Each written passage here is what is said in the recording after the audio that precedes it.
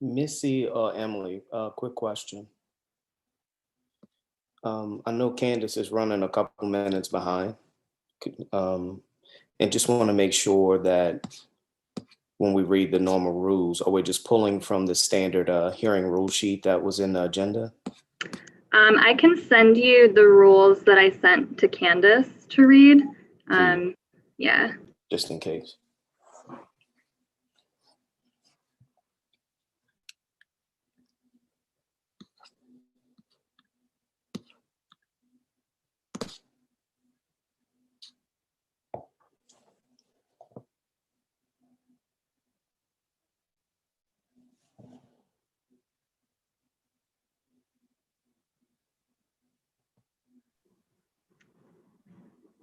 All right, Todd, I just emailed them over to you. Okay. And also a reminder, Todd, I think you had said you were willing to time speakers today. Yeah, So, I got it. Just pulled up the timer just now. Thank you so much. All right, well, I think we are good to go. Actually, let me let more people in. Let me make sure all the board members that are here are admitted. Is my sound working okay? Yeah, I can hear you. All right, great. Okay, Candace is here. Of course, she signs in now. No, stop. I know you wanted to read the rules. Oh, I just couldn't wait. Now I gotta cover my friend when I can. Good morning, guys. Good morning. Hope everyone had a nice weekend. Always good with a night Saints win. Yeah. Morning, all. Hello.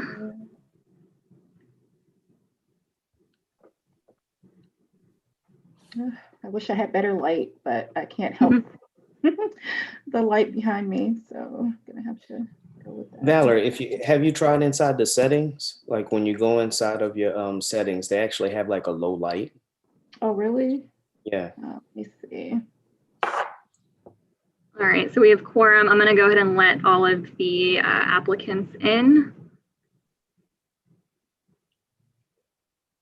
How do you do that, Todd? Let's see. When you go into your preferences, then Oh, go to maybe I need video. to. Maybe I Yeah. need to go Preferences and video. When you scroll down towards the bottom of that, there's an adjust for low light, audio, and manual.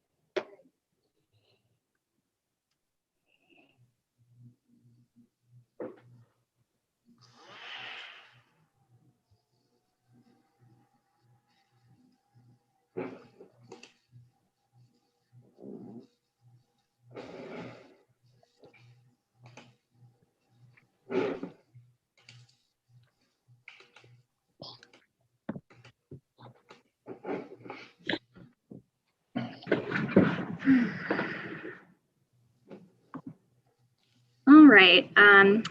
Are we ready to get started? Yep. Perfect. I will turn it over to Valerie. All righty. Well, good morning. I would like to call the Monday, November 9th, 2020 Board of Adjustments meeting to order. We will begin with roll call. Candace Forrest. Present. Todd James. Present. Tamara Agins, is that correct?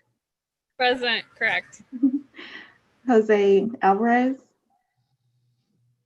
is absent. Jamie Romero Diaz. Present. Alfonso Gonzalez. Present. And Matt Rufo. Present. Okay, at this time, would the board make a motion to adopt the minutes from the October 12th meeting? So moved. Second. Will the chairwoman please read the special hearing rules for adoption? We need to do a roll call vote for the minutes first. Oh, I'm sorry. I'm just trying to get the list. Okay. It's been moved by Commissioner James, second by Commissioner Gonzalez, to adopt the minutes from our last meeting. Roll call vote. Todd James, Yes. Tamara Eggins, Yes. Jose Alvarez, Ramiro Diaz, Yes. Alfonso Gonzalez, Yay. and Matthew Rufo. Yes. And Candace Forrest, yes. 6 yeas, no nays, the motion carries. Okay.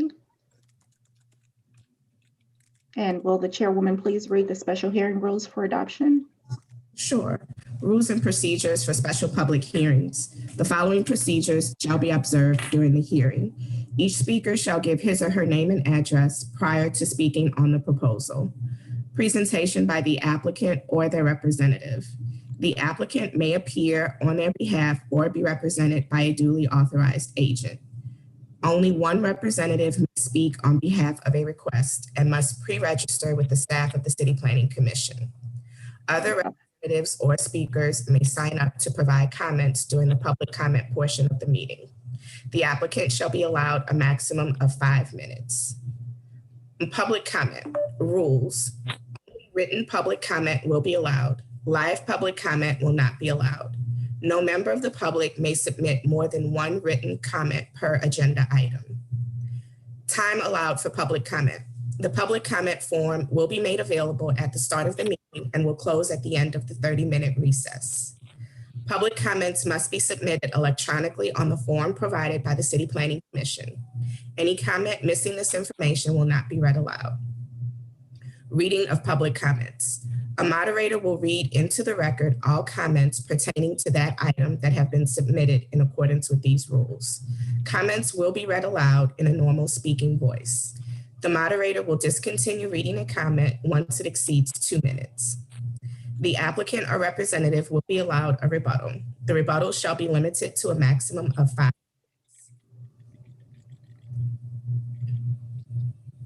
minutes. Additional information. For an exceptional case, the time limitations may be extended by the presiding officer with the approval of the board. As the board deems necessary, the case may be acted upon at this meeting or deferred for additional information or review.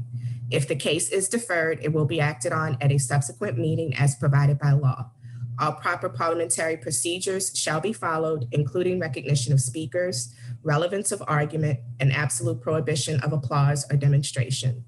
Standard of review. The Board of Zoning Adjustments shall not authorize a variance for requirements of the comprehensive zoning ordinance unless it finds, based upon the evidence presented to it, that each case has satisfied the 9 criteria listed in Article 4, Section 4.6.f of the Comprehensive Zoning Ordinance. Okay.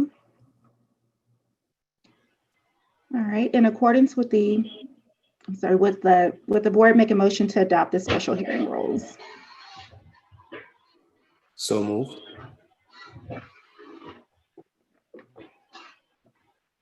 Second.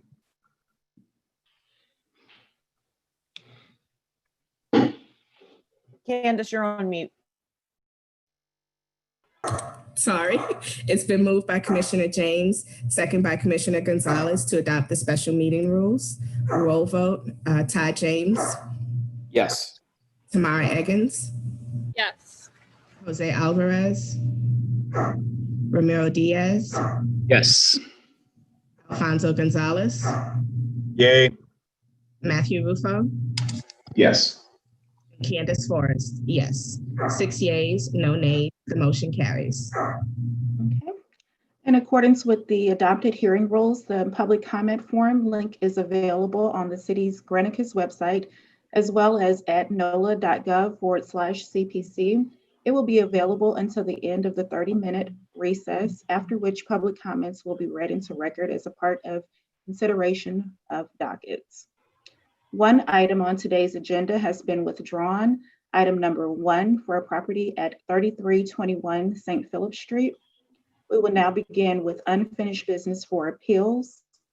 The first item is item number 2, BZA docket 070-20 for a property located at 737 Eleanor Street and 5808 Magazine Street.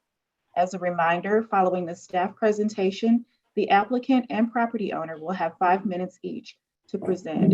We have Justin Schmidt signed up to speak on behalf of this application. We also have Edward Nicholas signed up to speak on behalf of the property owner. BZA 070-20 is an appeal of the decision of the Director of the Department of Safety and Permits as per Article 4, Section 4.8 of the Comprehensive Zoning Ordinance regarding the issuance of building permit number 2021846 NEWC. The Department of Safety and Permits now has an opportunity to present. Hello, everyone. My name is Nick Tyndall. I'm here on behalf of the Department of Safety and Permits. I'm the zoning administrator. Can you all hear me okay? Yes, All right. we can hear you. Thank you. So I won't go through my full report because you should have a copy of it. I'll just kind of go through the parts that got supplemented since this was a deferral from last month. So BZA docket 7020 is an appeal of a building permit issued for 5808 Magazine Street. The applicant's appeal alleges that an error in the decision of the Director of the Department of Safety and Permits regarding the issuance of this building permit. This appeal request was deferred from the October BZA meeting. The board requested additional information on the application of the non-residential mixed-use setback requirement for the proposed structure when there's an existing structure on the lot that's subject to the single-family dwelling setback requirements. The bulk and yard regulations in CZO section 12.3A, table 12.2 provides different yard requirements based on the use of the structure. There's a yard requirement for single and two-family dwellings and a different yard requirement for non-residential and mixed-use structures. The Department of Safety and Permits applied the non-residential mixed-use setback requirement because that's a requirement for this proposed mixed-use structure. The Department of Safety and Permits searched all new construction permits submitted since the beginning of 2017 and was not able to find any other examples where there was a new principal structure that was added to a lot with an existing principal structure with a different setback requirement. Even though there are not other recent examples of this specific situation, the Department of Safety and Permits setback determination in this case is consistent with the application of different setback requirements for structures with different uses elsewhere in the CZO. For example, it's very common to have accessory structures on the same lot as principal structures, and those accessory structures have different yard requirements than the principal structure. For this permit, the Department of Safety and Permits applied the non-residential mixed-use yard requirements for this mixed-use structure. This is consistent with the bulk yard requirements in CZO section 12.3A, table 12.2, and is consistent with the general application of yard requirements, which is based on the use of the structure. For these reasons, the department's determination in this matter shall be upheld. And that completes my presentation.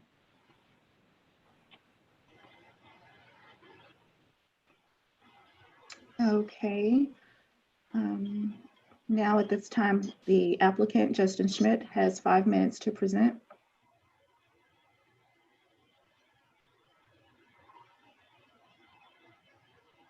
Thank you, Justin Schmidt, 909 Poydras Street, Suite 1500 for the appellants, the Brandos, the adjacent property owners.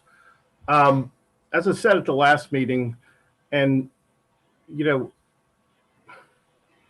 Safety and Permits has just acknowledged that there's no examples where they do this, yet in the original letter, they acknowledged that, you know, and in the approval, they acknowledged what provisions should be applied, yet they didn't provide them or apply them.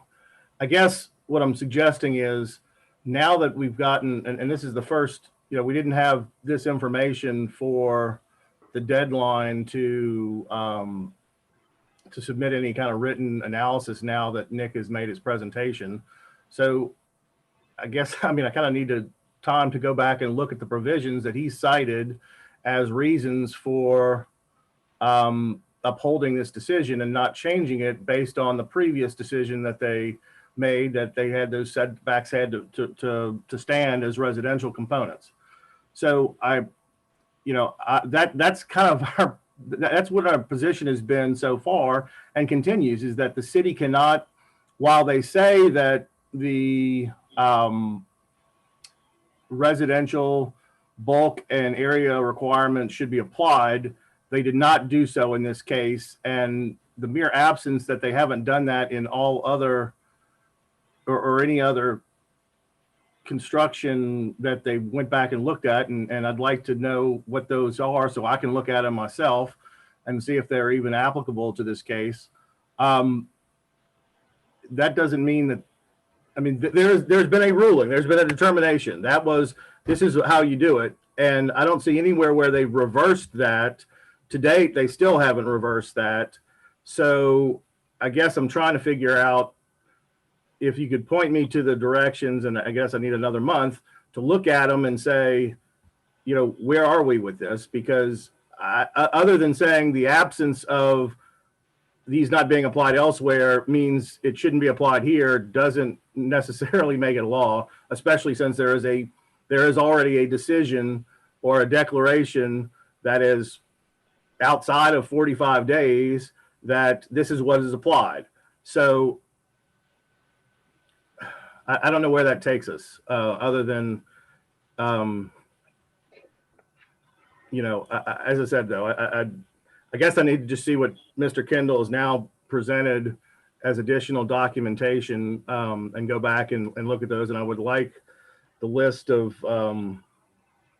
properties that he reviewed and did not apply or did apply these standards, or determined that these weren't applied or applicable to this case. Thank you.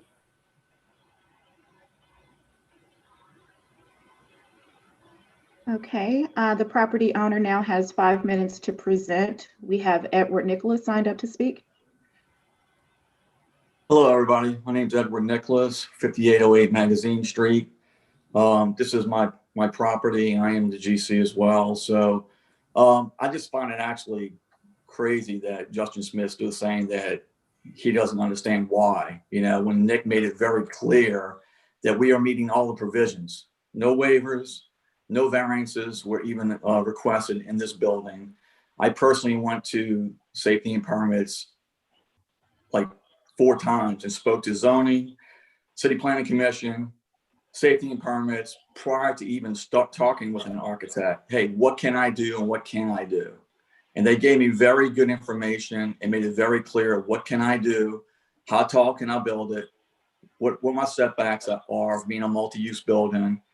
And then I also want the board to really understand what the appeal was for on behalf of my neighbor, who flat out told me, I will make this as difficult as possible for you to build because I'm blocking an oak tree view on Magazine Street from his backyard.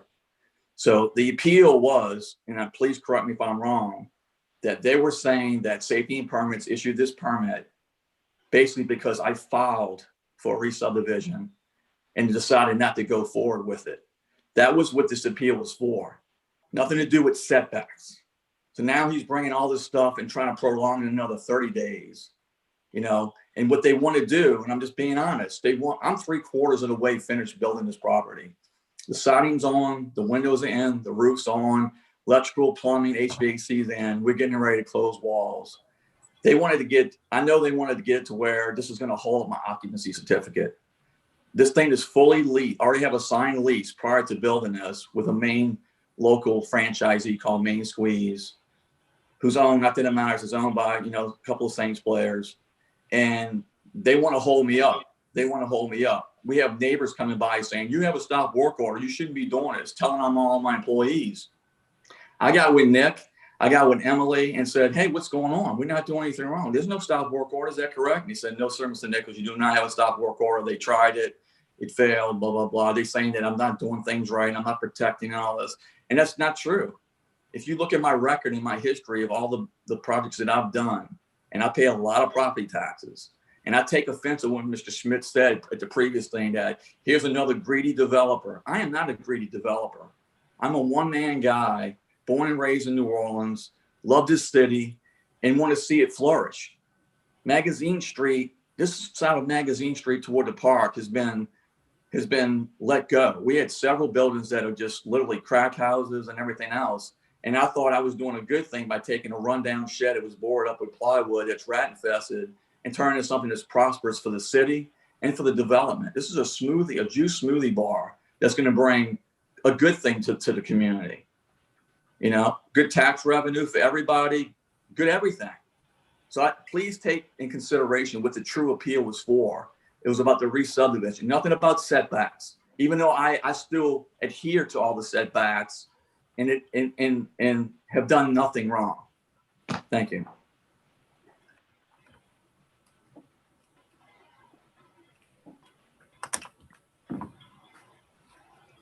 Thank you. Are there any questions from the board?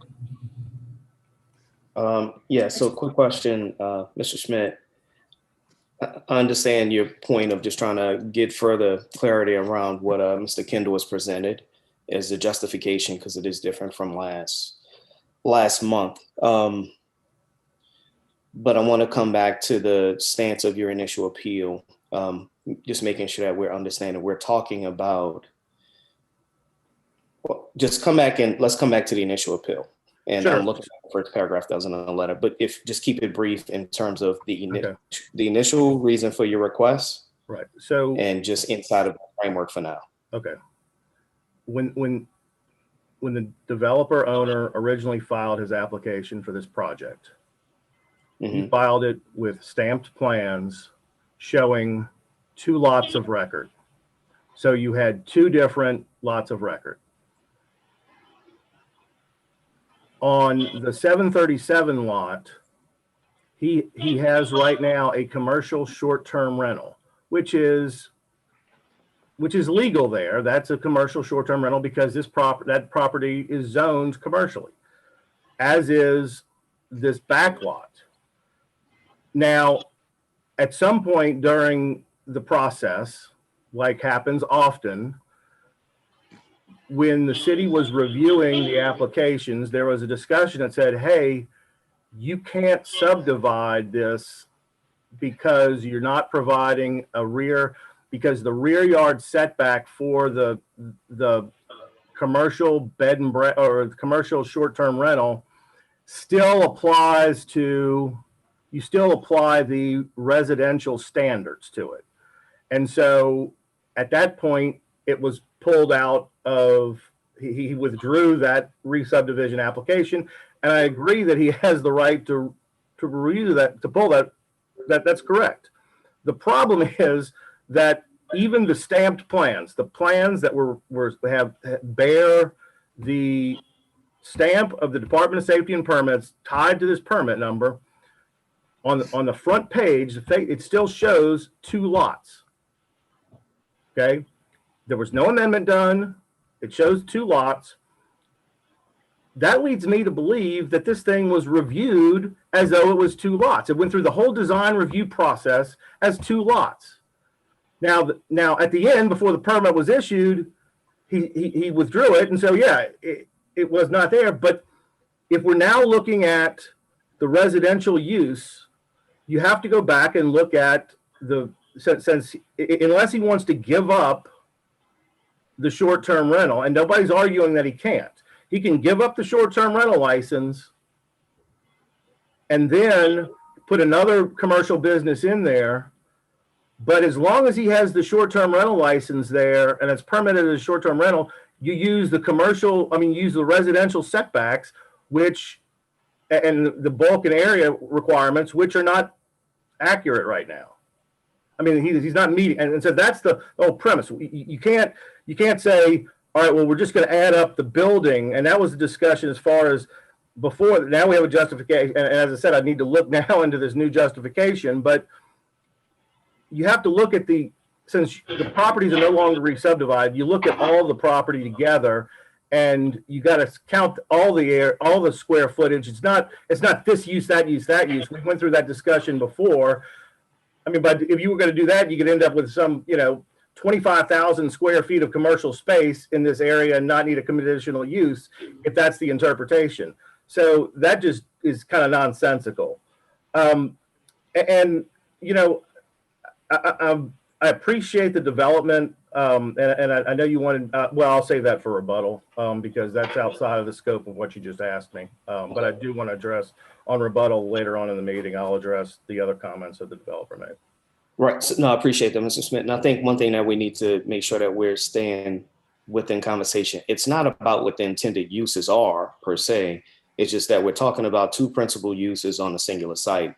When I looked at the initial report, I'm having the same concern because it keeps showing A1, A2 as the proposed parcels.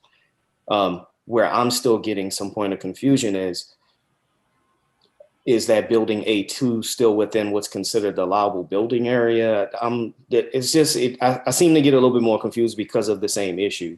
How it's being shown is that it's proposed as 2 lots of record potentially.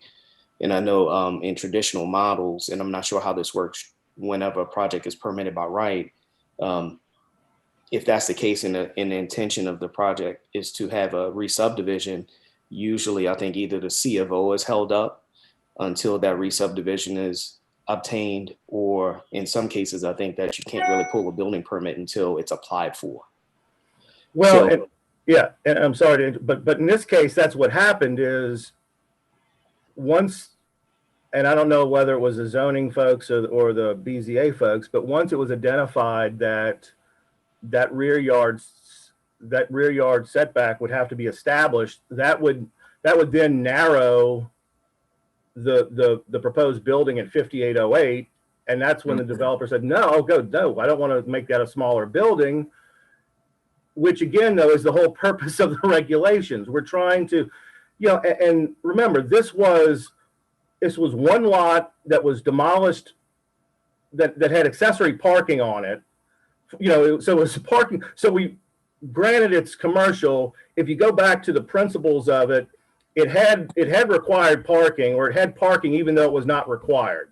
We cannibalized the parking. We allowed them to put a parking space on within the corner side yard, add another curb cut that wasn't there before in the back. And we're having a commercial business now where it was a residential home with no off-street parking for a juice bar. People, I mean, you're already talking about, and that's what I said, I don't want to go into it, but crack houses. I mean, I grew up on Eleanor Street. I lived there for 22 years. I mean, I'm familiar with Eleanor Street a lot more than this developer is, and it's never been crack houses on Magazine Street between, anywhere on Magazine Street in this area. The hobby shop used to be across the street. I used to frequent it. This is an area that, yes, it's very dense. There's no on-street parking between State Street and Eleanor Street, nor is there on-street parking between Eleanor Street and Nashville. And yet we still have a whole lot of commercial businesses already there. And yet this developer is, I guess, and it's not his fault. I mean, I agree. If it's zoned that way, it's zoned that way, but we're going to hold them to the limits of what can go there. And I think that's what my clients are asking for, is like, it looks like here that, and I'm not suggesting this was done intentionally. Mr. Smith, Yeah. I think we kind of got way Okay. beyond what my initial comment was. So, I mean, we still got a second round once we get past the public Yeah, no, comment. that's fine.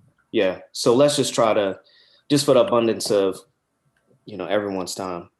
Thank you. Let's just, so yeah, if I understand your point, but, and I still have some questions. I appreciate you at least asking, requesting that deferral, at least just from my standpoint, because it has been further clarified, and even inside the staff's report, it gets a little bit more into this, the bulk and the requirements of the yard requirements and the bulk and density question. So we've always given the applicants time to respond. I'm assuming you saw this when this came back. So, and then further from Mr. Kendall's comments on just now, only adds more questions than a point of clarity, at least just for me. So I don't have any other comments, Madam Chair. You kind of touched on some of the questions I had, so I don't have any questions, sorry. Any other questions from any board members?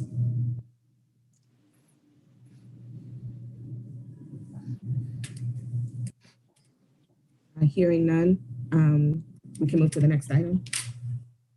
Okay, we will begin with new business for variances. The next item is item number 3, BZA docket 071-20 for a property located at 3550 Dauphine Street. As a reminder, following the staff presentation, the applicant will have 5 minutes to present. We have Anthony Kimball signed up to speak on behalf of this application. Robin? Yes. BZA 07120 is a request for a variance from the provisions of Article 9, Section 93A at Table 9.2 of the Comprehensive Zoning Ordinance to permit the construction of a 2-family residence with insufficient lot depth. This is an after-the-fact request for a 10-foot waiver of the minimum lot depth requirement that resulted from the applicant's detrimental reliance on the building permit issued by the Department of Safety and Permits for the subject property. The subject property, located at 3550 Dauphine Street in the Bywater, is a rectangular lot situated at the southwest corner of Dauphine and Desire Streets, where it features 80 feet of frontage along Dauphine and 35 feet of frontage along Desire. As of October 20th, 2020, the site contained foundation work that was commenced under the auspices of the permit issued by Safety and Permits on August 28th, 2020. Among the documents reviewed by Safety and Permits was a site plan that showed the subject lot's depth as 80 feet, which falls short of the 90-foot minimum depth requirement for a 2-family dwelling in the HMR3 zoning district. The site meets the minimum lot area requirements for a 2-family dwelling and the width requirement for all uses. The proposed development plan complies with all building height, open space ratio, and floor area ratio requirements, as well as all yard and setback requirements. The subject property is located within an HMR3 historic neighborhood mixed-use district that occupies most of the area bounded by St. Claude Avenue to the north, Press Street to the east, Decatur Street to the south, and Elysian Fields Avenue to the west. The predominant uses in this district are overwhelmingly single and 2-family residential. A survey of the 135 lots located near the subject property and likewise zoned HMR3 found that 48 of those lots are less than 90 feet deep, and 21 of those 48 are developed with 2-family dwellings. Accordingly, the prevailing development pattern among such lots can be characterized as having a significant or even heavy 2-family residential component. Although the staff believes that the requested variance meets 8 of the 9 criteria for approval as put forth in the CZO at Article 4, Section 4, 6F, Standards for Variances, it fails to meet criterion number 6, in that strict adherence to the property regulations will not result in a demonstrable hardship on the owner as distinguished from mere inconvenience. Under ordinary circumstances, the staff would therefore recommend denial of the requested variance. However, the applicant relied on the building permit issued by the Department of Safety and Permits as being correctly approved for construction of a 2-family residence on an 80-foot deep lot and proceeded accordingly with said construction. Therefore, the staff recommends approval of the requested variance of Article 9, Section 9.3A, Table 9.2, minimum lot depth, as it pertains to the applicant's detrimental reliance upon the above referenced building permit and subject to 5 provisos. Okay, again, we have Anthony Kimball signed up to speak on behalf of this application. The applicant now has 5 minutes to present. Hello, how y'all doing today? Yeah, I mean, I agree with everything that was, said. I mean, we went through planning and permitting for this property, me and my girlfriend, for right at a year.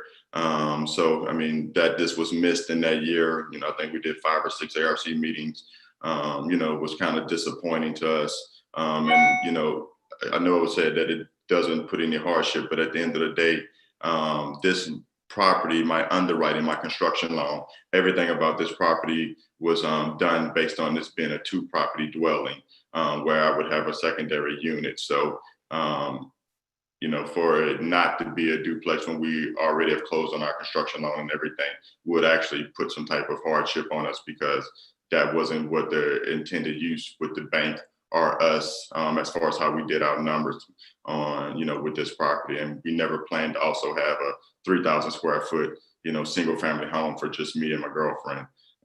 So, we started building this property based on what was permitted and what had been discussed with, permitting over a year through all of our different meetings. But that's would be my only comments on, everything else that was said.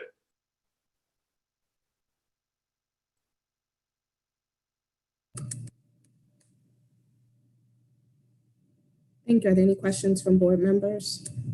Just as a point of clarity, Mr. Kimball, appreciate your comments, but just make sure we understand when we get into the hardship conversation, financial is not actually considered a hardship. So we just want to keep it pertinent to what Ms. Jones has been speaking to in terms of her report, and understand the limitations of the land in its current configuration, and especially with the development pattern in the area. We want to try to avoid any financial being attributed to the justification for the request, okay? Gotcha. Understood. No further comment, Madam Chair. Any other questions from board members? Hearing none, we can move to the next item. Okay, the next item is item number 4, BZA docket 072-20 for a property located at 1117 Governor Nichols Street. As a reminder, following the staff presentation, the applicant will have 5 minutes to present. We have Brian Kane signed up to speak on behalf of this application. Sabine? Yes, this is a request to allow a multi-family residence in an HMC2 district on a lot with insufficient open space ratio and with a structured parking lot with excessive compact parking spaces, a 2-way traffic aisle with insufficient width, and no site distance triangle. This is a request that was previously approved by the Board of Zoning Adjustment in 2018, but the applicant failed to provide final plans to BZA staff and is today requesting the same waivers as previously granted. Article 10, Section 10.3a requires that the open space ratio be at least 30%. The applicant provides 26.5%, and that will necessitate a waiver of 3.5%. Article 22, Section 22.8c requires that a maximum of 30% compact spaces be provided. The applicant is providing 33%, necessitating a waiver of 3%. Article 22, Section 22.8d requires that 2-way driveway be 24 feet in width. The applicant proposes a 2-way driveway of 12 feet in width, necessitating a waiver of 12 feet. And Article 22, Section 22.8d requires a site distance triangle at the exit of structured parking lot. None is provided, necessitating a waiver of this requirement. Based on the staff report, the staff believes that the requested variances meet the 9 criteria of the standards for variances of Article 4, Section 4.6f of the CZO, and we recommend approval subject to 3 provisos. Okay, and again, we have Brian Kane signed up to speak on behalf of this application. The applicant now has 5 minutes to present. Your speaker is off. Mr. Kane. All right, first Zoom meeting for me. And my phone rings right away. Okay. All right, excuse me. I just wanted to say hello. My name's Brian Kane. I live at 824 Kent Avenue in Metairie. And one of these units will eventually be my wife and I's home in New Orleans. This was approved before, and I would appreciate the same consideration this time. Nothing really has changed. It just took us a lot longer to get through the fire marshal and HDLC and those types of things. Just about everything else, I believe, is approved for the project. So we need this to be able to move forward. And I would appreciate you letting us do it. Thank you. Thank you. Are there any questions from board members? Hearing none, we can move to the next item.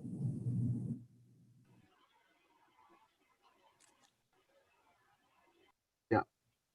The next item is BZA docket 7320 for a property located at 813 Frenchman Street. The request is for variances from the provisions of Article 10, Section 10.3.a, Table 10-2 of the Comprehensive Zoning Ordinance to permit the construction of a mixed-use development, a single-family residence and specialty restaurant with excessive floor area ratio, insufficient permeable space, and insufficient open space ratio. In accordance with Article 10, Section 10.3.a, Table 10-2, lots in an AHMC1 district must provide 15% minimal permeable open space of the lot area and a maximum floor area ratio of 1.4. For a site of 1,717 square feet, the required minimum permeable open space would be 250 square feet and a maximum gross floor area of 2,400 square feet. The site currently provides 0 square feet of permeable open space and a FAR of 2.42. The Department of Safety and Permits has already determined that for the site, the existing FAR is an inherited right, but the applicant would need to come into compliance with the other conditions. The applicant is proposing to increase the permeable open space to 102 square feet on site, which will constitute a percentage of 5.94 and is deficient by 9.06 or 155 square feet. The applicant is additionally seeking to increase the FAR to 2.64 by adding 392 square feet to the overall gross floor area, which is excessive by 0.22. Lastly, for mixed-use developments, they must provide a minimum of open space ratio of 0.30 on their respective sites. For ground floor area of the structure consisting of 1,618 square feet, the required open space would yield a minimum requirement of 485 square feet. The current site provides 102 square feet and the applicant would not change this condition. The 102 square feet constitutes a ratio of 0.063 and is deficient by 0.237. These three conditions are non-compliant and the applicant is thus requesting waivers of these standards as listed in Article 10, Section 10.3.8, Table 10-2. Based on this report, the staff believes that the requests do satisfy the 9 criteria as they pertain to the requested variances. Therefore, staff recommends approval of the requested variances subject to 6 provisos. We have Dixon Jellish signed up to speak on behalf of this application. You now have 5 minutes to present. Thank you. Again, my name is Dixon Jellick. I work with Williams Architects. We are the applicants for this application on 813 Frenchman Street. As you can see, it is an existing building and the client intends to live in it and keep the existing footprint as is. That actually isn't, that's a different project, whatever is on the screen right now. I'm not sure where that came in. So I'm here to answer any questions you have today. Like we said, the FAR increase is solely to bring the building up to code with a compliant stair, a brand new compliant stair and an elevator for access to all 3 stories by the client and the owner. We are proposing that we can, in the side left alley of the building, it currently has 0 permeable space, but we are open to creating a permeable zone in that one area. That's also where it seems the gutters will line out into that corridor right there. So a permeable space in that would make sense. I guess I don't know if I want to address this now or have to address it at the end, but I would like the option to remove proviso 3. There are 2 existing very large mature live oaks in front of the site. They are 36 feet apart. According to the zoning, you need to have 1 per every 30 feet of lot frontage, of which we have 54.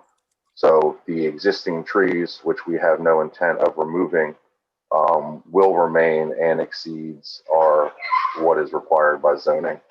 And then any effort to remove those trees at a later date would have to go for Parks and Parkways regardless. So we are asking if it is possible to remove proviso 3.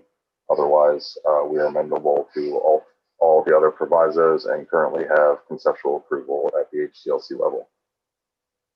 Thank you.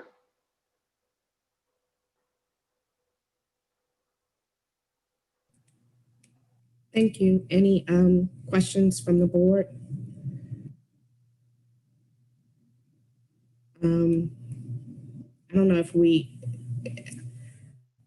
need to address the request to remove the proviso, or I don't know.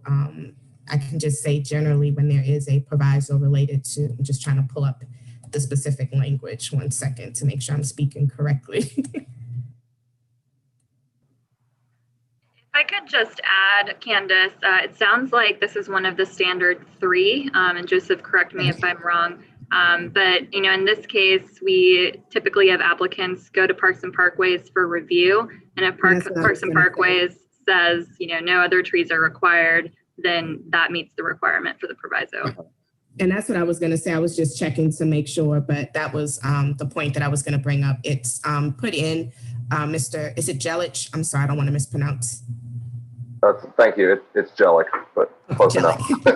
Okay, so it's usually, it is as staff mentioned, it's a standard proviso that's usually put in, and it is normally done in consultation with Parks and Parkways. So if there's a scenario where they discover, based on what you're indicating with the existing trees, that it's not necessary, then it's something that wouldn't go forward. It's only in the event that they see a need to add additional trees. That works, and like we said, we're very comfortable. The trees are existing; we're not removing them. So if that, whether we have to address it later, I think, like you said, either way it'll go down the road. Yeah. Thank you. Sure, you're welcome. Are there any other questions from board members? Just to add a little bit further clarity on that, I think another part of that is once you get into construction, let's say if any of those trees are damaged during that process, so that proviso helps to address how to reestablish that canopy along the right of way, just in case. So there's a justification behind why it's there. Oh, thank you. Thank you. Any other questions from board members? Seeing and hearing none, we can move to the next item. The next item is item number 6. BZA docket 07420 for a property located at 1174 City Park Avenue. As a reminder, following the staff presentation, the applicant will have 5 minutes to present. We have Brian Gill signed up to speak on behalf of this application. Amos? Sure. The next item is BZA 7420, a request for variances from the provisions of the CZO to permit the construction of a new single-family residence with an attached garage with inadequate rear yard and inadequate corner side yard setbacks and a driveway curb cut for a 2-car garage. The staff finds that the variance requests do not meet all of the approval criteria, and staff must therefore recommend denial of BZA 7420. Okay, again, we have Brian Gill signed up to speak on behalf of this application. You now have 5 minutes to present. Hi, Brian Gill, Gill Architects, here on behalf of Jade and Eric Reed. They are looking to build a home on this site. As you all know, probably by now, there was a 1-story sort of ranch house that was taken down on the site. So it's currently an empty lot. One thing I wanted to bring to everybody's attention, because it comes up several times in the staff report, is the square footage of this home, as if parking has something to do with the size of the home or something. But the floor plan of the house that was taken down was 2,000, this is in the report, page 3, 2,630 square feet. And the ground floor that we have proposed in this revision is 2,437 square feet. So we're actually smaller than the home that was taken down, is number one. I think that's an important point to what I'm going to say later. Secondly, we listened to the board in our last, some of you may be familiar with this because a couple of months ago, we were before you with a similar proposal, but we had 5 different variances that we were asking for. It was my mistake to not ask for a continuance of this. And so the first hurdle I had to get over is, how much of it could we bring into compliance without any variances, or what variances would we need? I had to go back to the owners. They made some hard choices about taking out, I think, a total of 650 square feet of living was what came out in the end. But we have boiled it down to pretty much just the garage area in the back.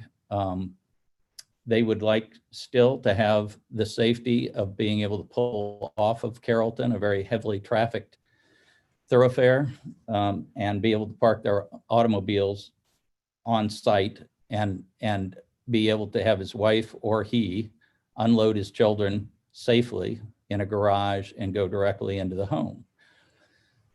As one board member recommended, I should go back and talk to both the staff, and Bob Rivers in that meeting offered his assistance as well. So shortly after we kind of sliced and diced the existing plan and took a number of things off and down in size, Amos and Bob Rivers and I all had a conversation, a good conversation.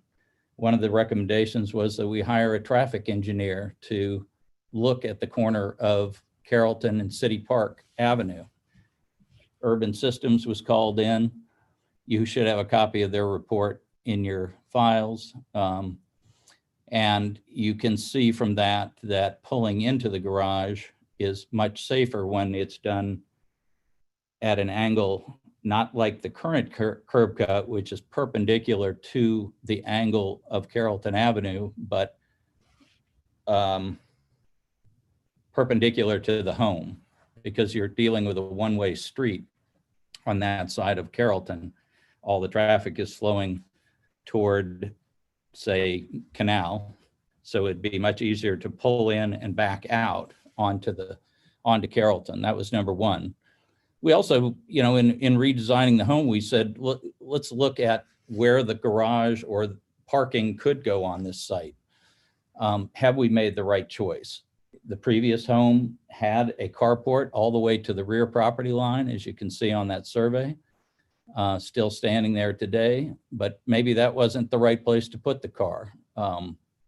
So in the redesign, what we were able to do is sort of push the back of the house forward towards City Park, creating 6'4" where it's now 0 back in the back.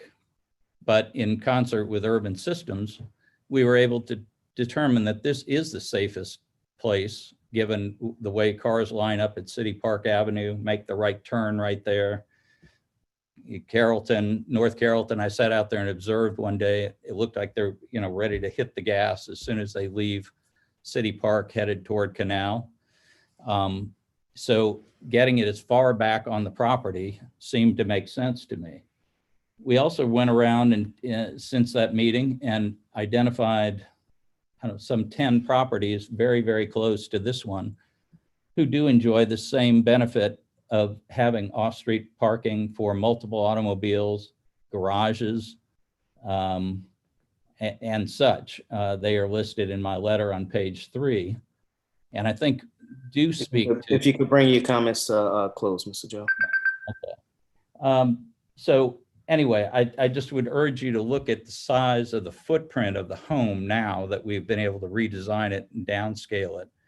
and realize that these people are just looking for safety when it comes to being able to pull automobiles and small children off street and not have to unload them on North Carrollton Avenue. So we would ask the board to consider all those factors when reviewing this.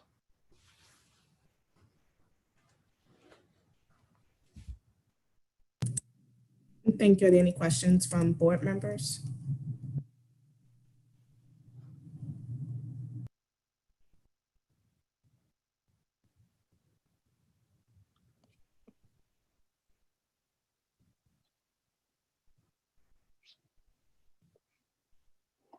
Just as a note, I do appreciate the further supplemental documents for the traffic report. I know we just need to look a little bit deeper into the corner side yard. Kind of corner side yard and the rear yard requirements, but I know a lot of that is being driven by that curb cut. So I think we'll just have a little bit more time to address that and see if we have any public comment later in the hearing. Okay.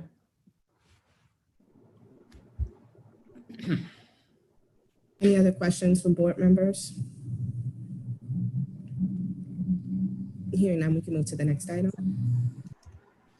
The next item is item number 7, BZA docket 075-20 for a property located at 3916 through 3918 Dorado Street. As a reminder, following the staff presentation, the applicant will have 5 minutes to present.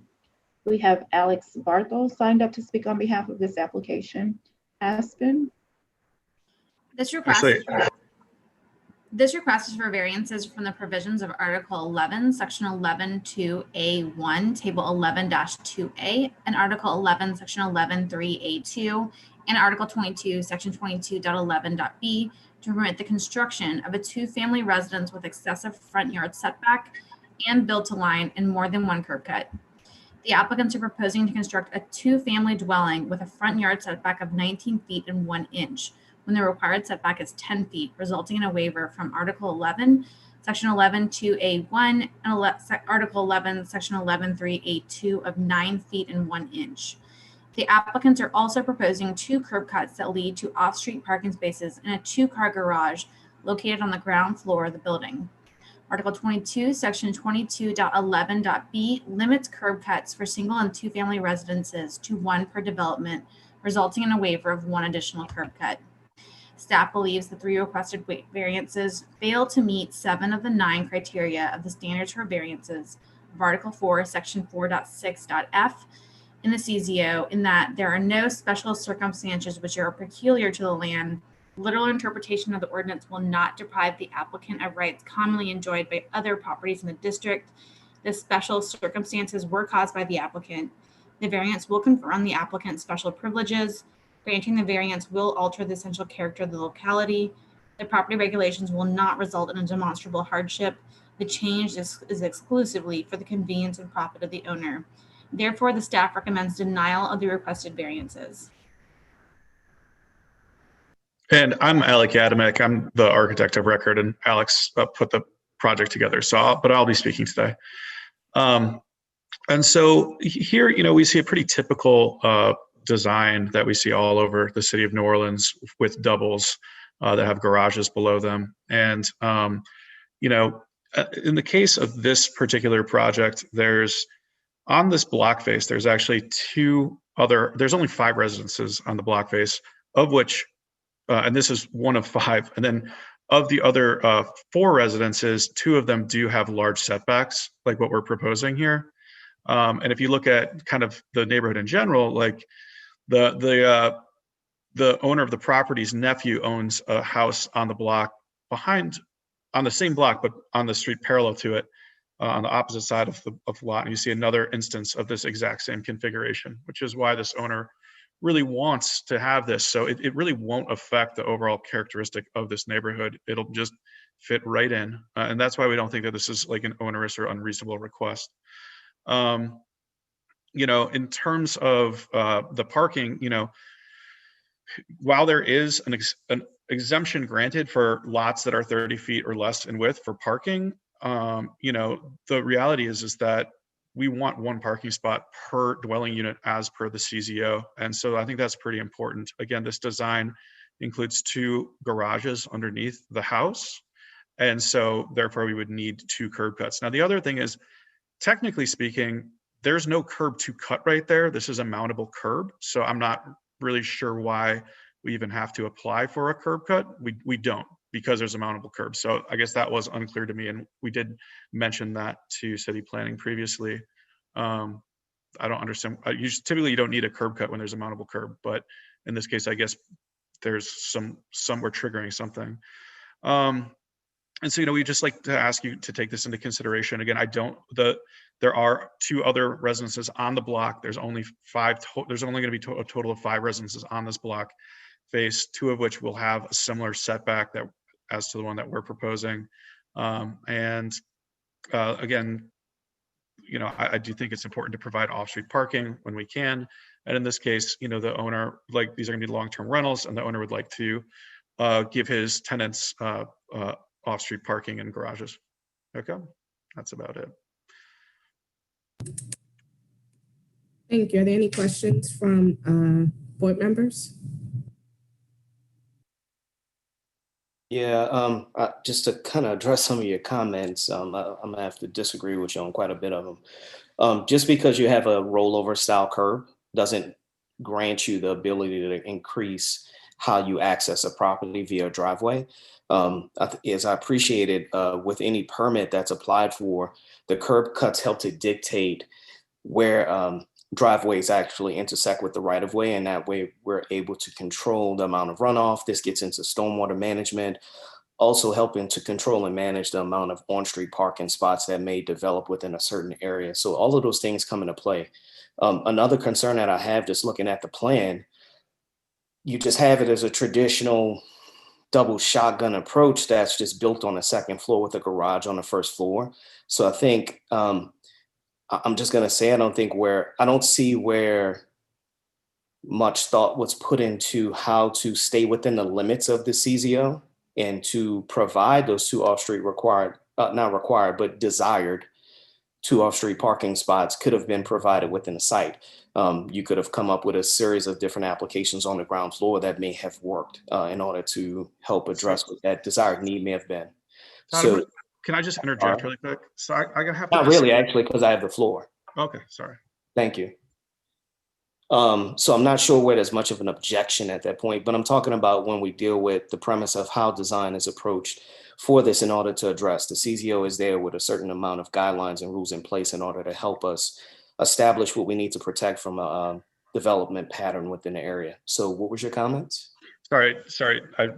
It's kind of weird when we're on Zoom and there's not like a more formal meeting. So I apologize for interrupting you, Todd. My comment on that is that there's a contradiction within the CZO in that you're not allowed to provide tandem parking. So that means that if you have 1 curb cut, you can't provide 2 off-street parking spots tandem. That means like where 1 car pulls on, 1 car pulls behind it. That's also not permitted. And so to have a 2-family residence with 2 off-street spots, you really need to provide on a 30-foot wide lot. There's no way for me to design around that.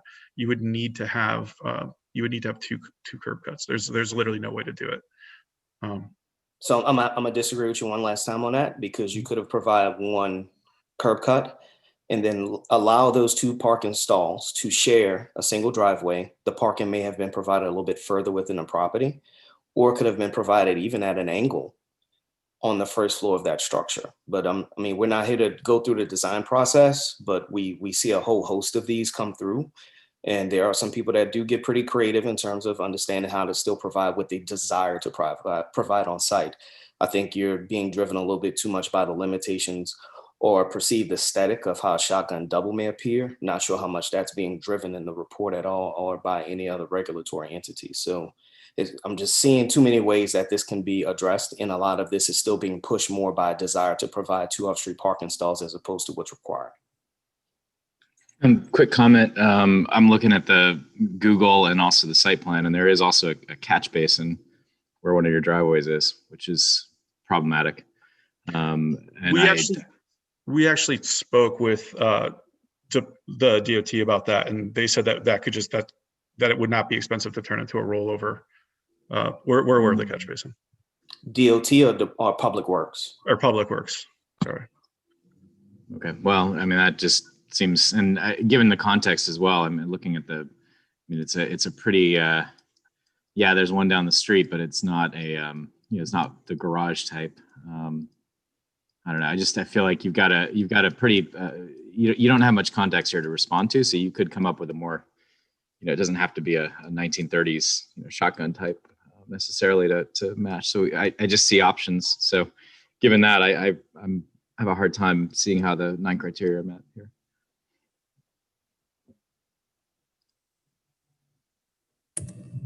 And even getting into, well, never mind, this is Rattle Street, never mind.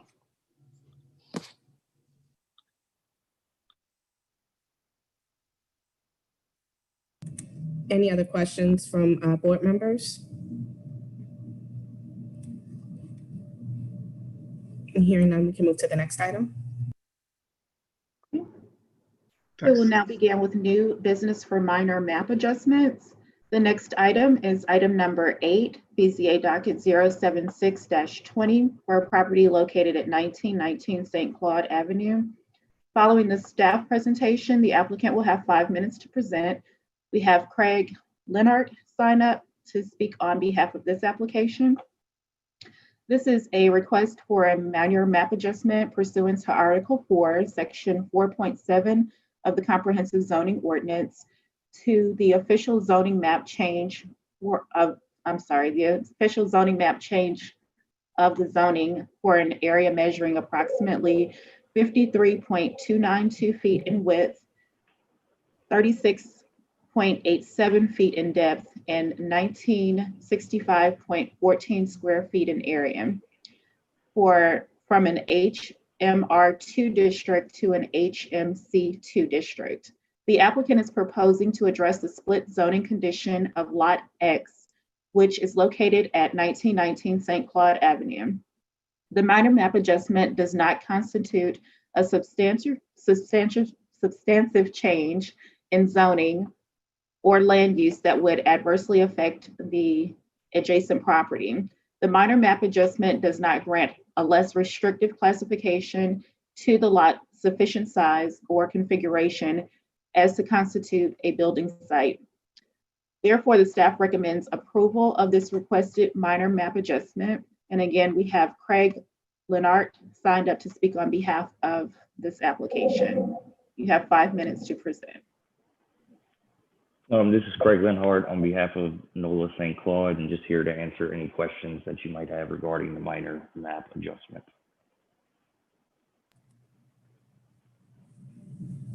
Thank you. Are there any questions from board members?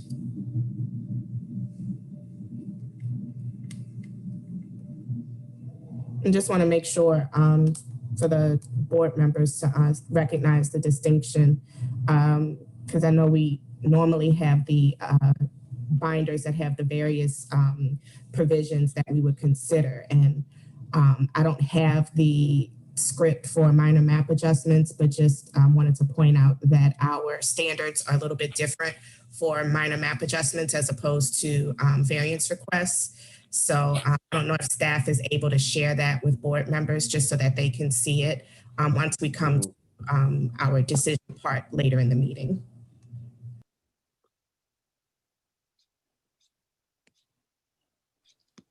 And sorry, I do have a question for staff.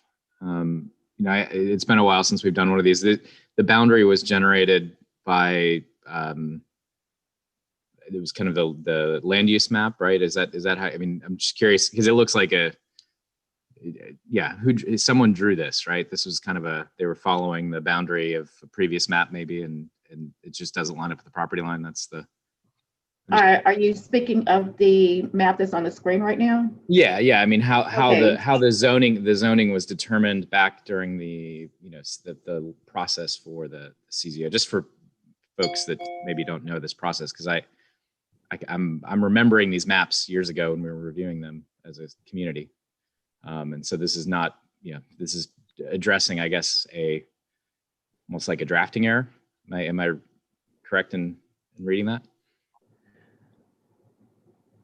I don't know that it was an error, but this whole lot is owned by this, it's all the same property. It's all one lot legally. Right, but I mean, how those boundaries were determined by the the person that drew this map to begin with, right? It was drawn by somebody. So that's, I'm trying to understand how this happened as a, a layperson. So yeah, I think if I remember correctly, a lot of this may have been based off of some GIS info.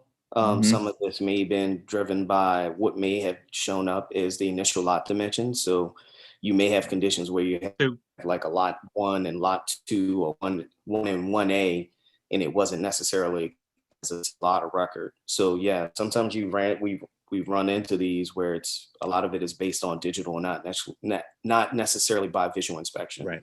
Sometimes though, it's because of a historic condition on the property.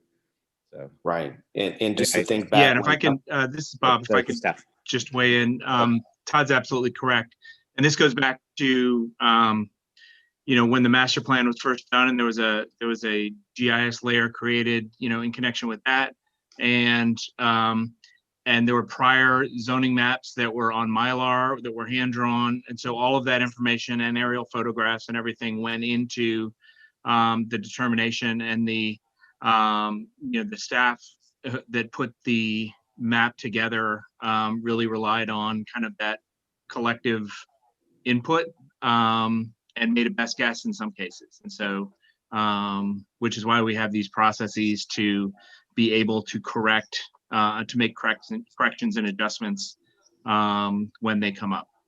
Yeah, and to that point, and Mr. Rivers, thank you for clarifying that further. A thing that I think most of the public isn't necessarily aware of, when we went through that public comment segment, more often than not, a lot of that was for people to come in and to observe their property.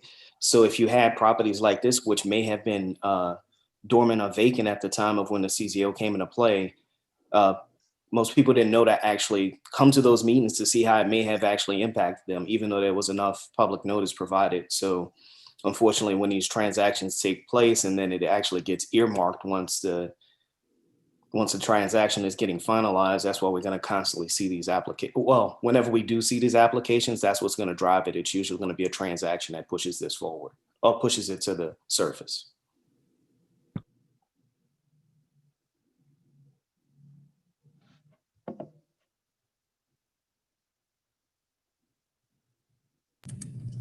Are there any other questions from board members? Hearing none, we can move to the next item. Okay. We will now begin with new business for safety and permits decision appeals. The next item is item number 9, BZA docket 077-20 for a property located at 200 through 220 Henry Clay Avenue.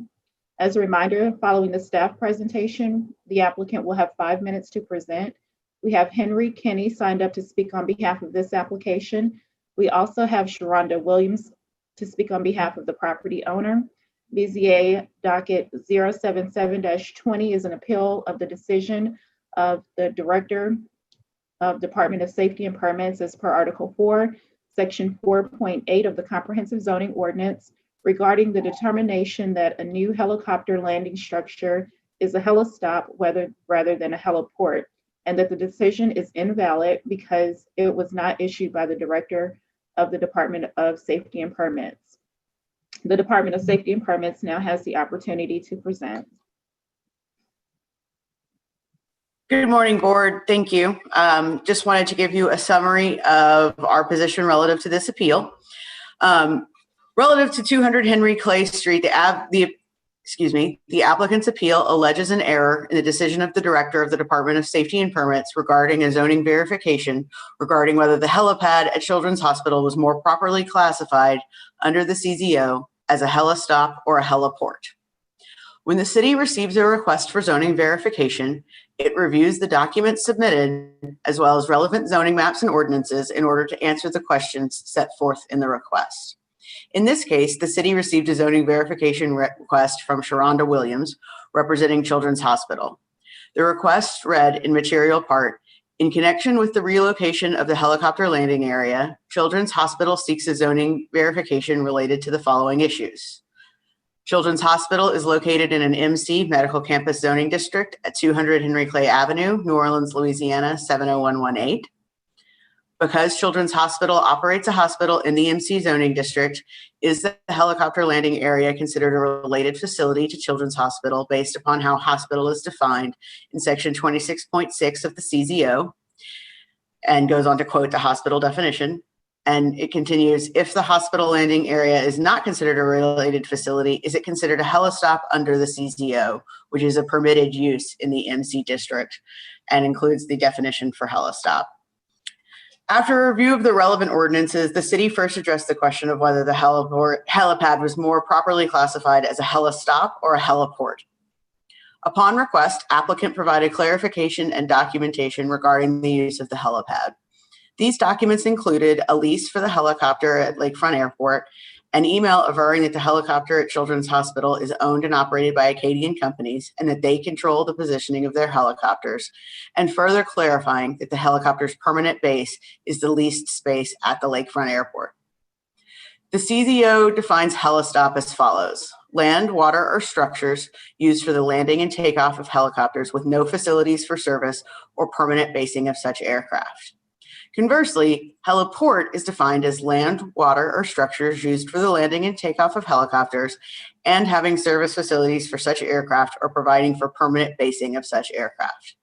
Given that evidence was provided by the applicant that the helicopter using the Children's Hospital helipad was permanently based elsewhere, the department determined that the helipad was more properly classified as a helistop rather than a heliport. The Department of Safety and Permits uses the information it is presented to make decisions, and much of the evidence submitted by Mr. Kinney with this appeal was not available to the department at the time it rendered its decision. The department participated in a neighborhood virtual meeting regarding the issue and explained the zoning verification process.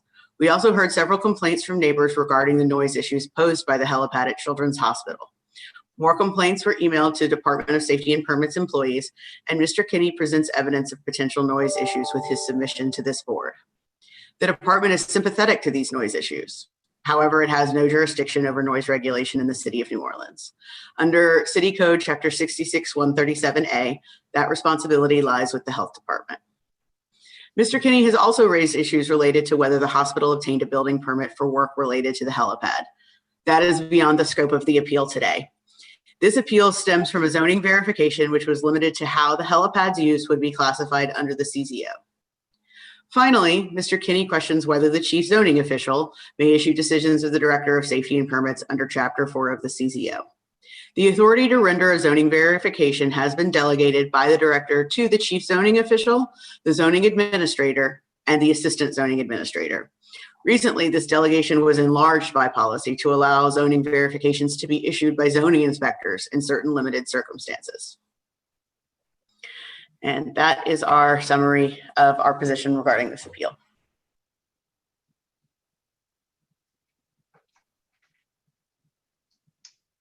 Okay, we now have Henry Kinney signed up to speak on behalf of this application. You'll have 5 minutes to present.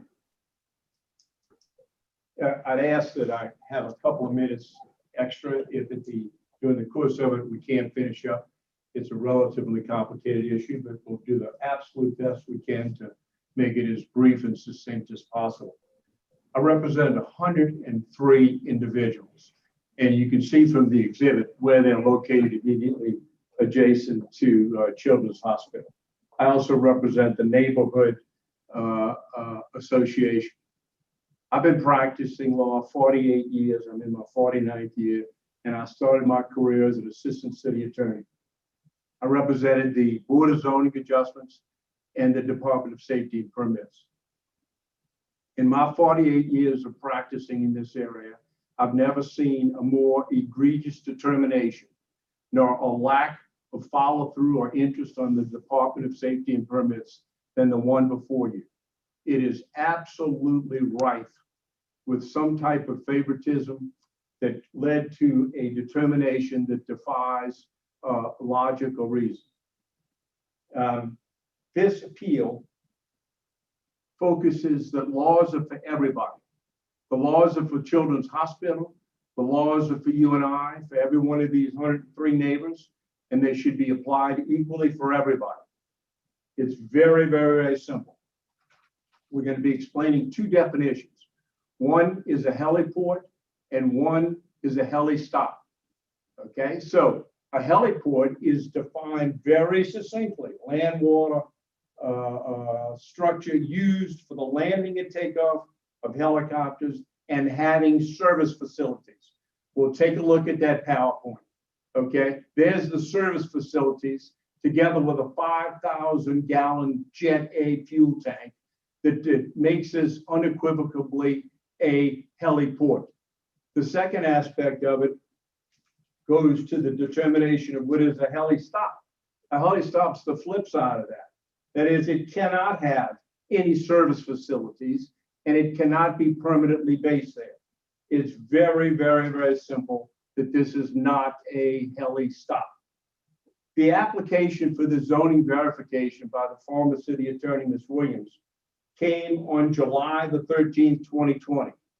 Well, you know what that was? That was 2 weeks after the absolute architectural plans and the absolute application for a building permit for a heliport was in the possession of the Department of Safety and Permits.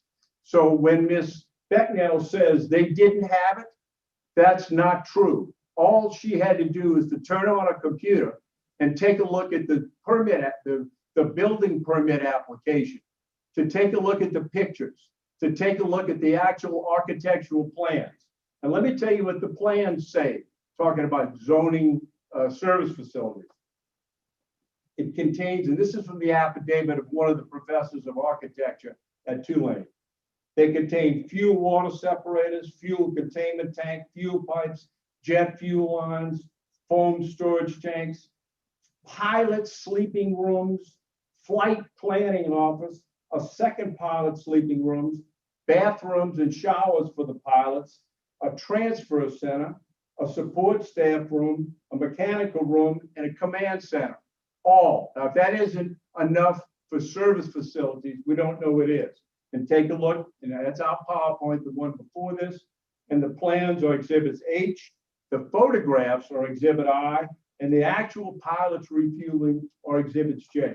The second aspect of this is the basing. If you look at this Acadian ambulance, what do they say? Where are their bases of operation? Children's Hospital. No one would assume that you're going to base something where you have the physical facilities that are in place. We've also submitted Exhibit I, J, K, O, S that support our investigation and our facts that show that this helicopter is not based at Lakefront Airport, it's based here.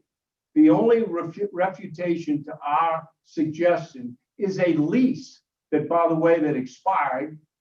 It's a lease that says, oh, we really aren't based here. That is totally irrelevant when the facts show that you are. And don't forget that we wanted to have facts and witnesses.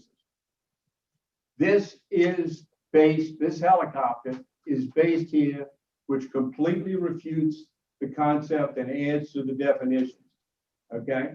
The third aspect of this is you can't just delegate something that's in the law. The comprehensive zoning ordinance doesn't say the director or somebody that it's been delegated to, okay? It says the director. You can't do this by policy. You can't do anything else. Ms. Becknell did not get delegated the authority, by the law. The law says All right, Ms. Mr. Jackson Kinney. was assigned this letter. Yes, sir. Mr. Kennedy, that's your 5-minute time. I understand that you did ask for additional time, but that would need to either be granted by vote of the board if we're going to extend any. But I think out of just an abundance of caution, since we do have the round of public comment, I know we're going to have further dialogue on this. I don't want you to think that we're shorting you of any time to present your case, because I'm sure we're going to have some questions later. Good. Thank you. We now have Sharonda Williams signed up to speak on behalf of the property owner. You have 5 minutes as well. Thank you. Sharonda Williams, Fishman Haygood Law Firm, 201 St. Charles Avenue.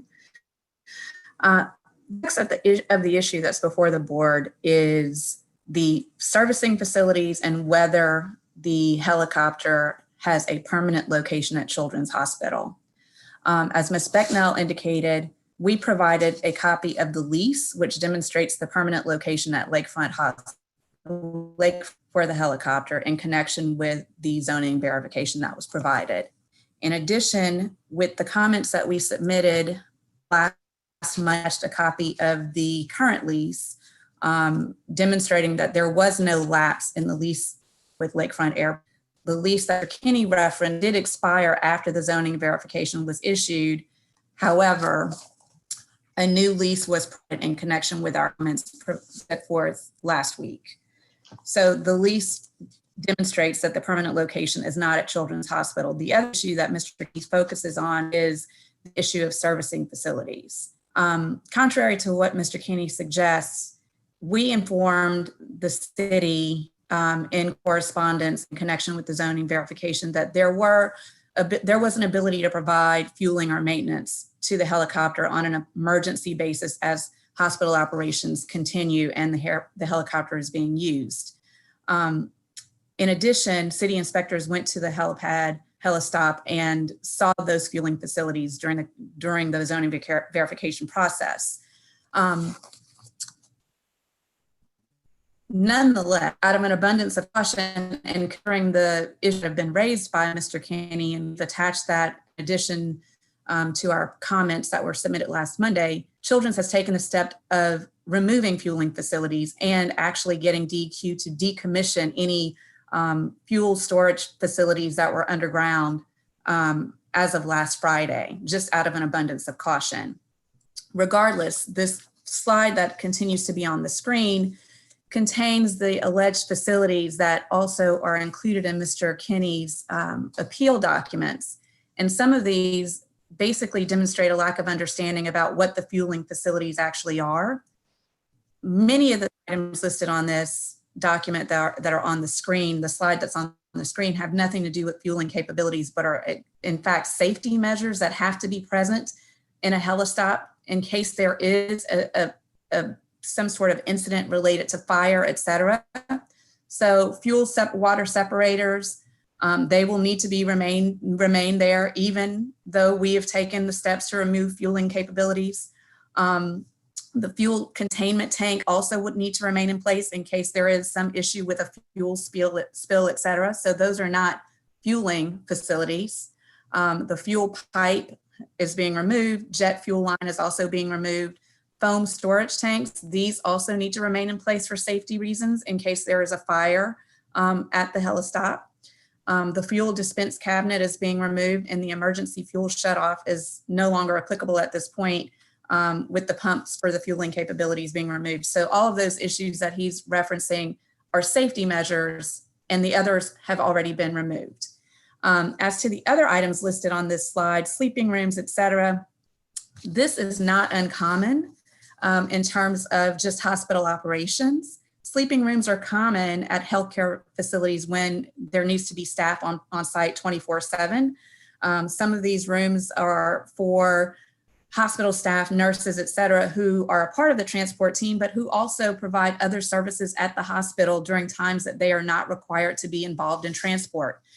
So this has nothing to do with permanent basing of the helicopter, but the need to have staff on site for providing critical care to patients, whether they are transporting them or whether they have a need to provide other care on site at the hospital. So the items listed on this slide have nothing to do with demonstrating facilities or permanence. And we have taken steps out of an abundance of caution to get rid of the fueling facilities, and we've provided the lease documentation to further demonstrate that we have permanent facilities elsewhere. As Ms. Becknell indicated, the sound issue is not before this board. However, Children's, again, out of an abundance of caution and in connection with its efforts to be a good neighbor, hired an expert to do a sound study that's available on Children's website. We've also referenced that in the documents that we submitted to the board, just in case there were questions about that. The other issue that Mr. Kenny raises about home. Ms. Williams. He indicated that he's provided to you all flight data. And again, it demonstrates a lack of understanding about transport services. there will necessarily be more originating flights from Children's Hospital because staff will have to leave Children's to go to a facility, come back, and then go back to Children's to the airport. So there, that Yeah, if you could conclude your comments, sorry. yeah, that data means nothing in terms of permanence. And with that, unless there are any questions from the board, that is it. That is all I have. Thank you. Thank you. Are there any questions from board members?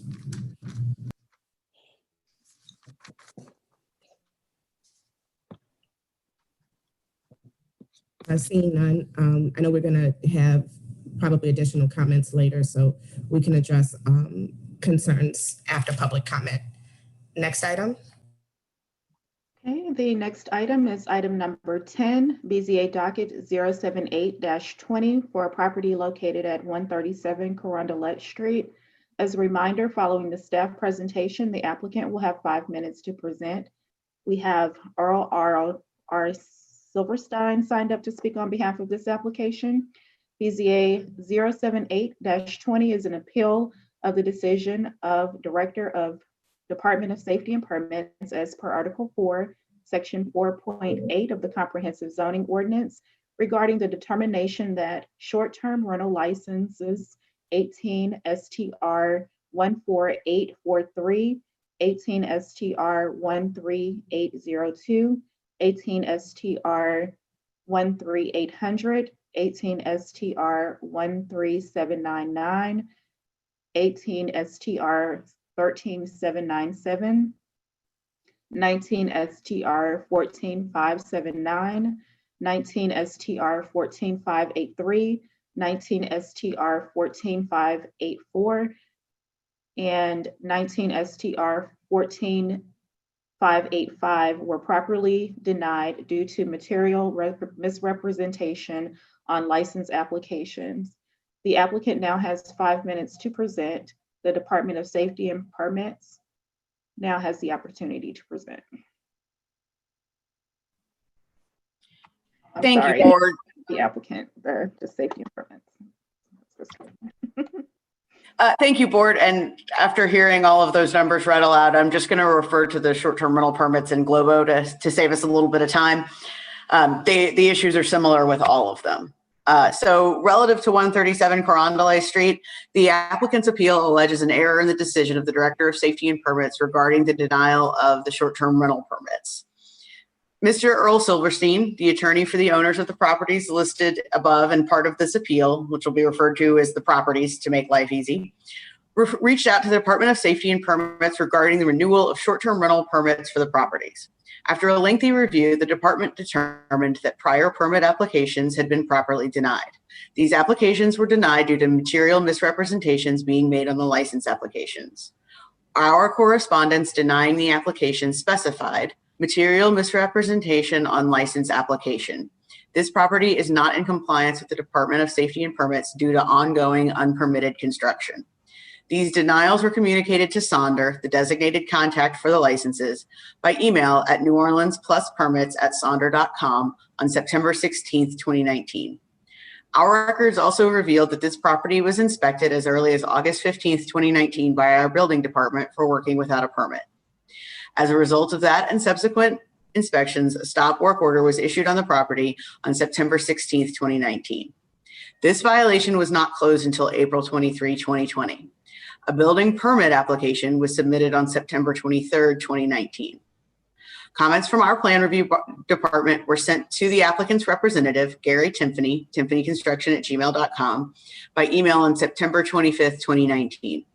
These comments were never addressed and this permit was not issued. Subsequently, a separate permit was applied for on December 23rd, 2019 and approved the same day. Even if the April 23, 2020 date is not accurate, there was not a valid permit for this work approved until December 23rd, 2019. The sole point of contention drawn regarding this timeline by Mr. Silverstein is that the department determined the violations had been abated as of September 27th, 2019. Below is a screenshot showing this is correct, and you'll see that in our summary that we've submitted, and that the incident was closed in April. The timing of these events is crucial. The permits were properly denied due to the open violation at the time they were applied for. No appeal of that denial was filed with the BZA. The issue of the permit renewal did not resurface until Mr. Silverstein reached out to the department in July of 2020, 9 months after the permits had initially been denied. By that time, the laws governing STR permitting had changed and the new laws apply to any request made on or after December 1st, 2020. Excuse me, that should read December 1st, 2019. Those laws limit the number of short-term rental permits an owner may obtain in any single building. Mr. Silverstein was advised via letter that the laws governing short-term rental permits were materially changed effective December 1st, 2019. Under the new laws, the property located at 137 Carondelet is entitled to obtain short-term rental permits for 25% of the total units on the property. Because there are 13 dwelling units on the property, the department maintains that Mr. Silverstein may legally apply for three short-term rental permits for the dwelling units located at 137 Carondelet. Mr. Silverstein was also advised that in the alternative, he could seek to prove that the properties had attained legal non-conforming status as short-term rentals and request confirmation of such from the department. No such request has been received by the department to date. Given this, the department believes that this determination should be upheld and encourages Mr. Silverstein and his clients to either select 3 units for which to apply for short-term rental permits or to request confirmation that all 7 previously permitted units attained a legally non-conforming use. Thank you.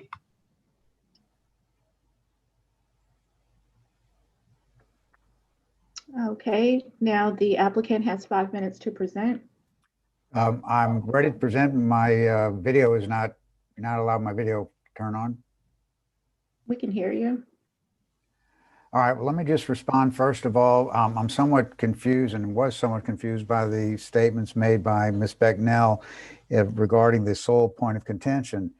Our contention is that the abatements were, violations were abated as of September 17, 2019, and her screenshot clearly shows that. It says inspection 9/17/2019, no violation. So I'm not really certain where she's coming from saying that's a sole point of contention. There is no contention about that. What's important to note here is, though, that these were renewals of existing STR permits. They weren't new applications. And the denial based upon the material representations of ongoing unpermitted construction was contained or based upon 2 inspections. One, August 15th of, oh, you asked me to start my video. Let me go back. All right, one of August 15th and the other September 16th.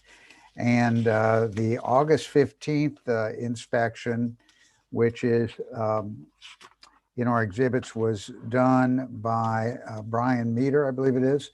And the second one was done by Julie Tweeter on September 16th. Now, in those inspections, they both note, especially Ms. Tweeter's letter of September 16th, 2019 is based upon a violation of Ordinance 2615 of the International Building Code as adopted by the City of New Orleans. Says any owner or authorized agent who intends to construct, enlarge, or so on and so forth. Well, it may be true that my client was intending to do so, but there was no ongoing unpermitted work as is stated as being the reason for denial of material misrepresentation being an ongoing and unpermitted work.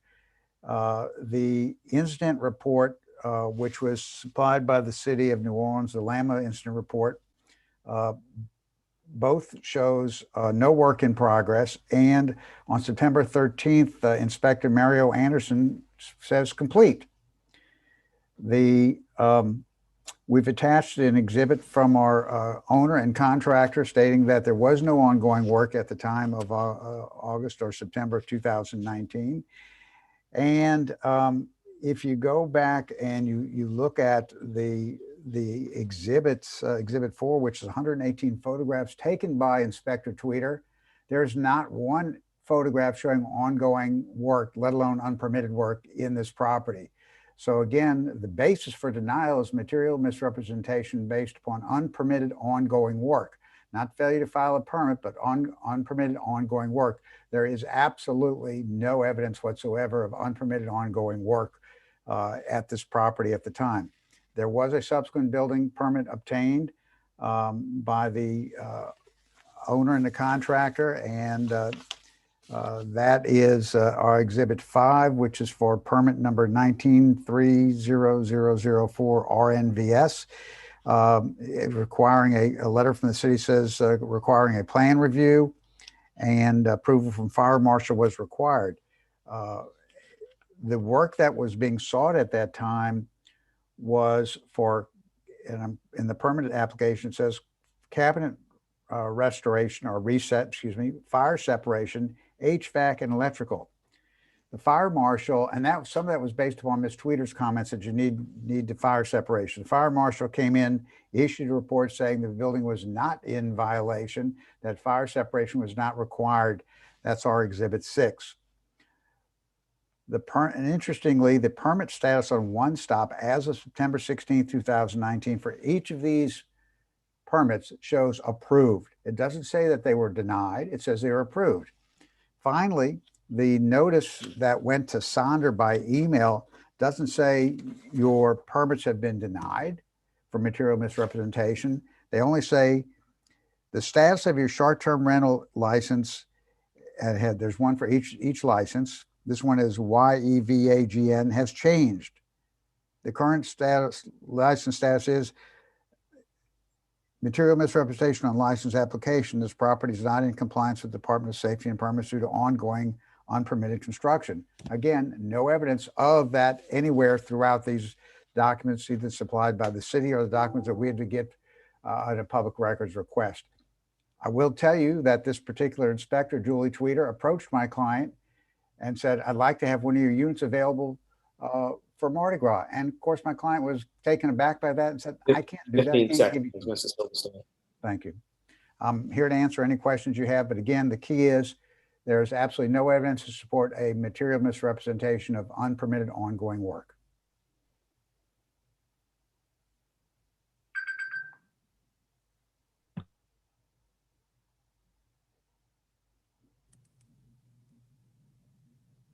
Thank you. Are there any questions from board members? Just to clarify, Ms. Becknell, to make sure that I'm hearing the right decision that's being questioned, this is regarding the initial decision to deny the permits based on unpermitted work being done at the property. Is that the decision that we're considering? Yes, that's correct. We have not received a reapplication, nor have we received a request to confirm non-conforming status or an appeal of that initial decision until the correspondence received over the summer. And my response to that is that the first actual denial of this came in the letter from Ms. Becknell earlier in August. I was just getting clarity from staff what the decision was that we were considering. That was my only question. Thank you. Any other questions from board members?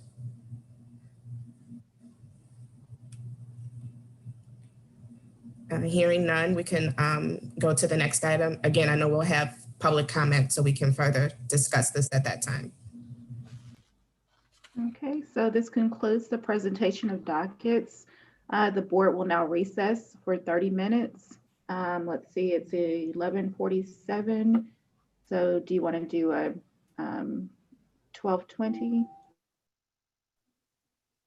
That's a good round number. Okay. So we'll return at 12:20 p.m. The considerations of dockets include public comments and will begin at 12:20 p.m. Please refer to the screen for public comment rules. Public comments will be accepted until the close of the 30-minute recess. Would the board consider a motion to recess for 30 minutes? So move until 12:20. We reconvene at 12:20. Second. And moved by Commissioner James, second by Commissioner Diaz to recess until 12:20. Roll call vote, Todd James. Yes. Tamara Eggins. Yes. Ramiro Diaz. Yes. Alfonso Gonzalez.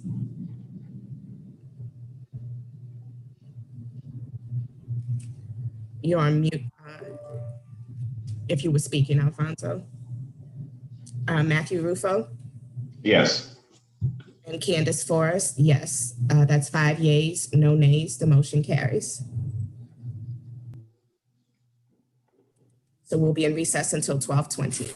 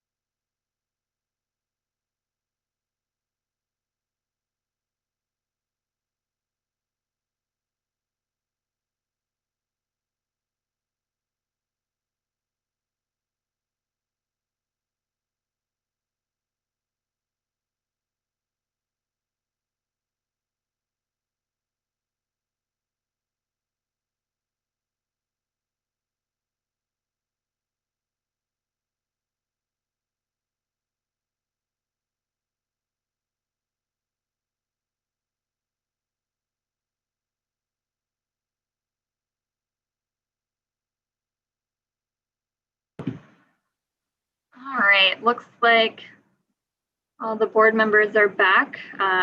We definitely have a quorum. So I think we're ready to come out of recess. Okay. Good to you, Val. Okay, thank you. Hold on just a second. Would the board consider a motion to return from recess? So moved. I'll second that. Been moved by Commissioner James, second by Commissioner Rufo to return from recess. Roll call. Todd James. Yes.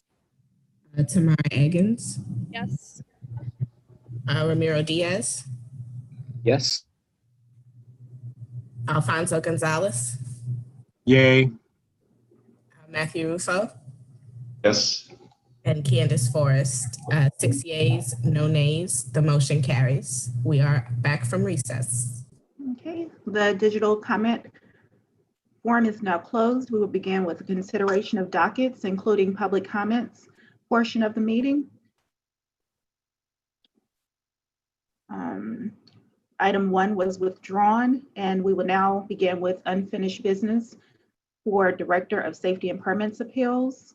The next item is item number 16, BZA docket 070-20, an appeal of the decision of the Director of Safety and Permits as per Article 4, Section 4.8 of the Comprehensive Zoning Ordinance regarding the issuance of building permit number 20-21846 NEWC. The following comment is, well, let's see, we don't have any comments, I don't believe, for item 70. Let me just make sure.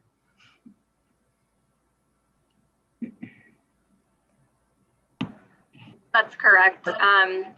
Larry Okay. is preparing the public comment document to send out to everybody, but he did say there are no comments for items 1 through 8. So okay, leave it at that. Just wanted to make sure. Thank you. All right. So there's no reason for rebuttal. And the board has any questions? I think I'll go back to you, Commissioner James. I know you had some questions on this you were sorting through. Yeah, just making sure I was unmuted. It really just kind of comes back to, I know that the applicant actually had suggested or requested a deferral because there was further clarification provided by staff. Yeah, I was going to go back to Mr. Schmidt on that. I know in the beginning of your comments, Mr. Schmidt, you had referenced possibly wanting to consider the additional information that staff had provided. So I didn't know if that was a request for a deferral. So just wanted to kind of get back to you on that point. Well, thank you. Yes. First of all, we would like the opportunity, because those weren't available prior to the updated staff report, and the comments by Mr. Kendall today were not public before the cutoff date last week, when we had an opportunity to respond to those in writing. Additionally, I do think we have an opportunity for rebuttal, because the owner did present opposition. And although there wasn't written opposition, there was certainly opposition from the owner that would warrant rebuttal. So I'm not sure if y'all want to rule on that, or again, I do want to take time. I would like to defer it to have the to address the other things, but I would like also the rebuttal. At least today, with some of the comments. Okay, just a quick question to Missy. I think given that the owner, I'm forgetting all of the process when it comes to the decision appeals, but would the comments from the owner necessitate the need for a rebuttal from the applicant in this scenario? I'm sorry. I was trying to make sure I was on mute or not on mute. me remind myself of exactly what it says so I don't get it wrong, but I don't think so. So I'm just trying to determine what the appropriate, I mean, I think at this point, if you have some comments, I think it's a question of whether or not the board would need to make a decision or if it's already allowed by right. Just give me 1 second. Sure, you're good. I was trying to refresh my memory too. No, it's just because it's an appeal, so it's different rules, and I know the other ones off the top of my head.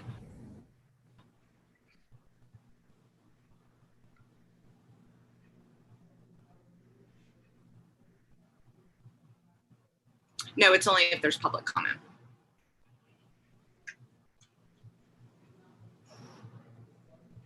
I have a question here. You know, the request from Mr. Schmidt is to defer in order to give his client opportunity to review the documents that Mr. Kindle said that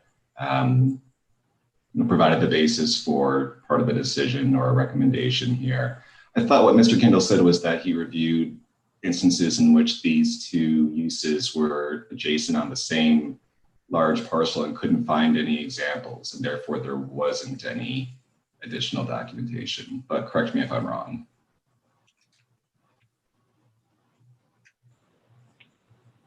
That is correct, Commissioner. So I searched through permits in Llama that were, I think, submitted from 2017, where it was a new construction permit where they used the term existing in the permit description.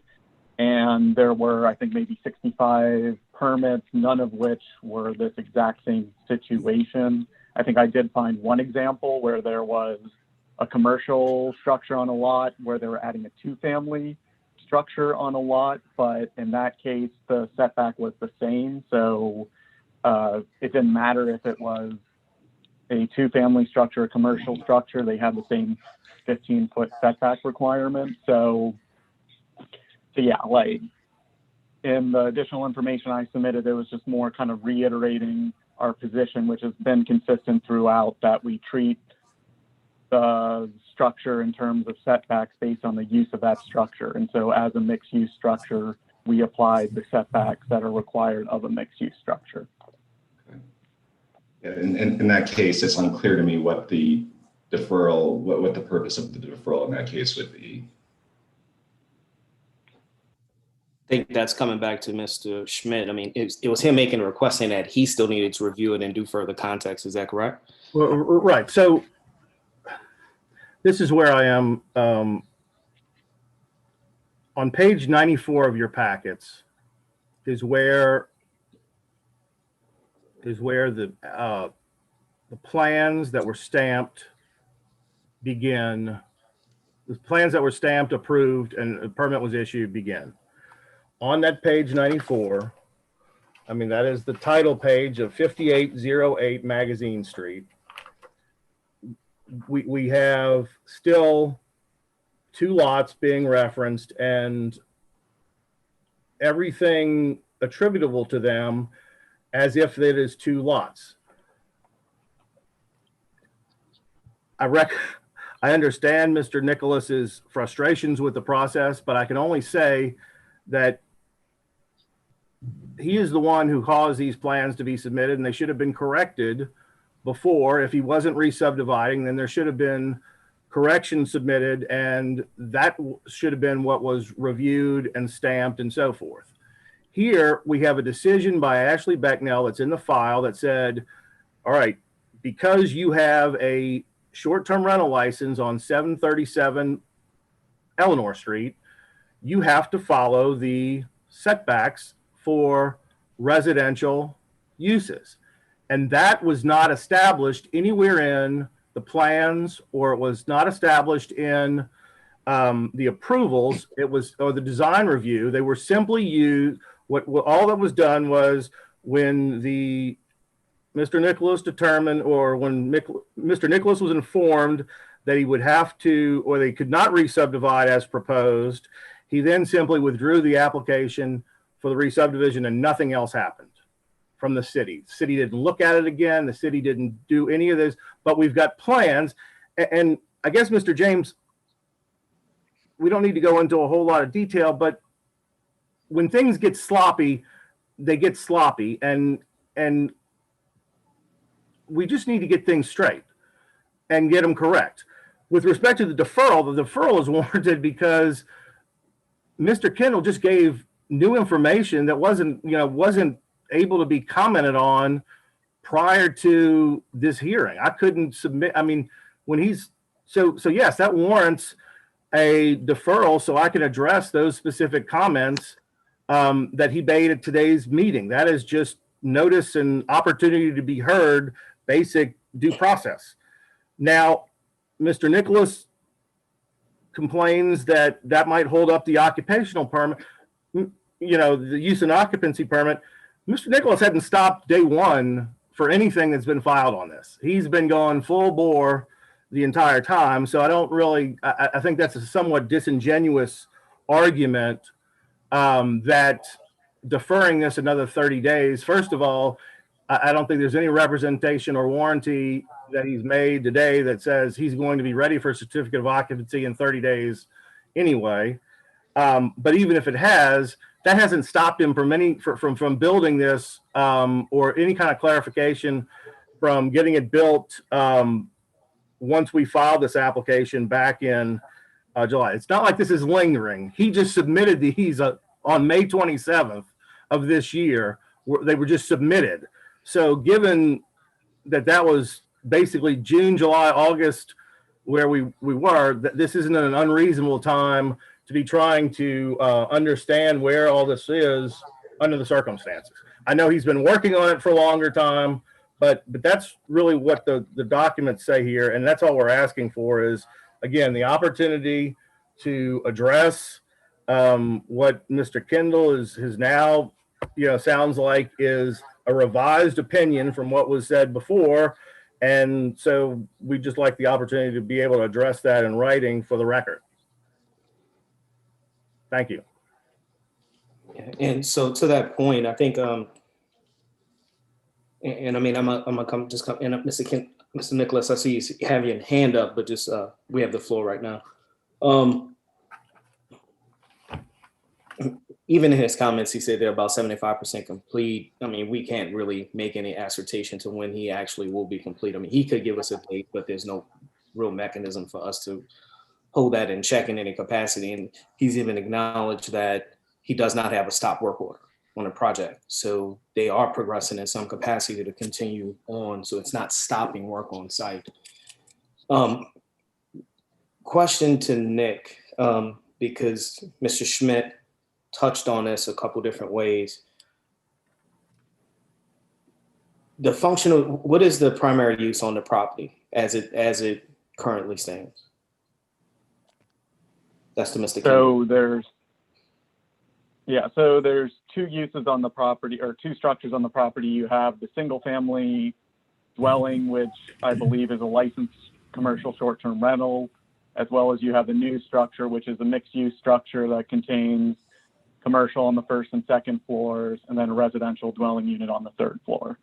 Okay, so no matter what, we're still talking about two principal uses, correct? Correct. Okay. In the first principal use, when we're talking about the residential property, even though we're talking about a commercial STR license, the principal use is deemed residential or commercial? So for setback purposes, it's residential because a commercial short-term rental has to be located in a dwelling unit, which is, in this case, a single family dwelling. Okay, so the initial principal use of that structure, which does have some applicability to the lot, has to stay within the limits of that residential setback requirement.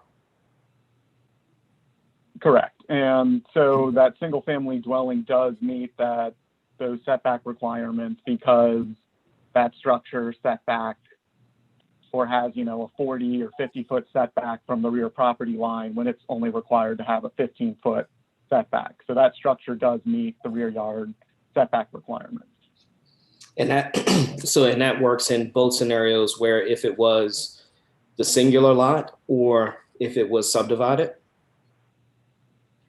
It does not work if it's subdivided, which is why the developer withdrew his subdivision request, because it would not have met the 15-foot rear yard setback requirement. So he withdrew the subdivision request. They updated the plan.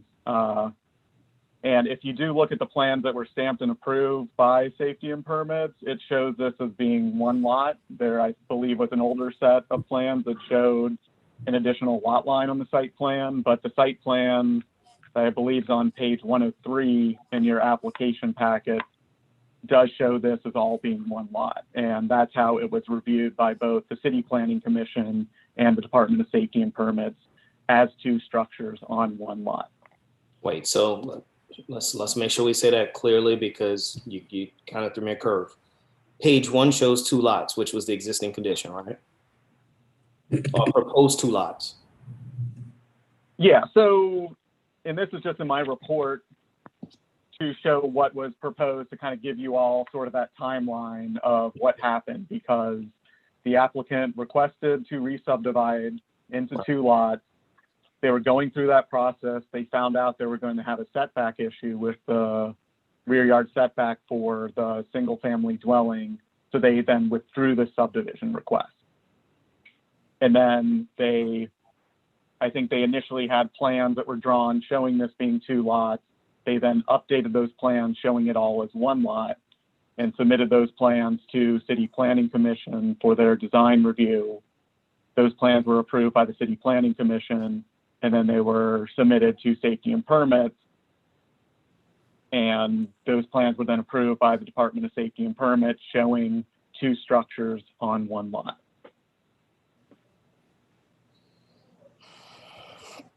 And just to make sure we separate these 2 things, because I think this was what drives a large part of confusion sometimes with this. The zoning for the lot itself is commercial in some capacity, right? Correct. It's HUB1, which is the neighborhood commercial district. Okay. So when we get into that definition, you're allowed to have 2 principal uses on the lot? Correct. Okay, and because of that commercial underlying zoning, that allows for a less restrictive or a more restrictive, well, let me stop. The setback is always being established by the functional use structure, correct? Correct. Okay, so even though we're talking about that this lot was initially a residential use lot, its underlying zoning still allows for it to be a commercial functioning lot. So in that capacity, whenever you would either have a more restrictive setback requirement for the residential use where it applies on that property, but if you have a commercial function, you have the less restrictive in that scenario, which is what's being built in the rear. Correct. Okay.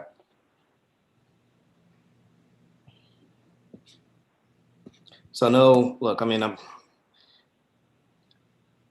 just in terms of how we've moved in the past, almost sometimes feel like I act like historian sometimes in the past couple of years, but chairwoman will make fun of me if I said that. The way we've handled this in the past, when an applicant is still asking for a deferral because new information has been provided, we have typically granted that deferral to give them time if they wanted to do their research. If Mr. Schmidt goes through that process and identifies that he concurs with what they're establishing, he has that the right to withdraw the appeal, or in most cases, they may just come back to argue this further. But I think we, just out of respect for the process and how we've behaved in the past, I mean, I'm not against moving for the deferral to give him time to look at it. It may make it a moot situation, it may not. But I just hope that Mr. Schmidt would look at it fairly and make sure that we understand exactly what is driving this. And I hope some of my comments and questions just now help to further clarify that for him. in terms of how I'm interpreting this. I don't like how it functions, but I understand the direction of what the staff took.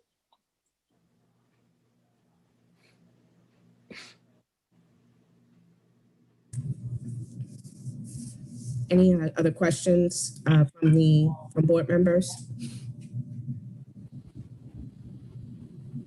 Is there a motion? Yeah, and maybe just a quick question to Mr. Schmidt. Did I help to provide any further clarity on this, or do you? Yeah, and I'm trying to be good, Mr. James, by not speaking over anybody. Yet you did, and I promise you, this is not. I'm not doing this to waste anybody's time or delay. There are some genuine issues here, and I will add, though, it's not just the setbacks; it's also area and balcony usage and those things. And so, again, the record shows I've got balcony and porch calculations that are over the allowable. So if that's all, and those don't seem to be addressed anywhere. And I'd like, yeah, I mean, now that Mr. Kendall's come back and said, well, you still do that. I mean, this is the first time he's confirmed now. We're still back to the, and I will also mention that you asked the question, as of now, what is the only legal use right now on the property is the short-term rental, which is residential, because the building does not have a C of O. It's not finished.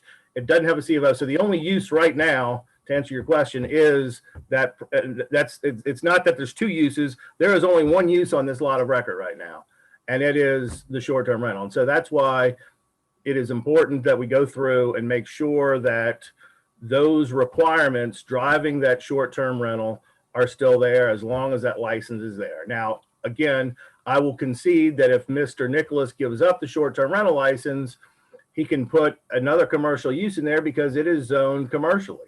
But right now, as of right now, he needs to meet, that entire lot needs to meet the residential bulk and area and whatever else requirements, and that's what we're trying to explore right now. I quite, in all honesty, I can't think fast enough to be able to figure out what Mr. Kendall said earlier, and that's why I need to go back and look at the film and see what basis he's basing his comments on. I'd like, if he kept track of what permits specifically he looked at to be able to compare those. But anyway, that's where I am today. I'd like, and as I said, it doesn't appear to be stopping Mr. Nicholas from doing any further development because he hasn't stopped so far. So anyway, that's where we are. I'd appreciate the deferral for 30 days. Just a quick point of remedy, because I don't want us to get to what I would want to avoid is any further documentation coming out and it doesn't get distributed until the deadline for public comment. And maybe this question is more back to legal. So Missy, is there any way that Mr. Kendall can provide further clarity or just initial communication between Mr. Schmidt and himself to try to help maybe answer some of these questions ahead of the next hearing? Or does it all have to happen here? Well, Mr. That's the legal, Mr. Schmidt. Sorry. So the purpose of the ex parte contact rule is so that commissioners don't pledge themselves to a vote beforehand. Applicants can always speak to staff. If there's questions that would help move this application along about process and that kind of thing, that's fine. Mr. Kendall is not a member of the board, so therefore he wouldn't be giving an opinion. So I think that would be fine. Okay. So Mr. Schmidt, you understand what I'm trying to get to? I'd rather get you way more info. I was just going to commit to you that if Mr. Kendall can establish that the plans submitted right now meet all of those requirements, I will withdraw the application by the next, I'd like to stay on the night, but I'll withdraw it at that point because I agree if everything's being met, I can't do anything about the zoning. I agree. What I'm saying is at this stage right now, though, it hasn't been established. There's nothing in the record to show that all those things have been met. And that's my problem with it. and really my client's problem with it. And that's why they've hired, because, you know, they were told one thing, they were let, and unfortunately, and again, this isn't a slander against Mr. Nicholas, but unfortunately,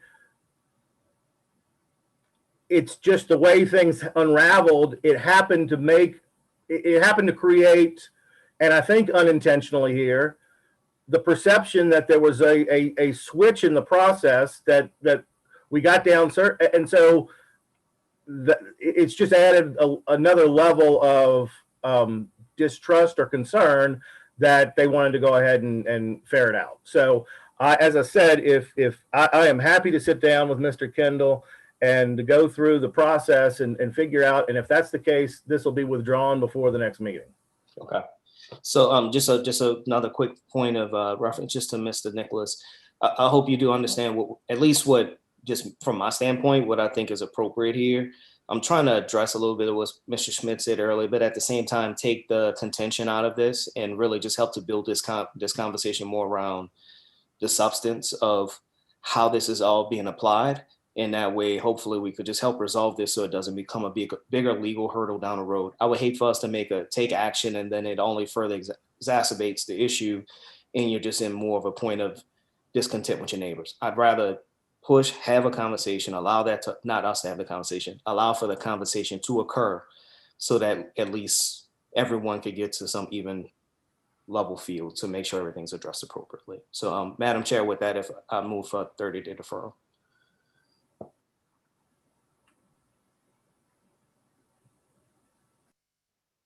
Second.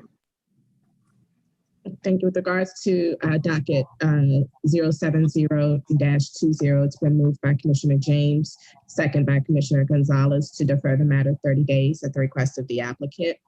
Vote Todd James. Yes. Tamara Eggins. Yes. Ramiro Diaz. Yes. Alfonso Gonzalez. Yay. Matthew Rufo. Yes. And Candace Forrest, yes. 6 yeas, no nays, the motion carries. Next item. Thank you. Okay, yes, we will now begin with new business for variances. The next item is item number 3, BZA docket 071-20 for the property at 3550 Dauphine Street. This request is for a variance to permit the construction of a 2-family residence with insufficient lot depth. There were no public comments received, therefore no need for rebuttal.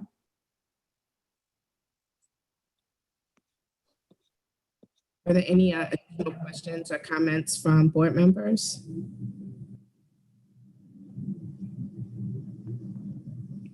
Seeing and hearing none, is there a motion? Madam Chair, for motions in order. Yes, proceed. With regards to docket number 071-20, my motion is to accept the staff's recommendation. And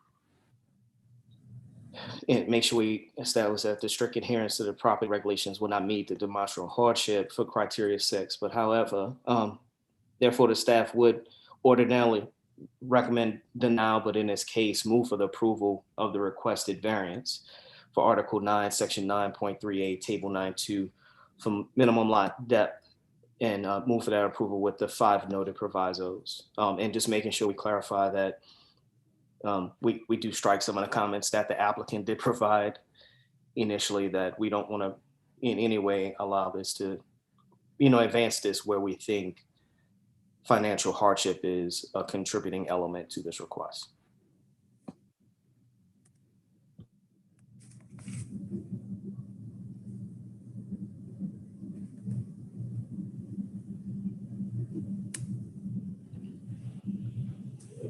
Second. Trying to find my mute button.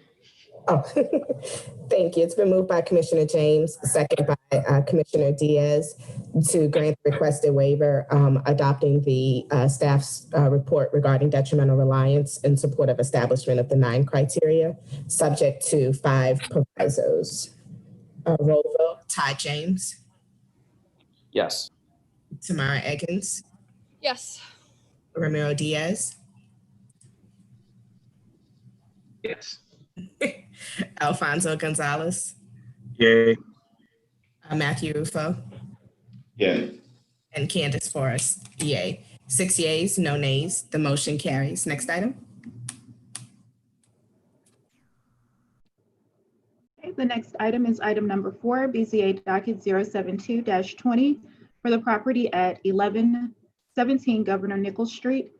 This request is for a variance to permit the construction of a multifamily residence with insufficient open space ratio, open space that is not permeable, excessive compact parking spaces, two-way traffic aisle with insufficient width, and no sight distance triangle. There were no public comments received and no need for rebuttal. Were there any other questions or comments from board members? Seeing and hearing none, is there a motion?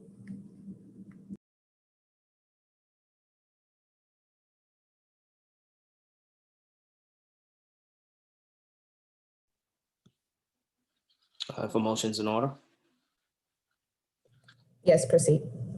Madam Chair, in regards to docket number 0782-20, I'd like to accept the staff's recommendation as it believes that for Article 10, Section 10.3A, Table 2A, and Article 10, Section 10.3.2, Article 22, Section 22.8, C3, Article 22, Section 22.8, D3, and Article 22, Section 22.8, D5 meets the 9 criteria for the standards of variance, and move for approval with the 2 noted provisos. Second. It's been moved by Commissioner James, second by Commissioner Eggins to grant the requested waivers, finding that the 9 criteria have been subject to 2 provisos. Roll vote. Todd James. Yes. Tamara Eggins. Yes. Ramiro Diaz. Yes. Alfonso Gonzalez. Yay. Matthew Rufo. Yes. And Candace Forrest. Yes. 6 yeas, no nays. The motion carries. Next item. The next item is item number 5, BZA docket 073-20 for the property at 813 Frenchman Street. This request is for a variance to permit the construction of a mixed-use development, single-family residence, and specialty restaurant with excessive floor area ratio. There were no public comments received and no need for rebuttal. Were there any other additional questions or comments from board members?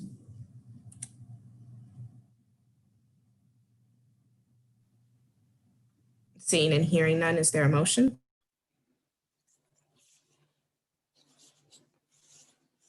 All right, if the motion's in order.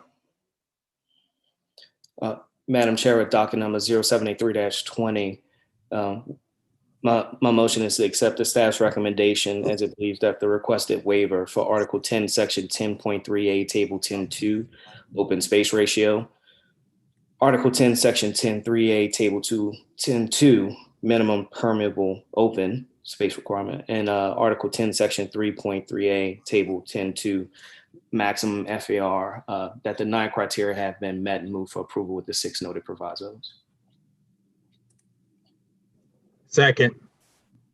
Been moved by Commissioner James, second by Commissioner Gonzalez to grant the requested waivers for docket 073-2, finding that the 9 criteria have been met subject to 6 provisos. A roll vote. Todd James. Yes. Tamara Eggins. Yes. Ramiro Diaz. Yes. Alfonso Gonzalez. Yay. Matthew Rufo. Yes. Candace Forrest, yes. 6 yeas, no nays. The motion carries. Next item. Next item is item number 6, BZA docket 074-20 for the property at 1174 City Park Avenue.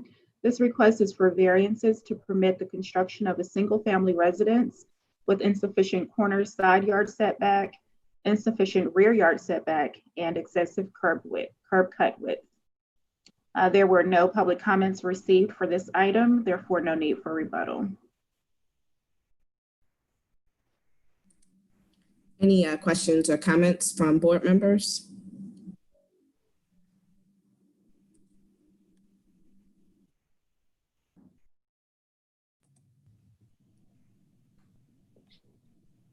Seeing.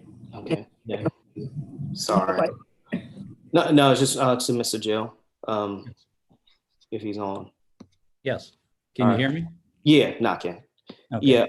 So just want to just make sure we clarify. Everything that's being addressed here now is actually more. So I'm saying that in comparison to the last application from, I think that was maybe 2 or 3 months ago. Now everything that we have here is more being driven by the garage and the curb cut, correct? Yes. Because I'm saying that because I think last time around we had way more conversation and dialogue on this application. And it was more addressing the actual residents and how it encroached into the side yard. Correct. And we were able to go back and rectify the pool, the corner of the house. As I said, we took 650 square feet out of the house in order to do that and actually have a smaller footprint when you take the garage out of it than the house that previously sat here. So at the ground floor. So we're covering less of the ground, if you will. So. Okay. So I think beyond just that square foot of just area of coverage, I think it's just more getting into the pure applicability of these 3 items. If I remember correctly, was it a garage or was it a carport that was in the rear of property before? It was a carport in the rear of the property before. Okay. And a lot of what's being driven here is how, when you talk about this study from Urban Systems, right? Yes. They do talk about the appropriateness of how you approach the driveway here. I know that section, I know at least that block of Carrollton on where you're approaching the garage, a number of those driveways, some of which are actually not necessarily perpendicular to the right of way. A lot of them are actually angled, correct? They're actually what? Angled? Yeah. Yes, they are, which makes it more difficult for both the driver to enter or exit, in my opinion. So, yeah. So it seems much more straightforward, and Urban Systems agrees that if somebody doesn't have to be backing up and looking over their shoulder, not hitting the front of their car and the back of their car to get onto a 12-foot curb cut, it makes a lot more sense to do it this way. And that's what I wanted, not to mention the sheer placement of the parking on the site. Were we going down the right path? Were we using this site properly? And they agreed on all fronts. So. And unless, so for example, if you were to move the garage, and I'm not saying that you should, if the garage was to get placed closer to City Park Avenue, that would be actually a lot less in good keeping with the design aesthetic and the architectural vernacular of what occurs along City Park Avenue. Would you agree? I'm sorry, say that one. If I move the garage toward City Park Avenue, what would happen? That would actually cause a condition that's less in keeping with the architectural style and vernacular of the properties along City Park Avenue, which this house is front facing towards. Yes.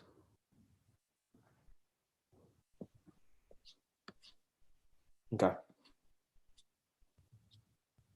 So I really just think it comes back to the 9-point criteria response at this point. I know staff had with 6 of them that were not met. That's correct, staff? On which report, Todd? I'm sorry.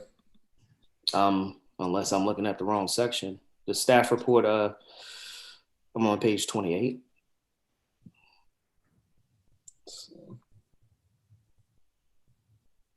It looks like 6 of the 9. Yeah, 6. That's why I was just trying to just make sure we're talking about 6 of the 9. Because here's the thing, usually when we list the individual numbers, I'm just trying to make sure that we didn't miss anything. We've had that in the past where we show 6, but it was really 7 or something to that extent. Just trying to make sure everything is covered appropriately.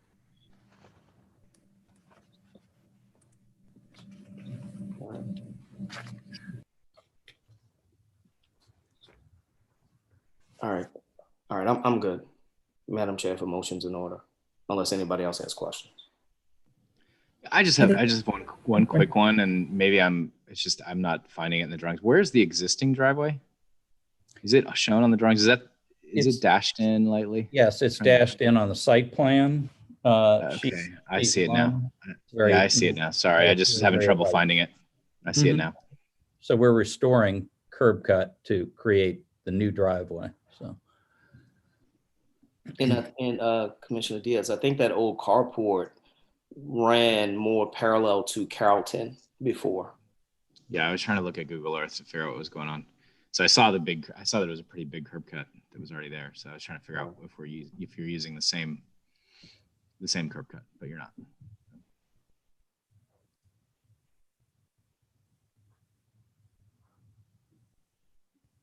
And actually by this plan, he's pulling the garage away from the rear of property line as opposed to where it was before it came into alignment with that. That's correct, yes. Well, the current one is at 0. Right. The previous versions of this you've seen were at 3. And because of the geometry of the site, the more we moved it toward City Park, the more we got the corner out of the required side yard. So it's just a geometric. So we basically have maybe 8 square feet of the corner of the garage that is requiring one of the appeals. And gotcha. A couple feet on the back, but okay.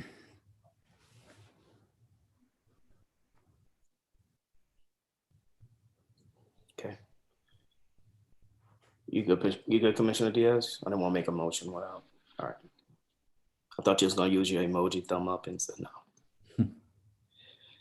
Madam Chair, for motions in order. Are there any other questions from board members? Okay, proceed. Madam Chair, in regards to docket number 074-20, my motion is actually to grant the grant the waiver, request for waiver for Article 11, Section 11, 3A1, Table 11, 2AF for rear yard.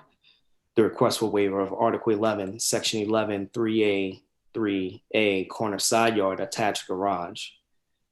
And a request for waiver, Article 22, Section 22, 11B2 for curb cut. I want to accept the 3 criteria that the staff actually wrote were met and accept Mr. Gill's letter where he establishes the remaining 6 criteria and move for approval with the 3 standard provisos.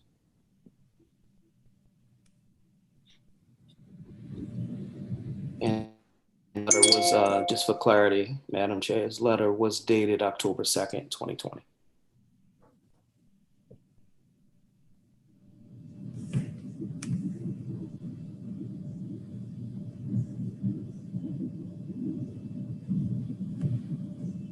We have a motion. Is there a second? Second. Thank you. With regard to docket BCA, docket 07420, it's been moved by Commissioner James, second by Commissioner Diaz to grant the requested waivers, finding that the 9 criteria have been met and adopting the applicant's letter in support of establishing the additional criteria that weren't met in staff's report, subject to 3 provisos. The 3 standard provisos. Got it. Roll vote, Todd James. Yes. Tamai Eggins. Yes. Ramiro Diaz. Yes. Alfonso Gonzalez. Yay. Matthew Rufo. Yes. And Candace Forrest, yes. 6 yeas, no nays, the motion carries. Next item. Thank you. Okay, the next item is item number 7, BZA docket 075-20 for the property at 3916 through 3918 Arado Street. This request is for variances to permit the construction of a 2-family residence with excessive front yard setback and built to line, uncovered steps with excessive height, and more than 1 curb cut. There were no public comments received and therefore no need for rebuttal for this item.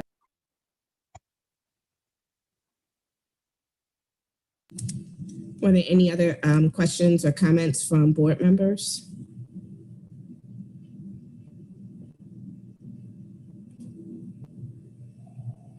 Seeing none, is there a motion?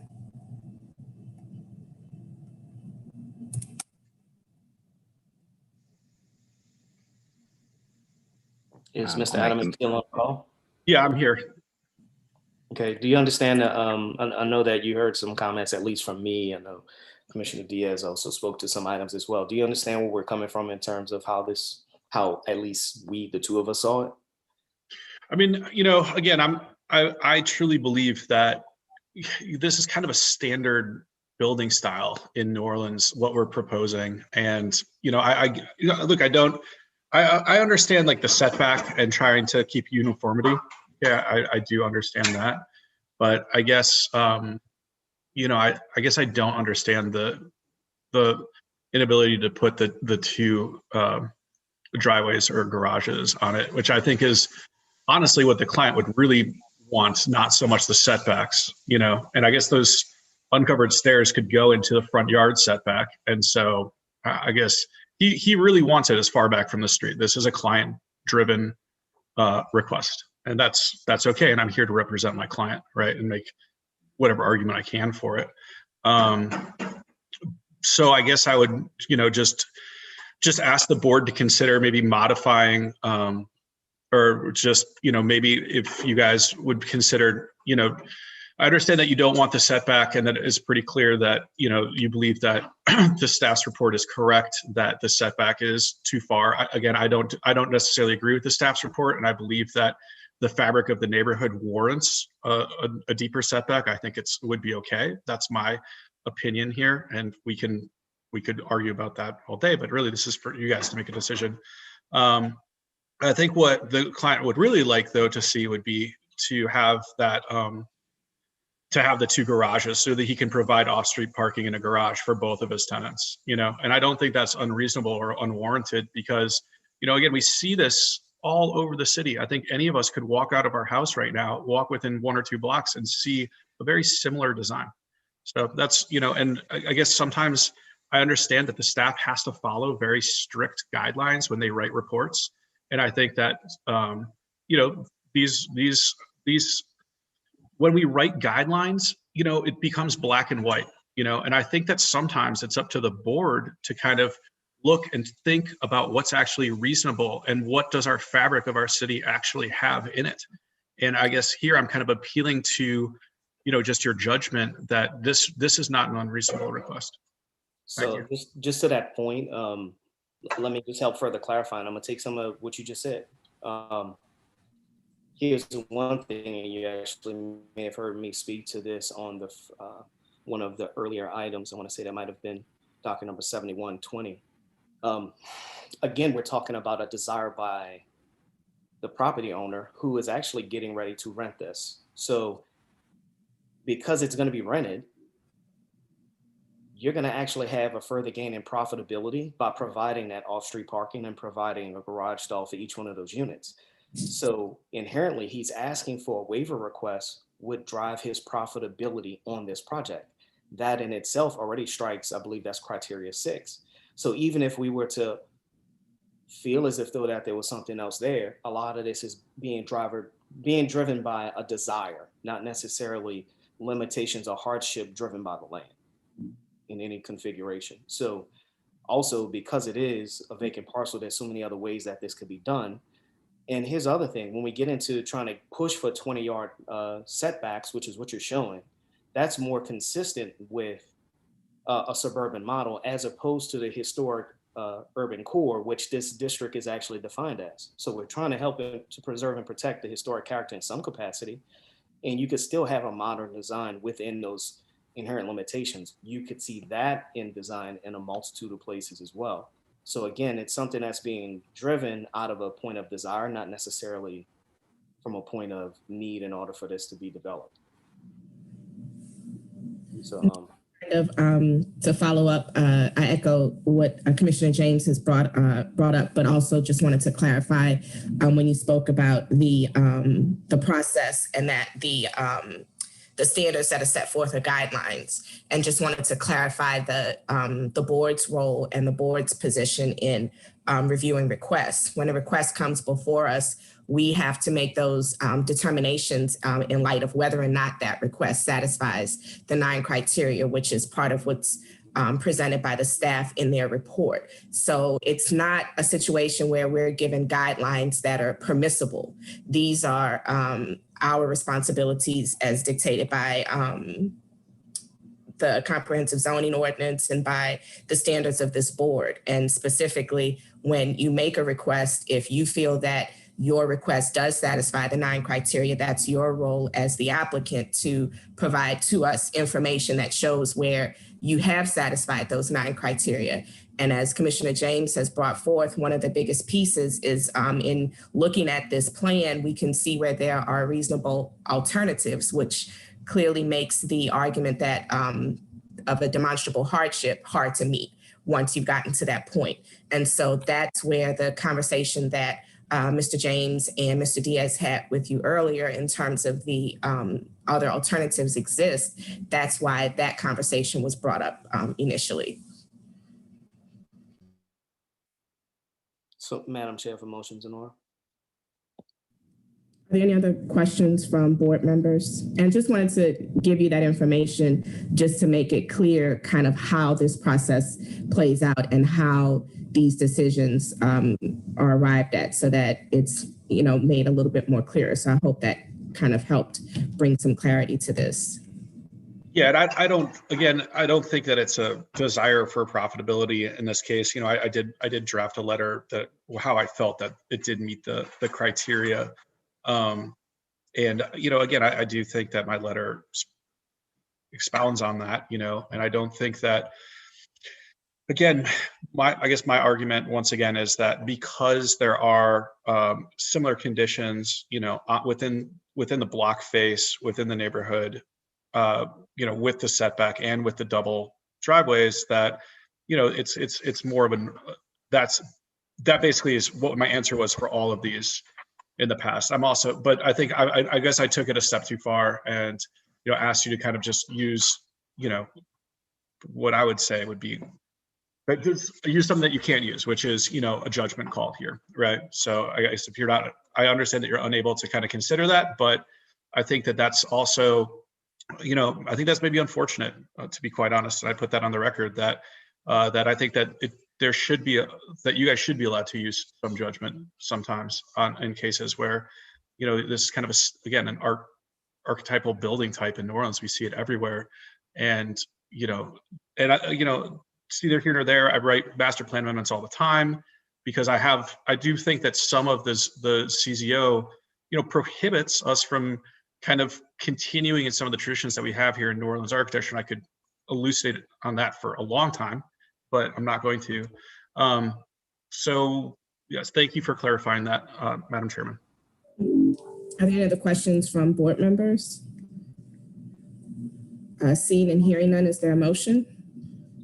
Madam Chair, with regards to docket number 075-20, my motion is to accept the staff's recommendation that it believes that the 9 criteria have not been met and move for denial of the request. I'll second. With regard to docket 075-20, it's been moved by Commissioner James, second by Commissioner Diaz to uphold the staff's recommendation, finding that the 9 criteria have not been met and deny the requested variance. Roll vote. James? Yes. Tamara Eggins? Yes. Ramiro Diaz? Yes. Alfonso Gonzalez? Yay. Matthew Rufo? Yes. And Candace Forrest, yes. 6 yeas, no nays, the motion carries. Next item. Okay, we will now begin with the new business for minor map adjustments. There were no public comments received. The next item is BZA 076 for a property at 1919 St. Claude Avenue. This was a request for a minor map adjustment to change the zoning in the area, measuring approximately 53.292 feet in width and 36.87 5 feet in depth and 1965.14 square feet in area for an HMR2 Historic Marigny Treme Bywater Residential District to an HMC2 Historic Marigny Treme Bywater Commercial District. Again, there were no public comments received and therefore no need for rebuttal.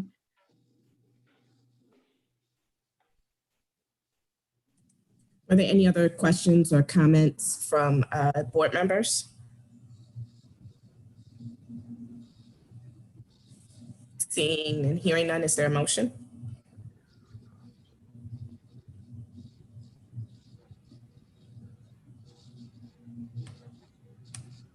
All right, Madam Chair. Oh, you got it, Todd? Go ahead. Yeah, go ahead. Well, I don't know. I'm not sure about the language here if I need to do anything special. But in regards to docket 07620, I move to accept the staff's recommendation and approve the map amendment. Yeah, it's on Map page adjustment. 9. It's on page 9. Sorry, I'm missing my second screen. I only have one screen today. It just has the 2 criteria. Oh, okay. And with the noted criteria and the noted, sorry, maybe I shouldn't have done this. It's been a while since we've done one of these. Oh, I was just going with what the staff recommend. Okay. So finding that the requested map adjustment satisfies the 2 criteria. 2 criteria. Okay. Yes. That's what I'm sorry. You're good. I know these aren't done that often. Yeah. My laptop screen is very small today. Oh, I understand. Did you second, Tamara? Yes. Okay, just wanted to make sure. I didn't know if staff heard. It's been moved by Commissioner Diaz, second by Commissioner Eggins to grant the requested map adjustment, finding that the 2 criteria have been met. Roll vote, Todd James.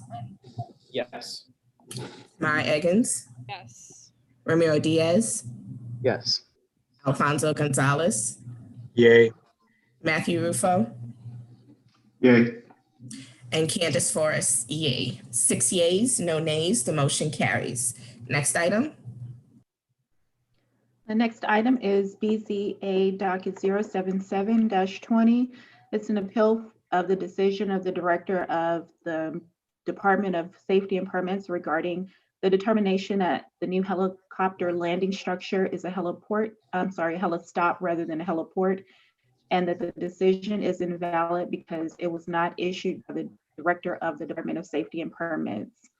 We do have a number of comments for this item, and I will start. Just a moment.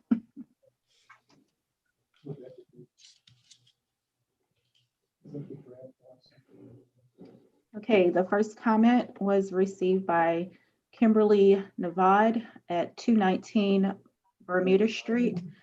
This is in support of the application.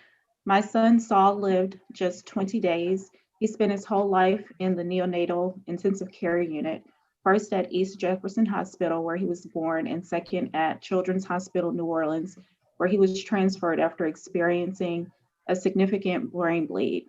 Saul's one and only experience outside of the hospital walls was flying in an air ambulance, affectionately known as Abby.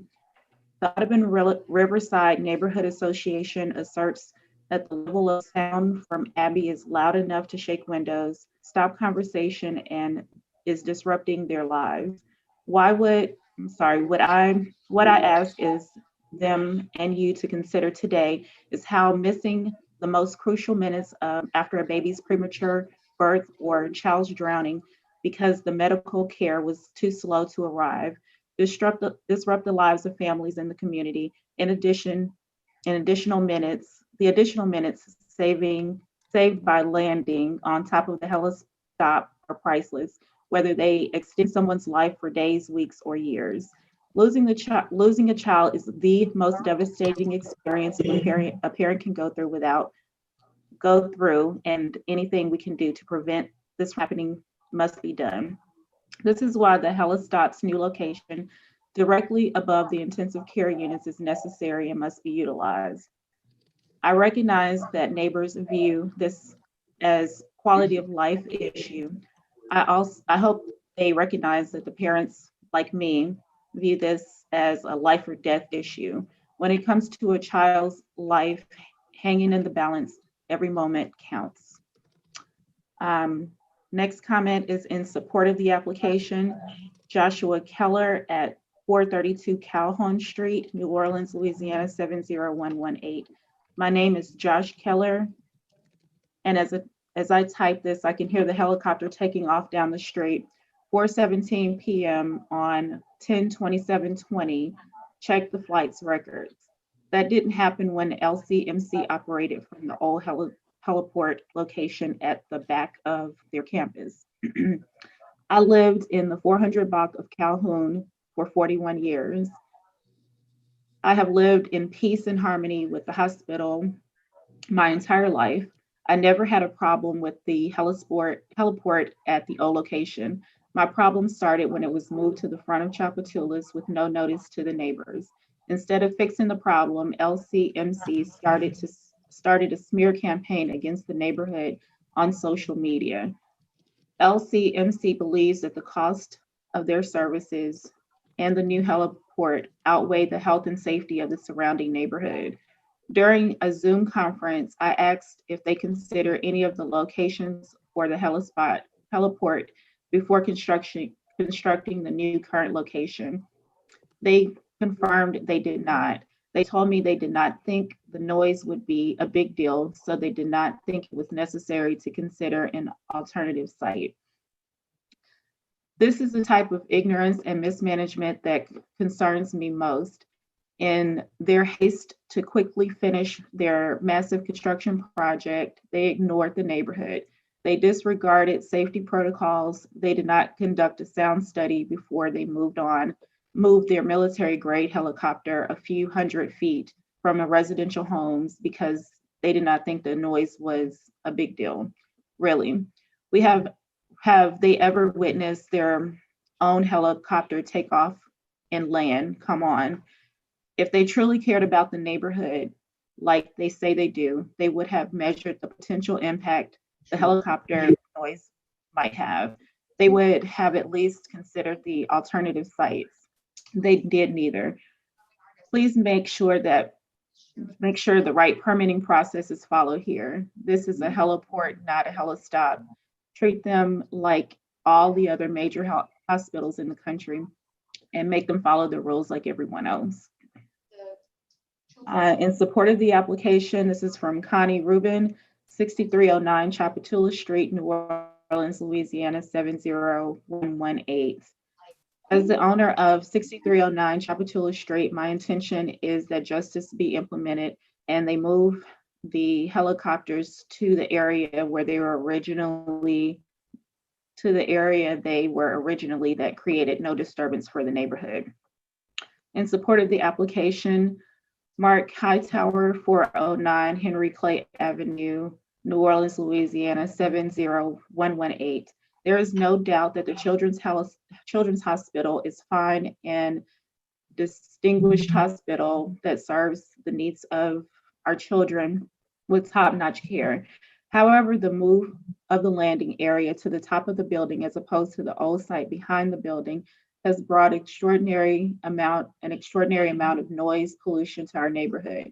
It also seems to be a larger and louder helicopter than was used in the past. Never did it produce this amount of noise. I have to stop conversation as it passes overhead. I'm asking the Children's Hospital to be a good neighbor and return to the site to the rear of the building. In support of this application, Holly Grove, 427 Explosion Boulevard, New Orleans, Louisiana, 70118. I'm a nearby physician, mother, wife, who did the part of my residency at CHNO. Wholeheartedly, I have tried to support any efforts the hospital has made that are good for children and families. In years past, I have volunteered for my husband and I have participated in the benefits of CHNO. Our 4 children, several of whom have had care at CHNO, have been regular volunteers for years at CHNO's Miracle League, with 2 currently helping. And I believe we actually donated to the new helicopter, if I remember correctly, to help any children needing transport. So it is with utter disbelief that my husband pointed out the glaring revolving light, our first indication of a location move for the helicopter pad. We were truly amazed and saddened that the unbeknownst to the neighborhood, the helicopter, it fumes is unbelievably loud operations over our heads. And its bright lights were to become our intimate experience. Since the helicopter has functioned so well and so much more quietly on its numerous missions for years, in the hospital's rear, we question why it's now being moved front and center. As a physician mother, I am interested in the positive mental and physical health of our citizens, especially children and families. I know the important tree of life, the labyrinth, the park, and even the tennis courts and baseball diamond of Avenger Field are for a respite from life and some exercise of all people. That was 2 minutes. Okay. All right. Moving on to the next comment. In support of the application, Lawrence Burke, 331 Calhoun Street, New Orleans, Louisiana, 70118. LCMC Children's Hospital has willfully and blatantly ignored the permit and the building process of the heliport. Children's repeatedly claims they want to be a good neighbor, but their total disregard for public safety measures say differently. We all know that accidents can and do happen. Children should not get a free pass to put neighbors at risk. Move the heliport off Tchoupitoulas and remove the unapproved underground storage tanks. Thank you, Lords. In support of this application, Joe Cascola, 307 Webster Street, New Orleans, 70118. This is an amendment to my previous notation on the form in opposition. I am in support of the application. Good afternoon. Thank you for this opportunity. My name is Joe Casciola, and I reside in the 300 block of Webster, 1.5 blocks from Children's Hospital. In the 17 years that I've lived at my residence, it's been a mostly peaceful neighborhood in terms of noise. Yes, I feel the ship's movements off the docks at the port as they cause a vibration of the house. Yes, I hear traffic off Tchoupitoulas, and there are ambulances going to the ER at Children's. There are train horns and more. But until May of 2020, I am not sure I realized that there was a heliport at Children's Hospital. On May 18th, I noticed a landing while trying to sleep. It became more and more frequent, and I'm interrupted often at all hours of the night and day by the landing departure from the new heliport location. All the facts have been stated previously by others. I am all for children's work and support them, but I cannot tolerate sleep interruptions that is so intrusive. Again, I never realized that the heli operation at CH until it was moved to its present location. The request that the City of New Orleans insist on the heliport be located back to its original location at CH. I mentioned that Children's Hospital at no time, to my knowledge, met with disgust mentioned that their heliport was being relocated to a much less considered the effects of the neighbors. I'm not sure that I can overcome the unpermitted construction projects. This seems quite irresponsible and allowed to continue. What next? If allowed to continue, what next? Are there no repercussions for disregard of the permitting process? Can anyone just build a building, install potentially dangerous tanks for fuel? Please take care of the residents in the neighborhood to value the charm and mostly peaceful area we purchased our homes in. Again, thank you for your consideration and understanding of the neighbor situation. In support of this application, Alex Goss, 6319 Chapatula Street, New Orleans, Louisiana, 70118. Let me first be clear, no one is against the helicopter. We are against Children's Hospital construction of a new heliport mere steps away and above our homes without going through the required permitting process. These processes were designed to give residents awareness and a voice regarding the construction and business operations in their neighborhoods. I am not sure how else to say it. We now have a helicopter landing and taking off all times of the day and night above our homes. It's unbearable. We have brought the lack of the heliport permitting the city's attention. We have brought the lack of heliport permitting to the city's attention, Children's Only, then tried to file an application for a helipad. They lied on their application when they denied that either the permanent aircraft or aircraft maintenance facilities were on site. Both were 24/7, 365. They now fly the helicopter multiple times a day and night and back and forth from lakefront to heliport. This is only to prove the technicality of non-permanence. It's an invalid technicality and it's a permanent disruption to our lives. The hospital has a noble mission and is great for the city, but you cannot allow its purpose to outweigh our laws. They spent millions to build a heliport without getting a permit. After they realized that they made a mistake, they lied in their permit request to get their way. While the mistake will be costly to them, it pales in the relative cost to the neighborhood. We, as equal citizens, have no warning and no say in what has destroyed the sanctity of our homes, our home life. Alex and Lacey Goss. All right, just one moment. Okay. In support of this application, Nicole Williamson, 6221 Chapatula Street, New Orleans, Louisiana, 70118. I am in full support of the appeal of the permit granted to LCMC Children's Hospital for their new heliport. Today, you will hear from lots of my fellow neighbors whose lives have been upended by the move of the LCMC Children's Hospital heliport from its former location close to the river to a tower closer to the neighborhood. How months since helicopters started flying above our heads and shaking our homes have been one of turmoil and hard work trying to determine what transpired to bring this into our lives.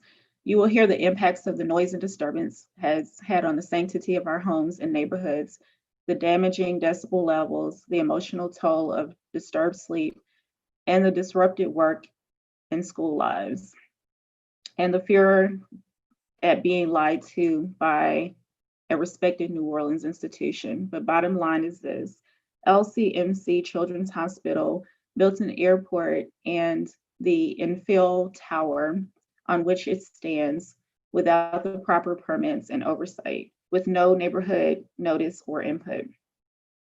There was no regulatory process put in place to determine the impacts on and the safety surrounding the neighborhood. No approval from the DOTD, no determination from the FAA. They misled the city, and safety and permits did not do its due diligence. Have we not learned anything after the Hard Rock collapse? If it weren't for the hard work of the neighbors to determine what transpired, another large institution would have gotten away with doing as they please, manipulating city government to satisfy their own needs. Laws, ordinances, zoning, regulations, they shouldn't be selectively enforced. As citizens of the city, who is looking out for us? Thank you for your time and consideration in this matter. In support of this application, Jeffrey Wilson, 6314 Laurel Street, New Orleans, Louisiana, 70118. I own and have lived at this address since July 1993, 27 years plus. The rear of my house faces in the direction of Children's Hospital, about 2 blocks distance. In the time I lived at this address, I never heard the helicopter take off or land, not once, until the summer of 2020. In fact, I didn't even realize that the helicopter parked at the helipad there on the backside railroad track of the hospital. I would only see it flying high above. That all changed this summer. Now that it's located on the roof of the hospital, I can hear every single takeoff and landing, sometimes more than 5 times a day. And it is very loud, especially during the long warm-ups before takeoff, on the order of 5 to 10 minutes. On order of 5 to 10 minutes, even during the aftermath of Hurricane Zeta, I would run my generator, which is quite loud itself, and even then I could still hear the helicopter noise above the sound of the generator. Sorry. Children's Hospital just didn't do their homework when placing the heliport on their roof. They could easily remedy this whole noise issue by returning it to its previous helipad location. Thank you for listening to my comments and sharing publicly. Jeffrey Williams. In support of this application, Michael Castine, 406 Henry Clay Avenue, New Orleans, Louisiana, 70118. The children's helicopter was never an issue for our family until the heliport was moved atop the building immediately adjacent to Tchoupitoulas. Prior to this, the takeoff and landing on the other side of Children's Hospital campus were never particularly noticeable or bothersome. Now the frequency of the flights seem to be much greater, likely because we can hear every one of them, and the associated noise makes it difficult to be outside. Additionally, I have been awoken inside my house from the noise.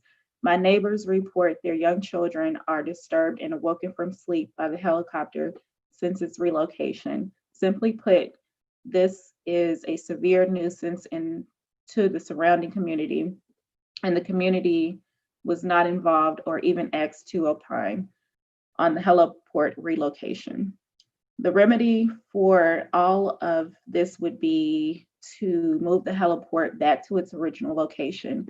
No one is asking the hospital to go without emergency transport capabilities just for them to resume flights back to the back of their building, as they had for many years previously. Lastly, the fact that all of this was done without permitting is of great concern.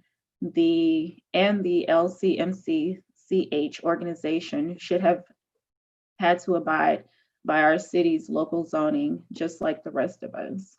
Michael and Virginia Castine. In support of this application, Kurt Roth, 427 Explosion Boulevard, New Orleans, Louisiana, 70118. To whom it concerns, LCMC helicopter operations should return its existing heliport location at the riverside of Children's Hospital. To be clear, my family members and I are both benefactors of the Children's Hospital and beneficiaries of the excellent medical services provided by its dedicated medical staff. And since moving to our homes, we were in no way disturbed by the occasional sound of the helicopters coming and going. Our consistent response has always been to take a moment, reflect, and relay positive thoughts and prayers to what we presume to be families inflicted with whatever situation has called for the air transportation. But the newly located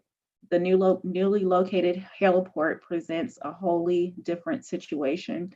I write heliport conscious of both the New Orleans CZO and FAA definitions of heliport and helistop.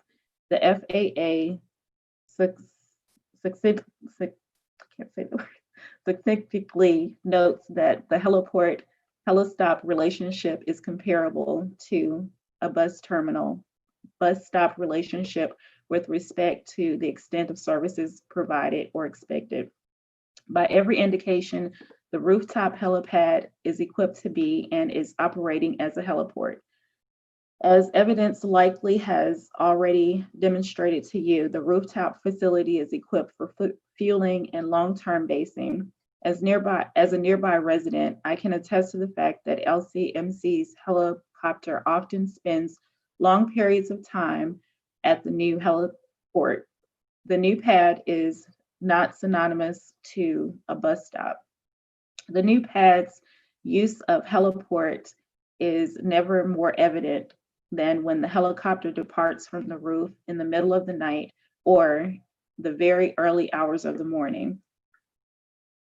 Were the pad merely a stop, we'd hear the helicopter first approaching. Instead, for what often seems to be 5 or more minutes, the helicopter cranks up from a cold start through the crescendo of sound and registers the unbearable decibels that have greatly disturbed our neighbors and anyone within earshot. The rooftop pad, I'm sorry. That was 2 minutes, a few minutes. Okay. Next comment in support of this application, Fred Rhodes, 6307 Chapatula Street, New Orleans, Louisiana, 70118. It's 8:10 a.m. Friday, November 6th, as I write this comment. Another helicopter is landing at Children's Heliport and I can hardly hear myself think over the 100 decibel drone. This is not unusual as it occurs 3 or 4 times a day.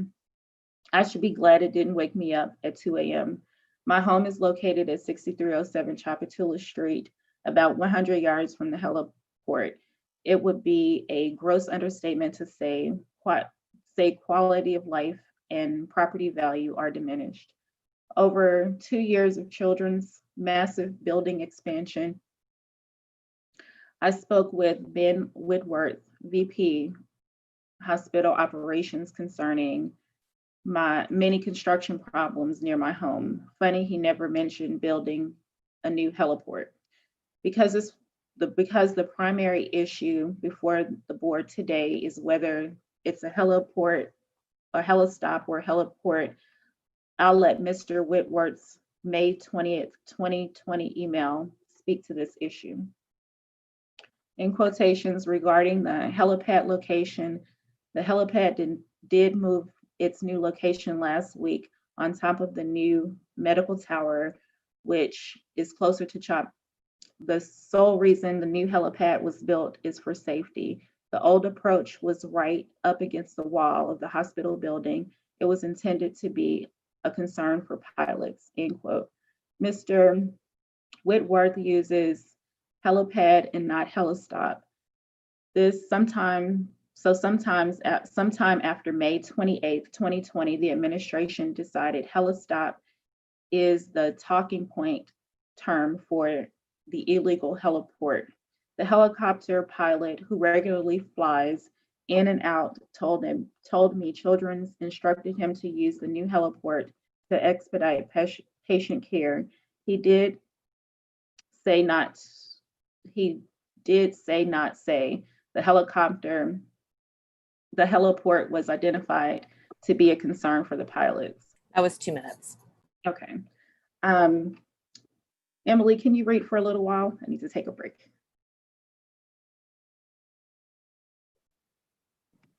Yes, happy to. Okay, thank you. Right. The next comment we have is in support of the application, comes from James McCutcheon at 6226 Annunciation Street, 70118. I have nothing against Children's Hospital. In fact, I gave countless volunteer hours to the hospital in support of our radiothon on WWL radio. I worked closely with the hospital's public relations department over many years to pull on the heartstrings of listeners and show the happy conclusion of the kids that were patients. Further, I believe it's important for Children's to have a helicopter, but I have a huge problem with its location. At issue here is whether the hospital moved the landing pad without going through the proper channels or gaining the proper permissions to change from a helistop in the back of the campus to a full-blown heliport within sight and sound of my backyard. I do have a problem with that, many problems in fact. One, I am hard of hearing and a heavy sleeper, but it wakes me up in the middle of the night.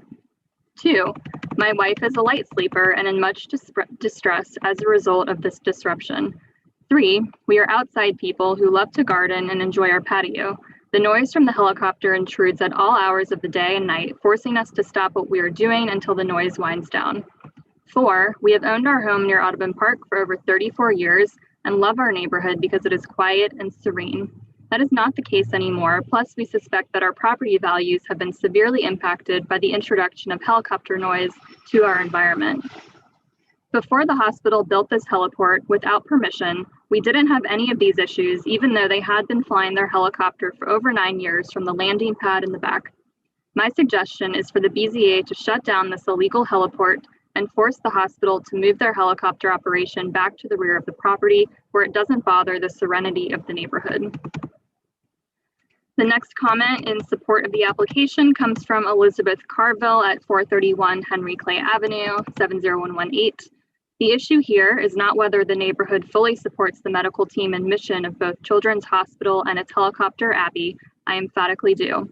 The issue is that without warning, permitting, or approval from the City of New Orleans, the DOTD, or the FAA, LCMC moved its heliport to a new location with new flight patterns that fly directly over the nearby homes multiple times a day and significantly impact the daily lives of those living in the neighborhood. All of this was done without any notice to the neighborhood or explanation as to why LCMC was unable to continue using the prior location on the riverside of the hospital that had operated safely for over a decade without complaint from the neighborhood. Why didn't LCMC follow the proper procedures? Why didn't they provide the required notice and obtain the required approvals? If they had, we would not be in the position that we are in now. LCMC, like every other entity or citizen, must follow the proper procedures and obtain the necessary approval of city, state, and federal agencies whose policies exist to keep everyone safe. The construction of a heliport and implementation of new flight patterns without any notice, without considering those who live in the neighborhood, and without obtaining the proper permits and approvals from the appropriate city, state, and federal agencies do not constitute actions of a good neighbor. I hope that a resolution can be reached where LCMC is held accountable for its actions, the helicopter's operations are moved back to the riverside of the hospital, and the safety of all is taken into account. Elizabeth and Jules Carville. The next comment in support of the application comes from John Hopper at 219 Audubon Street, 70118. I have been accused of many things over the years, but being a cynic has never been one of them. That has changed with regard to Children's Hospital and their heliport. Children's Hospital senior management and their board would have you believe they are and want to be good neighbors. If that is the case, why did they move a heliport hundreds of feet closer to their neighbors without ever advising the neighbors? Why did they place the heliport atop a new infill building without receiving required permits? Why did Children's install additional diesel fuel tanks on city property over city objection and without city knowledge? Why didn't Children's Hospital administrators go through the proper permitting process for the installation of a 5,000-gallon jet fuel tank?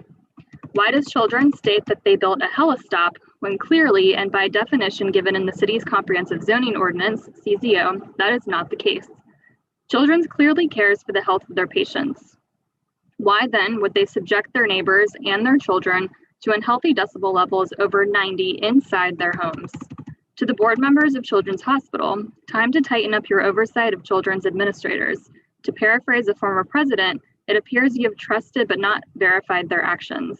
I encourage the BZA to rule in favor of the appeal made by neighbors of Children's Hospital. We have our next comment in support of the application from Lou Hose at 6331 Annunciation Street, 70118. Board members, we purchased the property at 6331 Annunciation in August of 2018 with the intention of updating the property and quietly retiring to a desirable section of the city. At the time we purchased the property, there was no issue from the noise or large quantities of hazardous materials from Children's Hospital, CH, nor was a disclosure provided that such conditions could exist.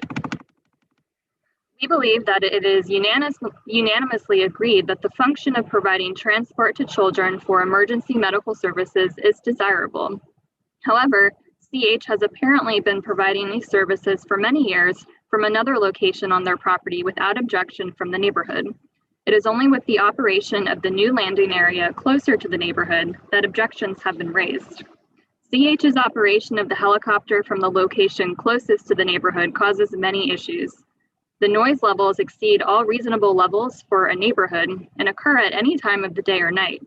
Enjoyment of my property is significantly reduced, and the property values will be negatively impacted should this heliport be allowed so close to the neighborhood. The neighborhood is now located directly in the crash zone for the aircraft in the event of failures of any sort. Additionally, the large quantities of highly combustible aviation fuel at the location give rise to many new opportunities for failures with the loss of property and life. We are appalled that the permits department has not shut down flight operations due to the failure to obtain the permits required for the construction of this landing area. Requests for permits were only made after construction was complete. In light of the extreme failures and the loss of life associated with the lack of oversight provided in the inspection of the Hard Rock construction site, we would expect the permits office to do better than this. The people living in this neighborhood were not advised of the significant change in the character of this area, and they should be allowed to live peacefully in their homes without the excessive noise and potential for accidents. Children's Hospital has other options for providing air transport services without destroying the character and value of this neighborhood. They should go back to using the previous landing area. Lou and Julie Hose. The next comment in support of the application comes from Bruce Goodwin at 6310 Annunciation 70118. I have lived 1 block away from Children's Hospital for 28 years, and I am proud to have the hospital as my neighbor. I've never registered a complaint about any aspect of the hospital's operation. But since the hospital began using the new heliport, the change has been astounding. Now it feels as if I am living in a war movie and my home is under attack. I am a teacher and I have been teaching on Zoom since last March. But when a helicopter is taking off or landing, I cannot hear my students and they can't hear me. Even indoors, shouting and yelling, it is impossible to have a normal conversation for as long as a helicopter is taking off or landing. The thumping of helicopter blades wakes me in the middle of the night and interrupts my work and life at unpredictable times, often several times, almost every day and night. This has changed life in the neighborhood. We are accustomed to the urban noise of train horns and sirens, but the level of sound pressure from the helicopters is a different order of magnitude. It is overwhelmingly aggressive and intrusive. If we could play it for you here, you would undoubtedly agree. The detrimental health effects of repeated exposure to loud noise are well documented, including increased blood pressure and risk of stroke, mental illness, and aggressive behavior. It impairs cognitive development in children.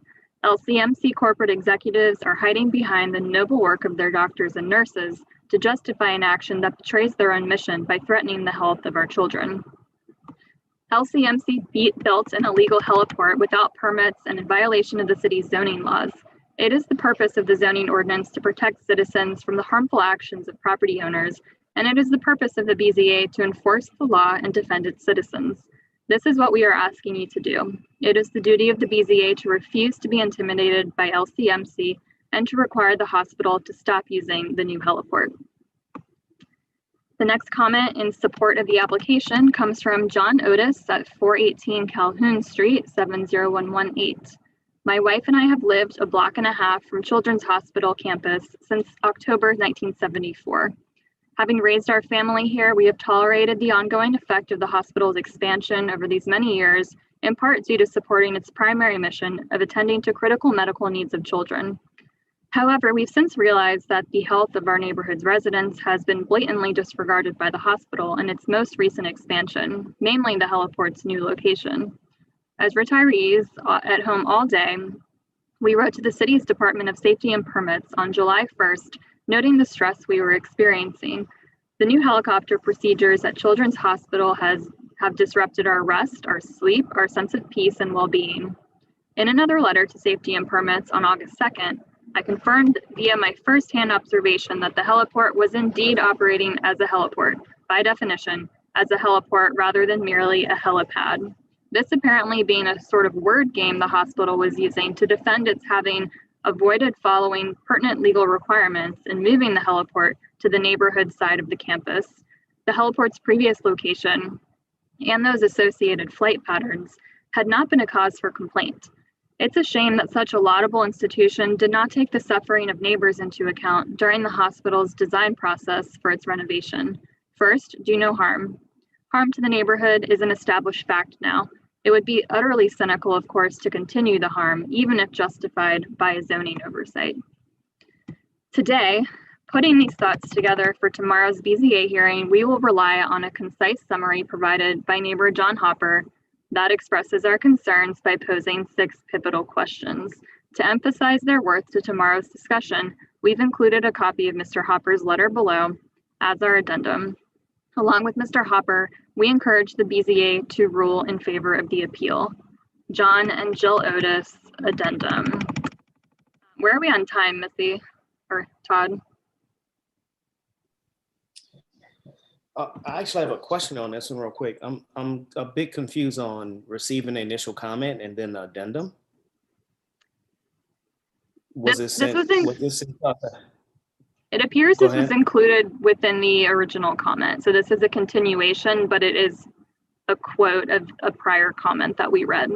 Right, then we don't need to reread it. It's already in there and we're getting close to the 2 minutes anyway. So you can go ahead since it already was read. We can, and it's in the record, so we can skip over it for now. Thank you. All right, the next comment in support of the application comes from Daniel and Alyssa Strumpler, 6126 Annunciation 70118. We are big fans of the wonderful work Children's Hospital has done, is doing, and we hope will continue to do. This was accomplished for many years without noise interference, as the helipad was located towards the river. Since the helipad has been moved towards Tchoupitoulas, our daily lives have been significantly impacted every day of the week and pretty much any time of the day. The noise impact is significant. We live 1 block away. When the helicopters approach, land, warm up their engines, take off, talking when inside is close to impossible. And at night, it is almost always a wake-up call, white noise machine or not. The noise factor is one thing. It is almost as bad that we do not feel that the Children's Hospital has been an involved or caring neighbor. The move of the helipad feels very impersonal and sneaky, far removed from what the mission of a not-for-profit hospital should be.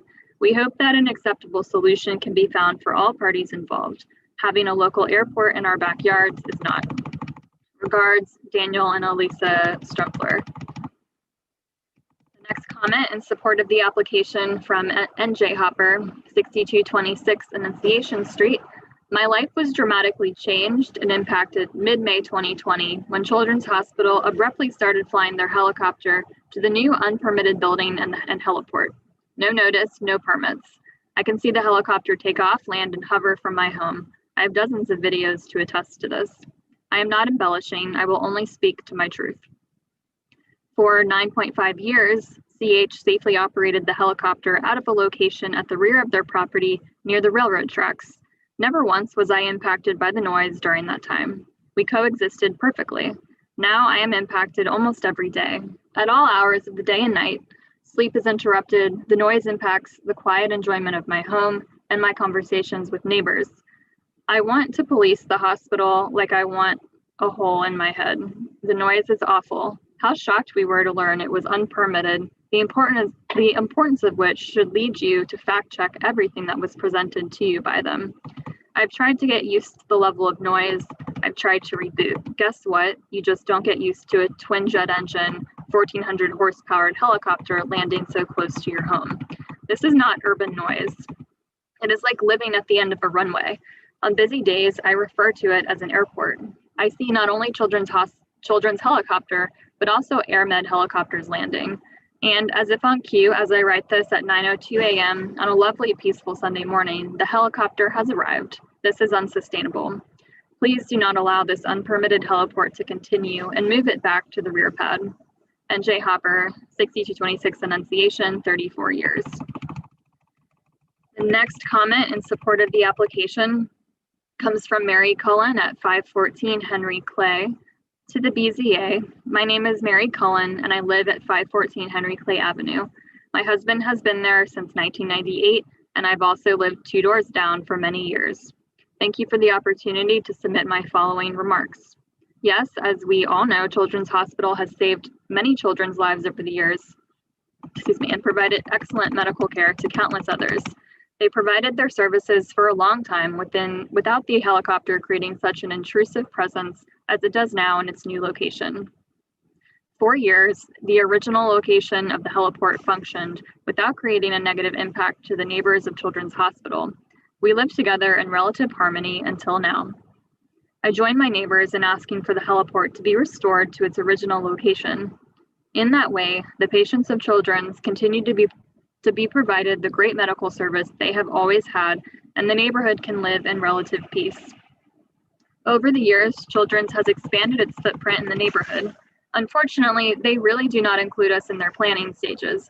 I understand it's a large and likely unwieldy institution, and that makes communication with us, the local immediate citizenry, impractical, and it shows. Notices of meetings the day of or the day before an occasional meeting is the norm. I think I've gotten 2 postcards in the last 8 years. I don't call that inclusion. And then frankly, to find out that the heliport was built without proper permitting, illegally, without notice to the neighborhood, is alarming and frustrating. Our quality of life is dramatically changed. On a final note, the sound of helicopters flying about loudly all hours of the day and night has a financially negative impact on our property values. To conclude, I ask the board to support your tax-paying citizens and restore our peace, and have Children simply move the heliport back to its original location. Thank you, Mary Cullen. The next comment in support of the application is from Nancy Mavidi at 325 Calhoun Street. To whom it may concern, regarding the Children's Hospital heliport facing Tchoupitoulas. We are longtime neighbors at 325 Calhoun who wish to register our strenuous objections to the newly located hospital heliport and to the irregularities of the process that saw it installed in its current site atop the building fronting Tchoupitoulas. We object to the hospital's utter lack of regard for the negative noise and safety impacts in locating this mini airport adjacent to a residential neighborhood. We are very disappointed with the hospital for its wanton disregard for proper permitting procedures and general lack of transparency regarding the plans for this new heliport site.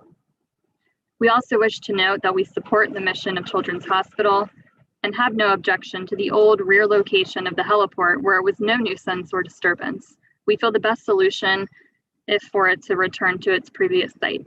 Yours truly, Nancy Mavidi, Thomas C. In support of this application, we have a comment from Mary Fanning Horace at 6016 Annunciation. Number 1, old heliport is fine. No one objected to the rear heliport and it should go back there. 2, this is a mini airport. By USO HSEP standards for critical infrastructure, key assets, these two separate 5,000-gallon jet fuel tanks present a terrible explosive hazard for the hospital, us as neighbors, and the entire city of New Orleans should they explode and blow up the levee, particularly at height river condition. Any rational person with any intelligence whatsoever would immediately know that the very presence of these tanks indicates that there are facilities present for actively basing or providing services for aircraft on an ongoing basis, as these facilities are definitely not needed unless this facility is acting as an airport complete with a gas station. They have fuel containment bins in addition to the above and below ground tanks, flight control center, pilot sleeping rooms, and flight planning room, and even more facilities on the heliport itself. And they have more than enough takeoffs and landings to establish this heliport acts as a base for their dedicated helicopter. 3, noise impacts. I am aware that this body claims that noise is not under your jurisdiction, but I am telling you that this stakeholder, by lying to this body and deceiving, misrepresenting its own submissions and submitting extremely partial, as in only a single flight information from the aircraft which it has mostly retired, see the retirement video, which they themselves had posted on their website, probably now removed, must pay the hefty price tag of being fined and shut down for having misrepresented, distorted, and completely lied about the facts of this facility. The hospital, by lying and performing workarounds, which this body and other responsible city departments has sought by their very actions to claim the right to invade the private space of those who live here whenever they want and however often they want, whether its inhabitants are sleeping, celebrating a birthday, wedding, anniversary, or other milestone, or simply seeking to partake in the historical natural surroundings of the park, zoo, tree of life, labyrinth, or the butterfly. Many of these places are so dear to the city, it has acted to protect them time and again over the course of the last 100 years.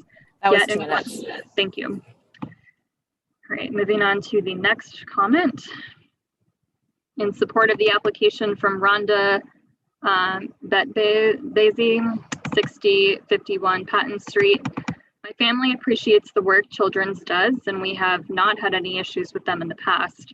However, with respect to the new heliport location, Children's flagrant disregard for obtaining required zoning and permitting is totally unacceptable.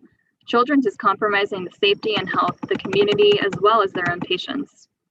With respect to the dramatic increase in noise from the new helicopter and the new location, we live 5 blocks from the hospital. We can imagine what the residents who live closer to the hospital are going through on a daily basis, sometimes multiple times day and night. In summation, it seems no one had any problems with the old heliport location, and that location worked well for many years. Thank you for your attention, Rhonda Q. Bedbezi.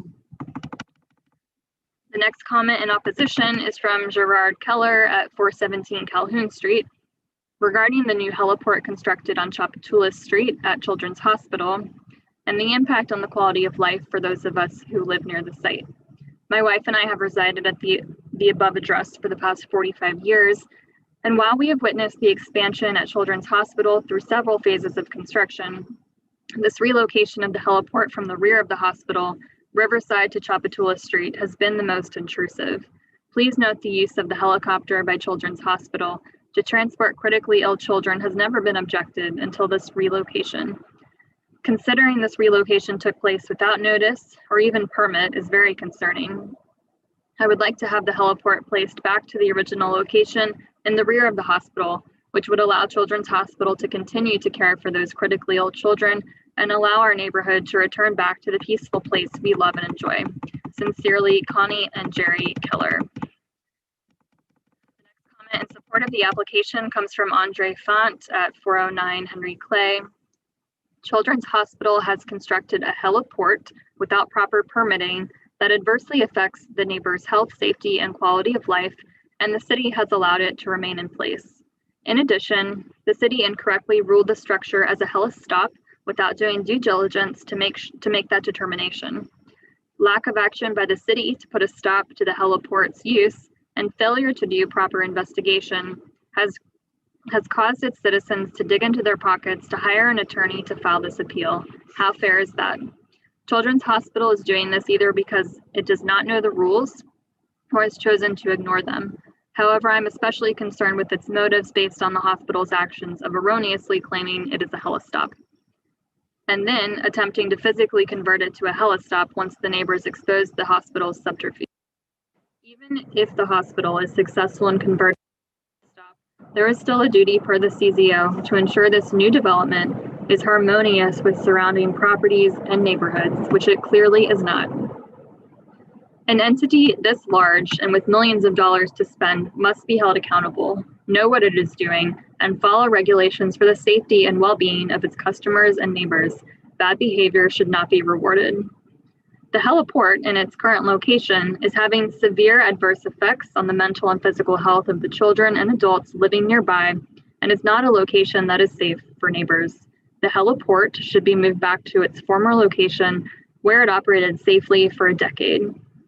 I beseech the BZA to do its job and rectify this wrong so the neighbors do not need to continue their role as enforcer of city regulations. The next comment in support of this appeal comes from Nancy Elizabeth Deton, MD, 417 Henry Clay Avenue. To whom it may concern, I'm a resident in the neighborhood that borders LCMC/Children's Hospital.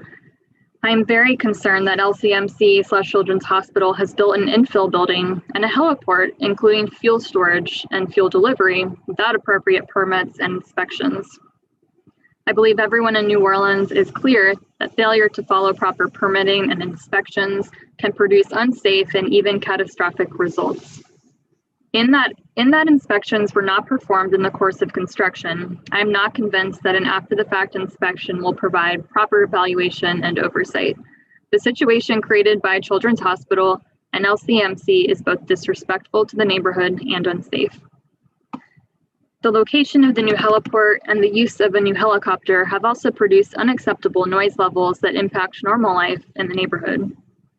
Full-time residents are affected day and night by the current situation. Normal living activities, including home life, homeschooling, private family time, and sleep, are all subject to intrusive noise that interrupts these activities. In some circumstances, the noise may go on for 20 or 30 minutes. Our neighborhood is also host to a number of visitors, including those who find peace and inspiration at the Tree of Life on the edge of Audubon Park and our neighborhood. Again, noise intrudes on traditional activities, including weddings and memorial services. I urge the BZA to require LCMC/Children's Hospital to cease using the new heliport on top of the infill building and to resume use of the helispot in the back of the campus, where noise generated by the helicopter is not a problem for the neighborhood.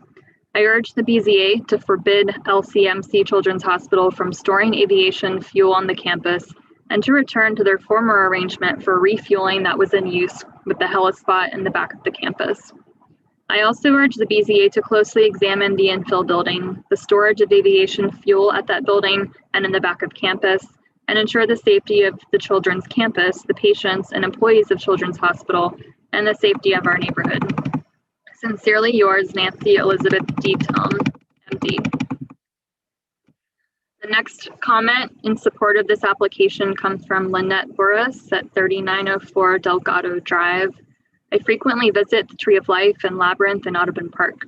My visits have been severely disrupted for the last few months by the Children's Hospital helicopter. The noise is unbearable and much worse than when the heliport was located closer to the river. I've recently learned that the hospital does not have the proper permitting to operate the new heliport. The city should learn from past events and force the hospital to use the former landing location that I hope is permitted, but is definitely less disruptive to people in the park. Valerie, I'm going to read this comment and then would you be able to pick up after this one? Yes. Thank you. The next comment in support of the application is from Maggie Sheehan at 6325 Chapatula Street.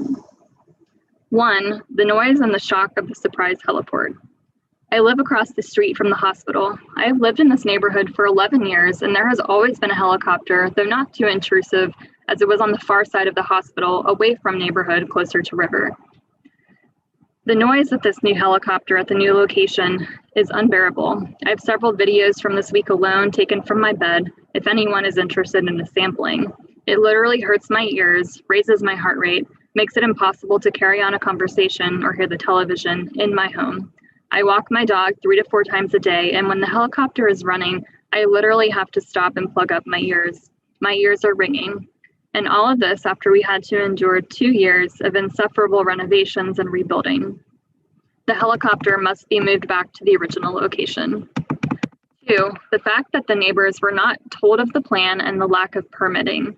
It is unbelievable, the audacity of LCMC to slip this major change into our neighborhood and blatantly ignore permitting laws of both the city and the FAA. How could we let them get away with this after the Hard Rock horror? I am mortified and thoroughly disgusted and somewhat depressed about it. 3, the underground storage of highly flammable / hazardous substance. Really? And without knowledge, authorization from we the citizens or the city? No.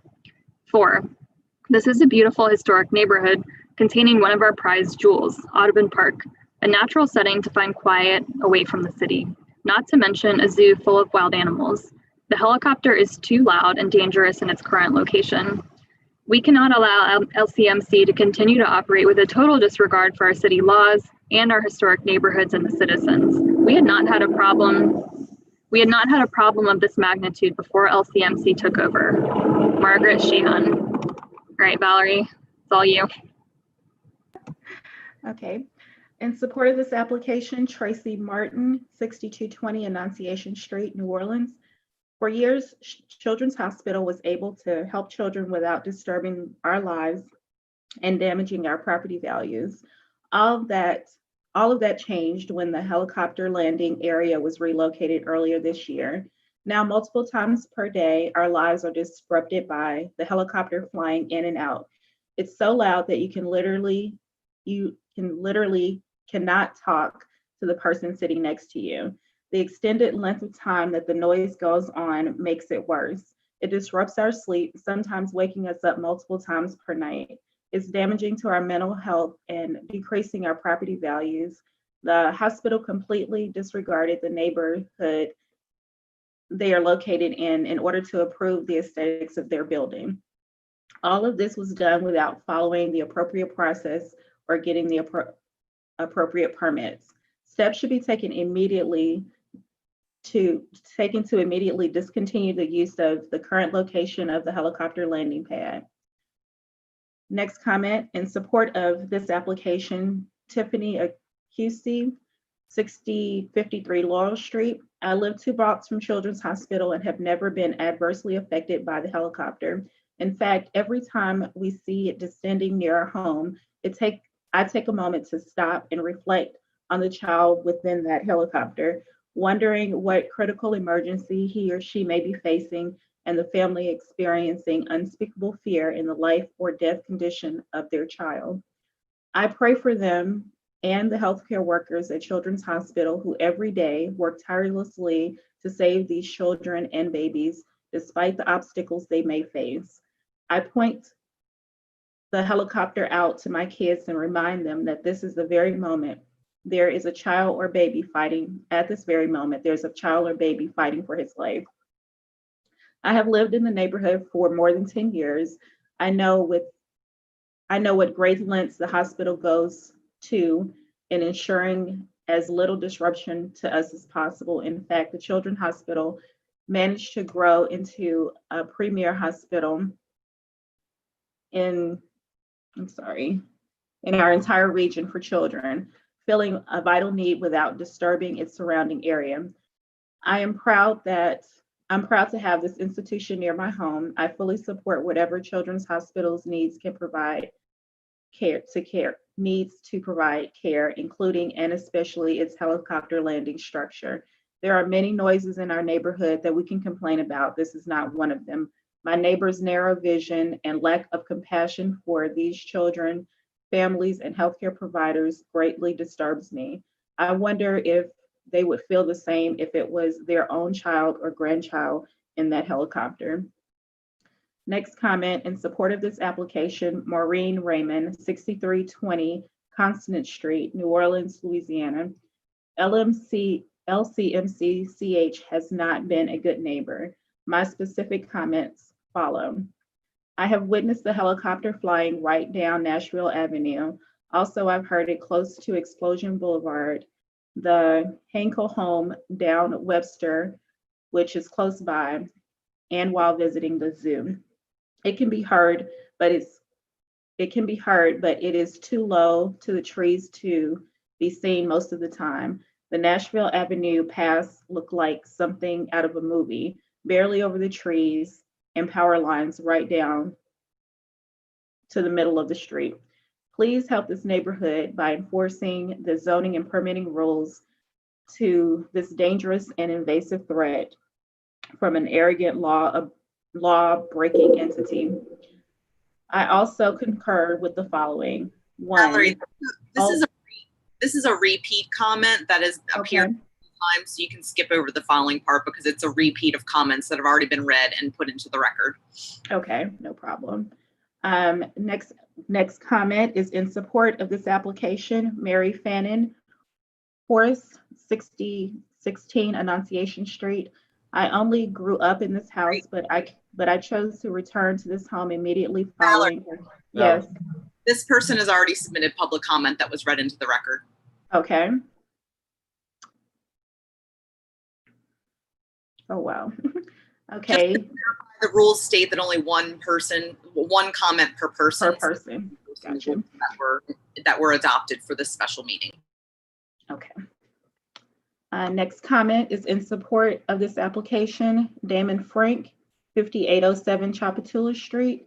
To whom it may concern, I write today as a resident of 5807 Chapatula Street in order to address the helicopter zoning at Children's Hospital. I have followed the issue over helicopter noise emanating from the new landing area very closely, listening to my neighbors, listen to the hospital administration, listen to the Councilman Geroso on the topic, read the sound study, read the code over the stops and heliports. I am well informed on the issue. I wholeheartedly sympathize with and support the request of the neighbors and the immediate 100 to 200 yard vicinity of the helicopter landing area to have Children's Hospital move the landing takeoff area back to its original location. Their lives late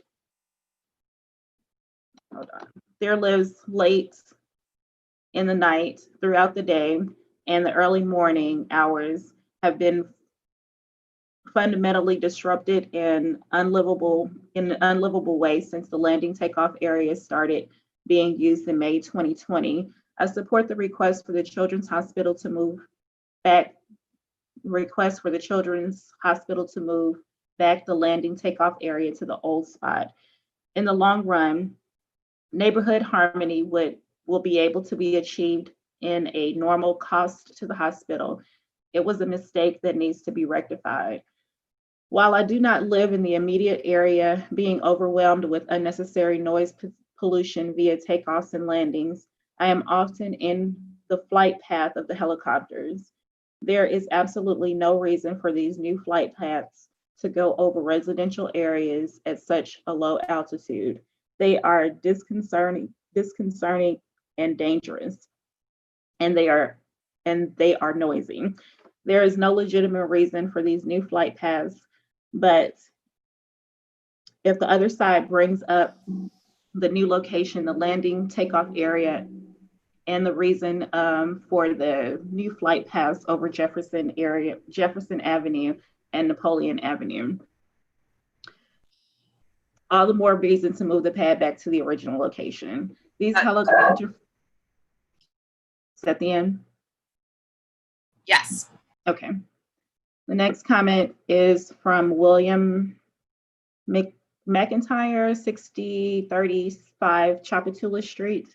To whom it may concern, I am supporting the cause of this neighborhood being presented to the board, support of the appeal or application of appeal.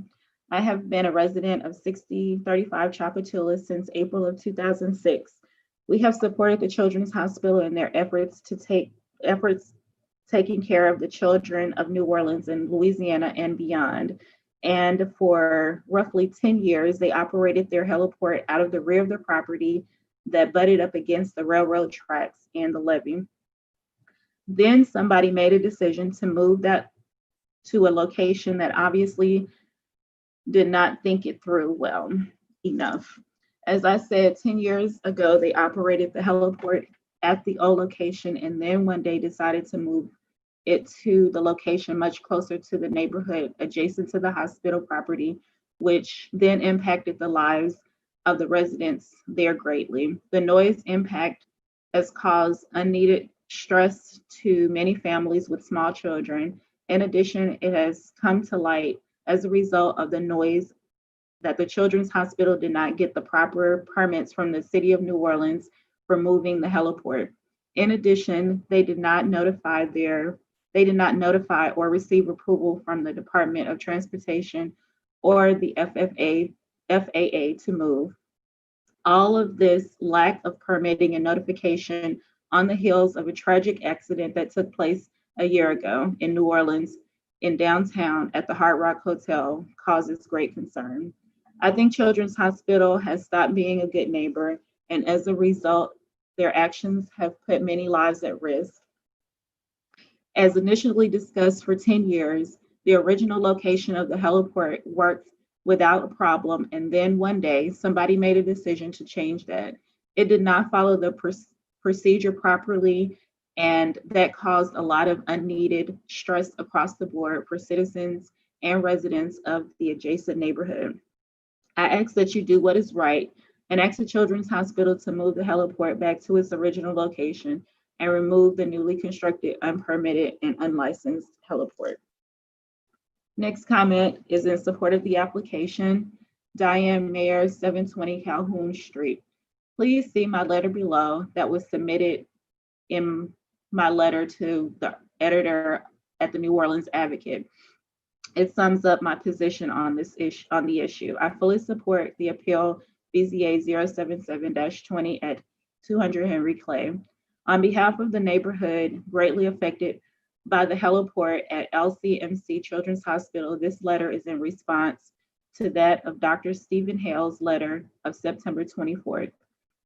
For the last decade, we amicably coexisted with LCMC's use of a landing pad located at the rear of its facility, which still exists on its sprawling 14-acre campus. However, in May, LCMC changed its flight path to proceed directly over the neighborhood and began operating a new heliport immediately across the street from the neighbors, a use not allowed in this area according to city ordinances. Neighbors' concern have been characterized as a noise complaint. Yes, operations are loud. Neighbors have measured levels from the high 80s to the 100 plus decibels in excess of limits set by the Federal Aviation Administration and the Environmental Protection Agency. Not mentioned were neighborhood homes shaking and windows rattling from the sheer power of the 1480 horsepower twin engine jet taking off so close and flying so low over the neighborhood. Not mentioned are neighbors who fear for their safety after witnessing the helicopter appear to fail and struggle for control in the wind as its new rooftop location.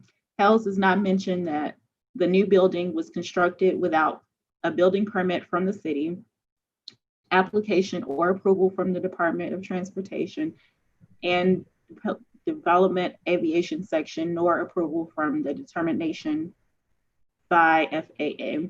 LCMC, is that the end? That was 2 minutes. Okay. The next comment is from Barbara Smith at 1226 South Carrollton.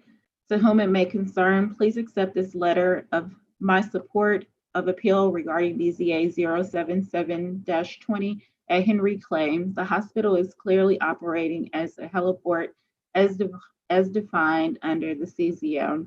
I am a senior citizen who very recently from 735 Explosion Boulevard. I spent many years there enjoying living on Audubon Park. The camaraderie of the neighborhoods, meeting on porches, walking in the park, and impromptu get-togethers over food, music, and wine are the heart of what makes the neighborhood so special. I didn't know until recently, but LCMC had a heliport on their campus that safely flew children in and out without any negative effects on the neighborhood.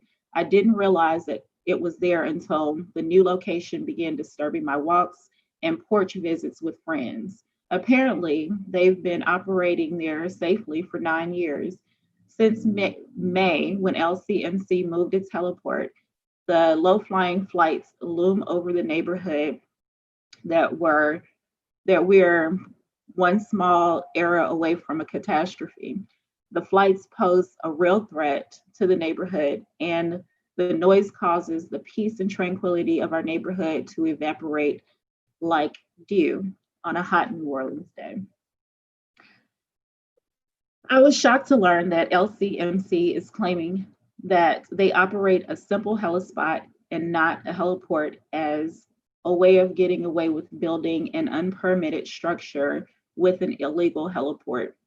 Everyone in the neighborhood has observed the helicopter proudly perched on its new home since May, until we started taking a closer look at zoning and permitting. In addition to the permanent basing that was a fact, until the hospital came under scrutiny, the facility equipped with everything that is needed for, okay.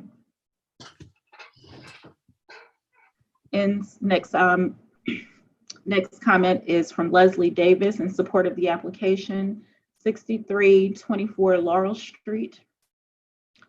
To the Board of Zoning Adjustments, I'm writing to express my strong support for application of appeal BZA 077-20 at 200 Henry Clay.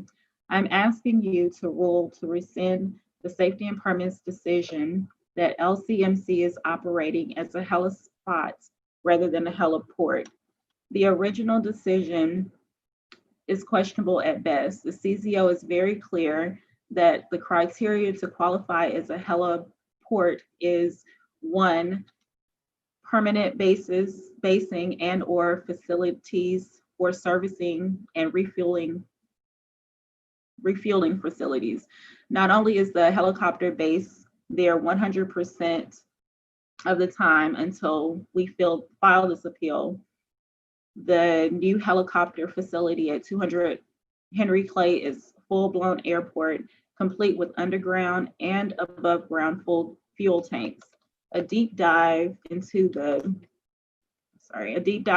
drawings and possession of the city shown an impressive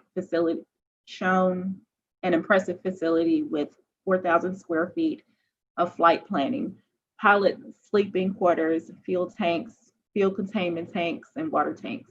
The decision to verify that this is a helistop is questionable at best. Please do the right thing and reverse this decision immediately and require them to stop using the new heliport and go back to using the old one. The old location wasn't a nuisance to anyone, safely received patients for 9 years and remains standing to this day. I suspect that LCMC will say as it's not accessible because of the nearby construction. This is yet another smokescreen and feasible attempt to push through without following the rules set forth by the city. Another local hospital, okay. Next comment is in support of the application from Leah Davis, 6314 Annunciation Street. To whom it concerns regarding my support of the application of BZA 077-20 at Henry Clay. This noise from the helicopters wakes me up from a deep sleep, affecting my overall quality of life. I work in healthcare and sleep is essential, especially in the past 8 months with the pandemic. This was never a problem before the helicopter landing pad was moved. Thank you, Leah Davis. In support of the application, Rena Ann Ford, 322 Henry Clay Avenue. To members of the Zoning Board, City of New Orleans, support of the application of appeal BZA 077-20 at Henry Clay. My name is Rena Ann Ford. I am a senior citizen who has lived at 322 Henry Clay Avenue since 1979. In all of these 41 years, I have not been disturbed by helicopter noise from Children's Hospital. That is until this year when the heliport was moved to the top of the new building on Chapatilla Street. This location is diagonally less than a block from my home. Most importantly, the heliport should be returned to its existing original location close to the Mississippi River. I and many neighbors did not have any issue with the helicopters at the original location. Some of my other current concerns are as follows. Danger to patients and neighbors. It is my understanding that CH has installed 2 25-gallon fuel jet tanks, one above ground and another below ground, as well as fuel bins and other related equipment for servicing the helicopters. This was done illegally without permits from the federal and local entities with jurisdiction. In fact, my understanding is that a city agency denied the hospital's request regarding installation of fuel tanks.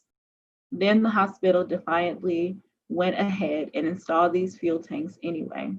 Unethically, CH did not inform their neighbors of their intent regarding those dangerous fuel tanks either before or after their installation. Noise pollution. My neighbors and I are being disturbed at all hours of the day and night by the disruptive loud noise and harmful levels from low-flying large and small helicopters. I am concerned about the impact of this constant, unpredictable, erratic, loud noise has come on all residents, but particularly the many children in our neighborhood. This is dangerous and unacceptable. Importantly, and in addition, the low-flying helicopters puts residents' lives and their homes at risk. That's 2 minutes. Dishonest, okay. Next comment is from Beth Benson in support of this application at 328 Octavia Street. Support of this application appeal BZA 077-20 at 200 Henry Clay. To whom it may concern, I am writing to ask you to please rule that the facilities at 200 Henry Clay are being operated as a heliport, not a helistop, as presented by the organization in their request for zoning verification.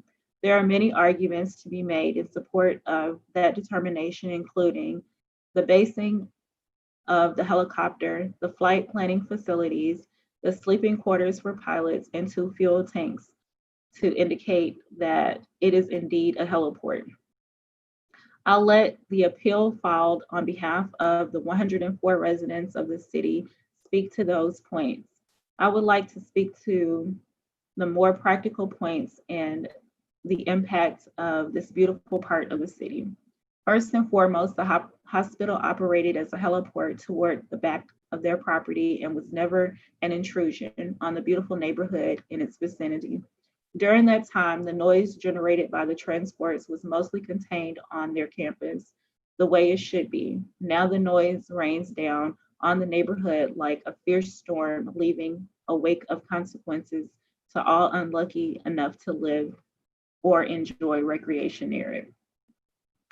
Residents from all over the city and neighborhood parishes come to enjoy the historic neighborhood, Ottoman Park, Tree of Life, Labyrinth, and The Fly. These places are vital oases to the tranquility of the city. The city must act to protect them.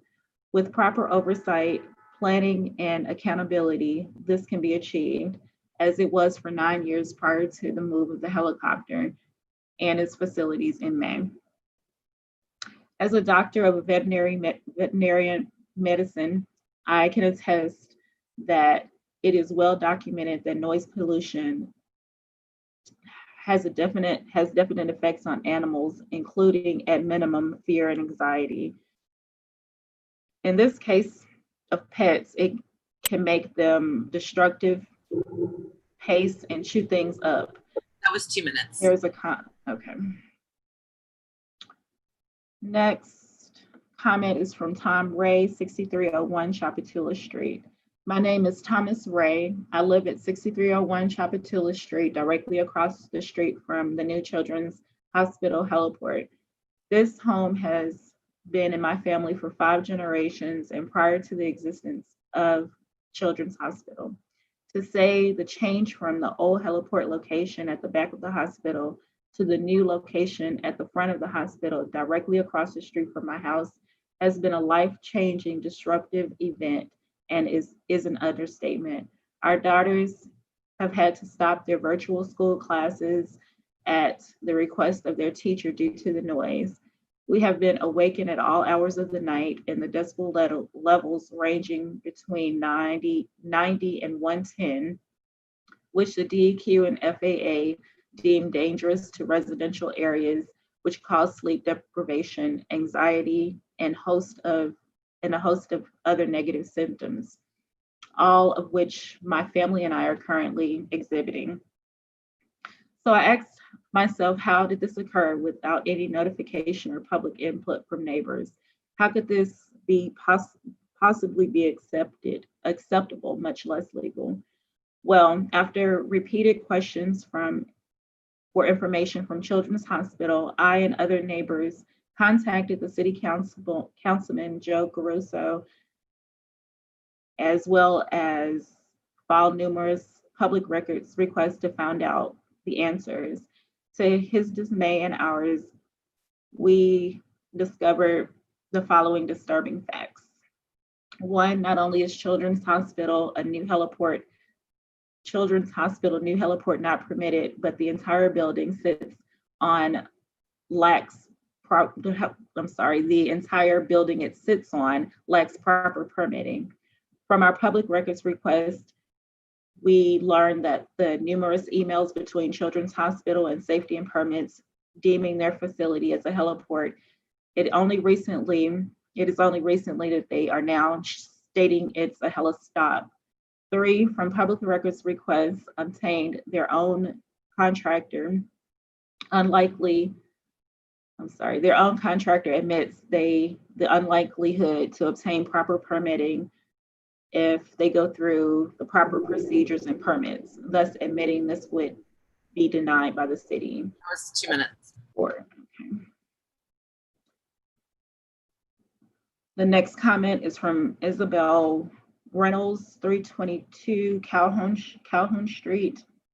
Attention BZA regarding the appeal of the zoning verification regarding heliport at 200 Henry Clay.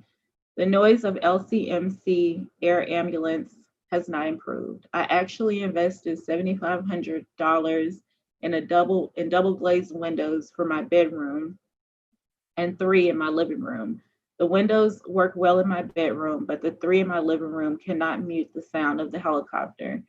It is particularly annoying when it hovers over for 15 to 20 minutes when it's on its way in or out. Sometimes it sits not on the roof of the building, but with its motor on and rotor spinning. I wonder if that building, built without inspection, is able to bear the weight and stress of the helicopter. The flights have not diminished, but will probably increase during the holidays. My first husband was a trauma surgeon and was always busier during the holidays. I am concerned about the fuel storage behind the building and inside the levee, as well as the underground fuel tanks and another at the back of the hospital. As documented by Flight Aware software, the helicopter was at the property 24 hours a day unless it was picking a patient when the storm was approaching. That is, until they started moving to the lakefront recently to disguise the fact that it is based at 200 Henry Clay and is indeed a heliport. The fact that we have a heliport at the end of my block with flammable fuel pumped up to the roof on the building that was built without city planning, zoning, permitting, or notice to the city council person or neighborhood is the height of arrogance. The whole area of mainly framed houses is under siege by a group of people who actually endanger children, staff, and everyone in the area. A spill or accident would destroy multiple homes and endanger the firemen. After many years of working, After many years of working quietly and being safely parked behind the hospital and without a single safety incident. I'm sorry, I was shaking my head because I was on mute. Oh, okay. I didn't see you. All right, the next comment is from Kathleen Frater at 315 Calhoun Street. Dear Sir or Madam, support appeal BCA 077-20 200 Henry Clay. I'm writing to ask you to please right the wrong that was done by Safety and Permits when they erroneously determined that the facility at 200 Henry Clay is operating as a helistop when it was indeed designed, constructed, and operated as a heliport. The hospital failed to follow the regulatory process put in place for the safety of all. LCMC built this heliport without permitting from the city, without approval from DOTD, and without approval from the determination by the FAA. They proceeded with full knowledge that it lacked required permits and have placed the neighborhood at risk. Also, disturbingly, it appears that LCMC administration was not completely forthcoming with the city when they submitted documentation for the zoning verification.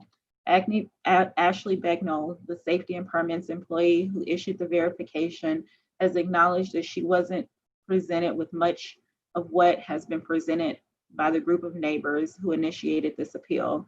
Ms. Begnell has acknowledged that she did not visit the site, nor did she look at the drawings that were in the city's possession. The fact that LCMC is now saying they plan to close the underground fuel tank is yet another attempt to sweep the truth under the rug. The underground fuel storage tank was designed, constructed, and used to support the heliport. Actions to change this were taken within a few weeks when the hospital is being looked at a little closer by the city. Additionally, they still have the above ground Jet A tank near their old heliport. The hospital's lack of transparency and manipulation of facts and quick action to close the tanks now only proves that the hospital seeks a workaround to the zoning rules that are intended to protect against this egregious lack of following regulations set forth by the city. That's 2 minutes. Oh, okay. Let's see. Next comment is from Helen Holman at 815 Short Street. I'm writing, and this is in support of the application, I'm writing you regarding case 077-20 regarding heliport at 200 Henry Clay Avenue. For nearly 10 years, I have observed the helicopter permanently based at 200 Henry Clay near the levee and have admired the work done by LCMC to provide critical care and transport to children through the region. The heliport was safe for 9 years and it's safe now. Recently, the location of the heliport and the flight paths have changed. This has resulted in a marked increase in noise and flights over the neighborhood and a substantial injury to the peaceful and serene nature of the area surrounding the hospital. I asked that the hospital be required to put the old heliport back to use until an amicable resolution can be made for the good of both the neighborhood and the hospital. I'm an avid tennis player who enjoys spending time at the Tree of Life, the Labyrinth, and as well as the golf course at Audubon Park.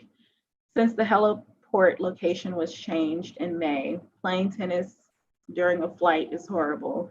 Clay dust is swirling around the courts and the noise is unbearable, making it difficult to concentrate, communicate, or play effectively.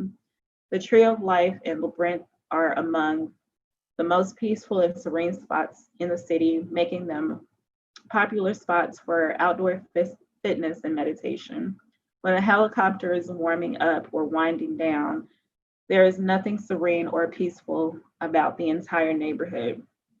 From what I can tell from the publicly available records, the zoning of the hospital doesn't allow a heliport without a conditional use waiver, which would require neighborhood engagement. Now it comes to my attention that the hospital filed for and obtained a zoning verification that they are using the site as a heliport. My question is, who in the world made that determination? Did they look at the property? Did they observe the helicopter observe that the helicopter resides there 100% of the time? Do they know that the heliport has facilities for flight crew, flight planning space, servicing facilities and fueling? Did they read the CZO? Okay.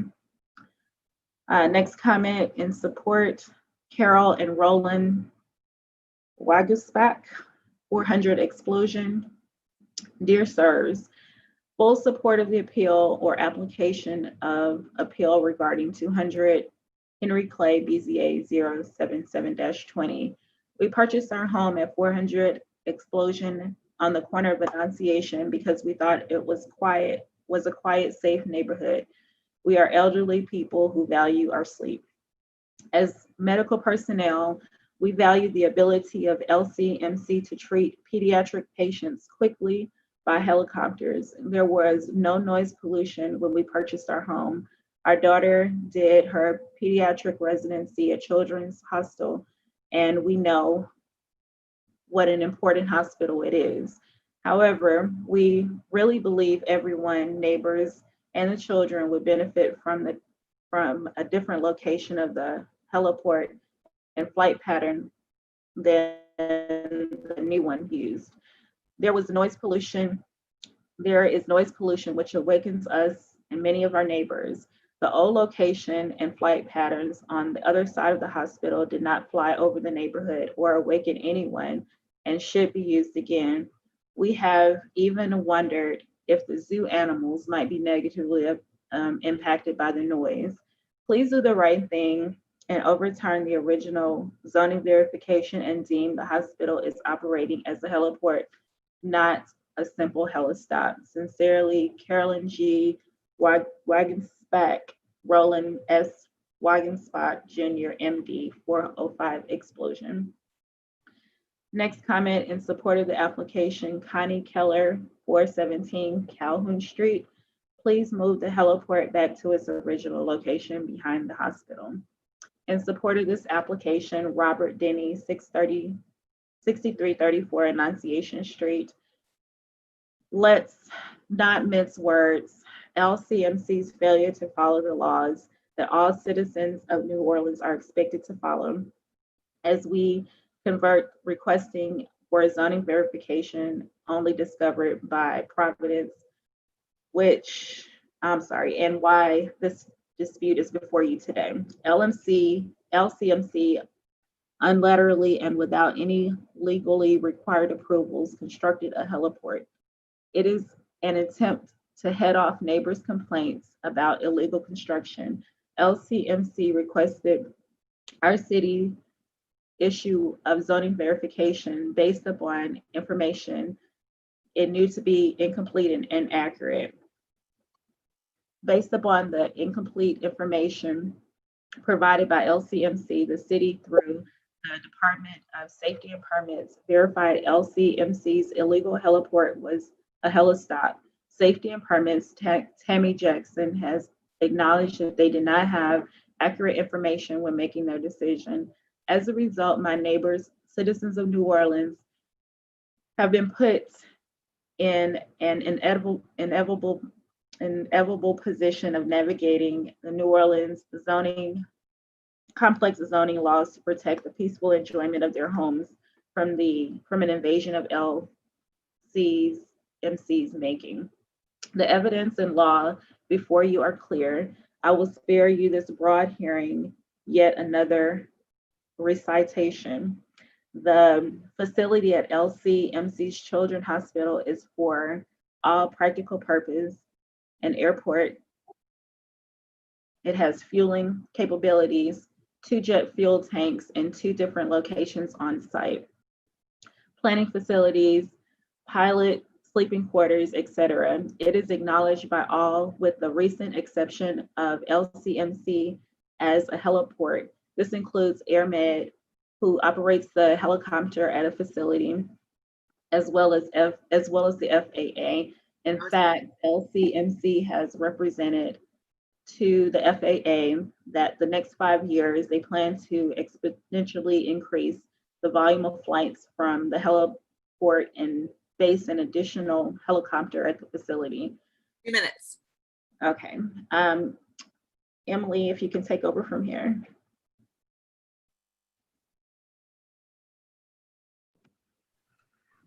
Sure, well, thank you. Okay, thank you. The next comment is in support of the application from Victoria Emmerling at 6334 Annunciation Street. Zoning laws exist to dictate how real property can and cannot be used in certain areas. Zoning laws often limit commercial or industrial use of land in order to prevent certain types of developments from being built in residential neighborhoods. It is with that intent that the city wisely anticipated that the regular use of a helicopter would be inconsistent with a residential neighborhood, and it implemented laws to prohibit the development of facilities that would lend to such a use. If the facility at Children's is not a heliport, then nothing is. It has all of the requirements of a heliport facilities as defined by the FAA. It meets all of the frequency of basing requirements of a heliport as defined by the state. Acadian identifies this as a base of operation, and it has more than enough service facilities on site that it can and does, in fact, operate as an airport for its dedicated helicopter owned by Children's. In addition to the underground storage tank Children's now belatedly admits exists, the hospital also has a second 5,000-gallon above-ground Jet A fuel tank. It has a 4,000-square-foot flight control center, complete with flight planning, mechanical space, and pilot sleeping rooms, among other things. There is even photographic evidence of the pilot servicing the helicopter on top of the heliport. Children's has repeatedly misled the city, the neighbors, and this board, including with this latest citation to a 2006 helistop permit request. Not only is that about the rear facility, it is also patently misleading. That permit expired January 31st, 2008, 2 years prior to Children's purchase of its helicopter and 3 years before it filed to install new heliport fueling system on existing second-floor roof, transforming the rear facility to a heliport. Children's litigation strategy can only be described as akin to deny, deny, deny, and if that doesn't work, dig up a single tank in the dead of night. Indeed, every single action Children's has taken surrounding this case is because it has gotten caught as a bad actor.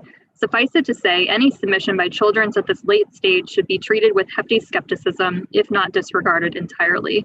Please grant this appeal because it is what the law requires, it is what justice requires, and it is what this board was instituted to do. We appreciate your consideration. Emily, with this next one, it's read the comment and then it's repeating what's been repeating through everything else. So just read the comment and don't read where it says the numbered things. This next one. Okay, thank you. The next comment in support is from Melissa Ray at 6301 Tchoupitoulas. I join my neighbors and support the appeal or application of appeal item 9, number BZA 077-20, 200 Henry Clay. After listening to Ms. Williams' desperate attempt to explain away her client's blatant disregard for integrity and honesty in city processes and permitting, I hope that this board will rule in favor of the applicants of this appeal and rule that Children's is operating a heliport rather than a helistop. It's shameful that after building a mini airport that LCMC would remove the fueling facilities after this appeal was filed in order to further misrepresent their activities. Ms. Williams' statements that FlightWare data is irrelevant because they have a lease at the lakefront is laughable. I live directly across the street from the new heliport, and until they came under extreme scrutiny with this appeal, LCMC housed the helicopter on the new heliport 24 hours a day and 7 days a week, except for the time that it was picking up a patient at another hospital. This truth is well documented in the FlightAware. Furthermore, the helicopter based at 200 Henry Clay N145CH is registered with the FAA to LCMC Children's Hospital, not Acadian. Her reference to the helicopter being owned by Acadian is yet another untruth. Additionally, if the helicopter has its staff, supplies, and flight planning areas, pilot sleeping areas at the hospital is operating as its permanent base. Please see the following points, which I completely agree with. The new location is incompatible with the neighborhood. And Missy, you said all these points have been included in other comments? Yes, these points have been included in other comments, and the next speaker has already spoken, so you can skip that one. Perfect. Please see through this corporate bullying of its neighbors and egregious scramble to rewrite the truth that this facility was designed, built, and used as a heliport. Thank you for your time and attention. Respectively yours, Melissa Ray, 6301 Tchoupitoulas. And Thomas Wright has already provided comment. Yeah, he appears on page 30 and 37, so he's already spoken twice. I mean, he's already spoken, so he doesn't need to speak twice. We now have a comment in opposition to the appeal from Mike and Lynn Middleton at 303 Calhoun Street. We have lived across the street from hospital for 13 years. They have been a good neighbor and have worked diligently and honestly with the neighborhood when issues have arisen in the past. We support the current placement of the helistop that has been relocated to the front of the hospital. Another comment in opposition from Lisa Lupin at 6025 Annunciation Street. So once again, I am glad I have the opportunity to comment on the Children's Hospital helicopter discussions. I know in communications between the hospital and the neighborhood that the helicopter has been consistently taking new landing and departure paths that take it over the old landing pad and out over the riverfront.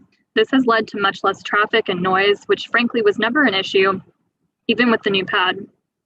When we hear the helicopter, it literally is a minute at that. The river and train horn noise is much more obtrusive.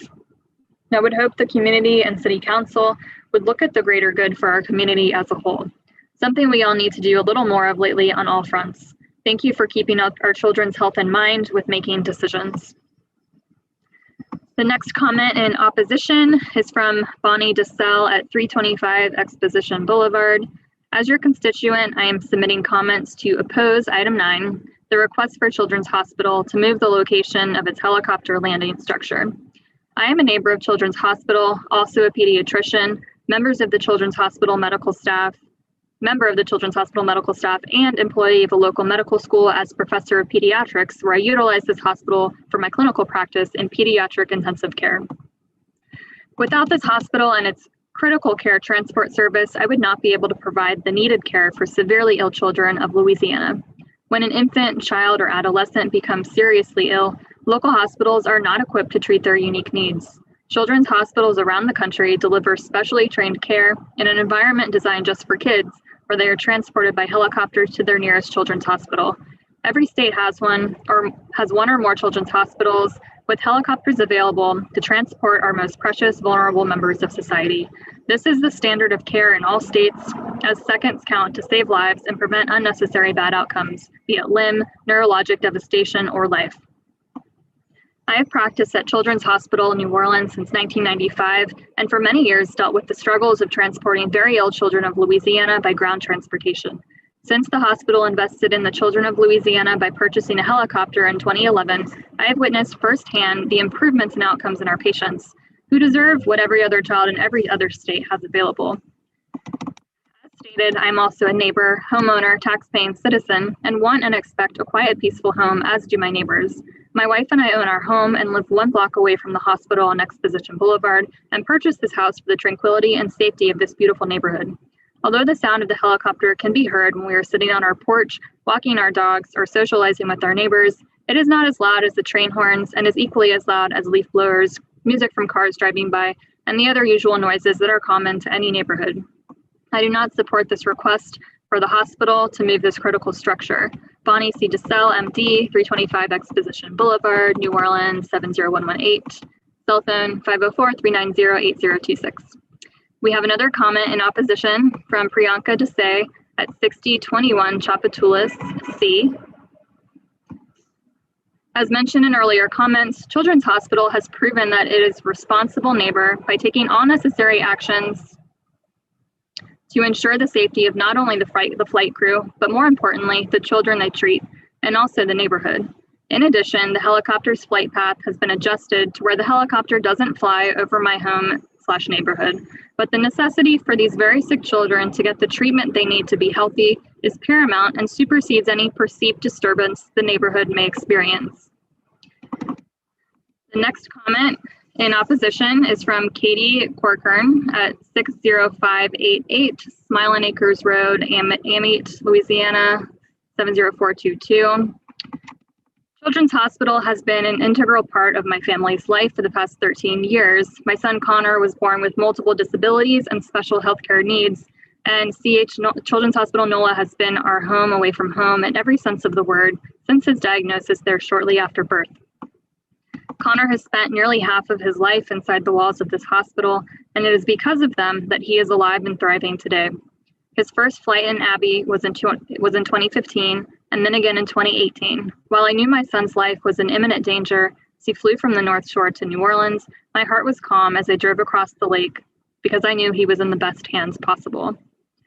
CH NOLA's helicopter, flight crew, and ICU staff's swift, efficient action has saved his life on more than one occasion, and ultimately, I know they will continue to fight for my son's life in the future. Before Connor, I was easily annoyed by loud noises, traffic jams, and other things that seemed insignificant to me.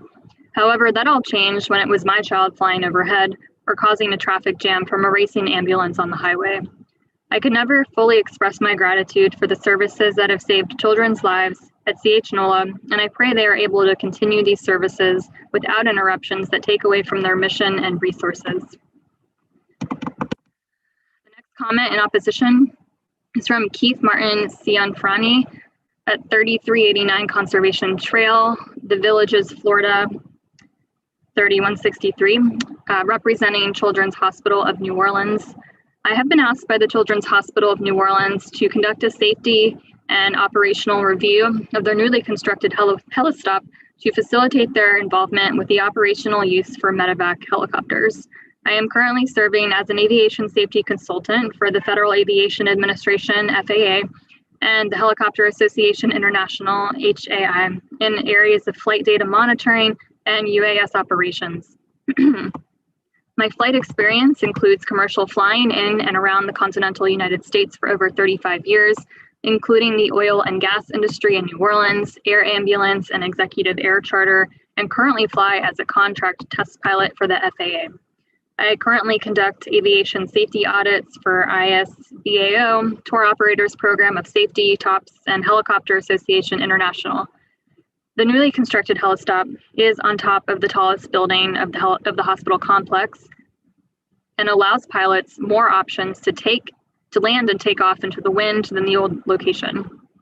Its elevation also is conducive to having a place to land upon landing, and takeoff allows the pilot to make the appropriate actions at that higher altitude to manage an emergency with the aircraft. The newly constructed helistop also allows more options than the old location in the direction of landing and takeoff to accommodate the aircraft with shifting winds. The newly constructed helistop also has an approved instrument landing procedure, which enables flight crews to land in weather that would prohibit landings on the old location. We have a comment in opposition from Benjamin Whitworth at 200 Henry Clay. Regarding the items included on Mr. Kinney's list of service facilities, there is a clear misunderstanding of basic operations. Best practice at any helicopter landing site requires solutions in the event of a fuel spill or fire. The items included on Mr. Kinney's list are in place for safety and not permanence. These include the fuel water separator, fuel containment tank, and foam storage tanks. The next comment in opposition is from Jonathan Brooke at 200 Henry Clay. Mr. Kinney inaccurately suggests permanence on his slide listing service facilities. These accommodations exist throughout the hospital in order to provide respite for caregivers who provide 24/7 coverage. Excuse me one moment. These accommodations are not exclusive to air transport teams and are transferable to many types of caregiver teams, including EMS, ground transportation, physicians, nurses, respiratory therapists, and others. Such accommodations are standard in all healthcare organizations and exist to be flexible and used as needed by a wide variety of caregivers. Additionally, the FAA defines your base as the location where the pilot crew changes. For Children's Hospital, this occurs at Lakefront Airport. The next comment in opposition comes from Evan Bertucci at 200 Henry Clay. Also, one of the line items on Mr. Kinney's servicing facilities list to signify permanence is the presence of a rotating beacon. With these beacons, the colors and the sequence of colors signify what the location is. Military pads flash white, white, green, heliports flash green, yellow, white, and hospitals flash white, green, amber. CH NOLA is a white, green, amber. Furthermore, all fueling facilities have been removed from the premises. We have a comment seeking to provide a request information only. from Brian Biller at 1214 Hahn Avenue, Shreveport. Good morning. I would like to take this opportunity to speak / comment on behalf of Children's Hospital New Orleans regarding their newly constructed helipad. First, I am the Director of Operations for Metro Aviation, who currently employs the pilots that fly at the Children's Hospital. I am also a pilot, check airman / instructor, who has flown many times in and out of the Children's Hospital. From my perspective, the current helipad at the New Orleans Children's Hospital allows for maximum potential in the areas of both safety and efficiency. The original helipad had many challenging components to work around, such as wind hazards, obstacle and building avoidance, etc. The new rooftop helipad eliminates those components to afford pilots maximum safety and efficiency. In summary, I humbly ask that you take in consideration my brief summary into your decision process. Thank you for your time regarding this very important matter. We have a comment, the final comment to provide a request information from Kent Blackwell at 6330 Laurel Street. I have lived at 6330 Laurel Street for the past 25 years. As far as I know, LCMC/CH has operated emergency helicopter service for most of that time, up to the point the heliport was relocated to its current location from near the Mississippi River. It was rare to hear aircraft going in and out of LCMC/CH. Now it is rare not to hear. At a high sound volume, aircraft approach and depart at all times of the day and night. I have never been notified or made aware that LCMC/CH planned to relocate its heliport to its current location, and I have grave concerns that aircraft operating in such close proximity to a residential neighborhood poses a major safety and quality of life issues. As a pilot, I was trained that the most dangerous aspect of flight is takeoff and landing. Given the location of the heliport, I see few options that don't include our residential neighborhood in the event of an emergency landing. I would urge the BZA to take action to support the residents and hold LCMC/CH accountable for clearly ignoring zoning rules that are in place to keep these issues from becoming a problem from the start. And that is the end of the comments for this item, and the applicant now has 5 minutes to rebut.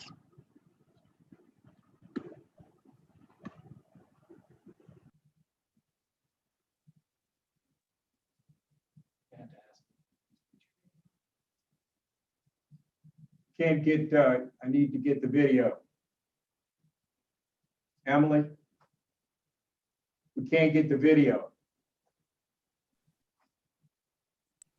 I think you need to uncheck that you have your video stopped, sir. I don't, we're trying to uncheck it and it won't allow it because you haven't authorized it. Now you did it. Okay, and now we can start, I guess, our 5 minutes, huh? Can everybody hear me? Emily, can you hear me? This is pretty simple. Yes. Okay. There are two things that matter in this entire discussion, neither of which have ever been touched on in any way, shape, or form by Ms. Williams or any of these comments. One, their service facilities 100% present here, and they were present here 2 weeks before Ms. Becknell made her determination. In fact, the application for construction was filed after the entire heliport had been completed, okay? So there's no validity to say, oh, well, we got caught, Children's Hospital got caught, so now we're gonna rip out the facilities that we got caught with the 5,000 gallon fuel tank that's there for just emergency purposes. There is no dispute that at the time this letter was requested, not only were the plans, and I'm glad we have an architect on the board, because I'm sure Mr. James has looked at the AIA document, which is 133 in the file, which says it's a heliport relocation for $4 million, $4,429,000. Every piece of paper, every drawing, every part of that application, every part of the permit, and every bit of the photographs that were there that had Ms. Becknell taken the time to look in the file And to visit the site, she would see that there were service facilities, okay? And you're suspending disbelief, you're suspending belief if you don't think all of those things on our list are service facilities, okay? To make believe that pilot sleeping rooms, planning offices, bathrooms, blah, blah, blah, blah, blah, somehow were not there as service facilities. You do what Aristotle said thousands of years ago, that, you know, you want to overcome, you want to accept fiction to overcome facts, okay? The other aspect that has not been touched by anybody is the basing, okay? We have submitted facts, very clear, document after document after document, that said, here are the flight plans for this helicopter, okay? Nobody has submitted any documentation or any proof to refute that. So we have two complete areas that you have to decide. You would have to say all of these facilities, all of the AIA document, all of the permit application that came after the fact that still hasn't been issued, don't involve service facilities. You'd have to say, regardless of all of our proof, somehow the mere statement that Children's Hospital has a lease, okay, somehow that refutes that this is permanent basing. Well, that's just not possible. Now, Children's Hospital is caught, okay? What are they saying to you? We spent $4 million to build this structure just because we felt like it. And now we're going to start ripping out the stuff that qualified as service facilities. Okay, well, that's an admission against interest.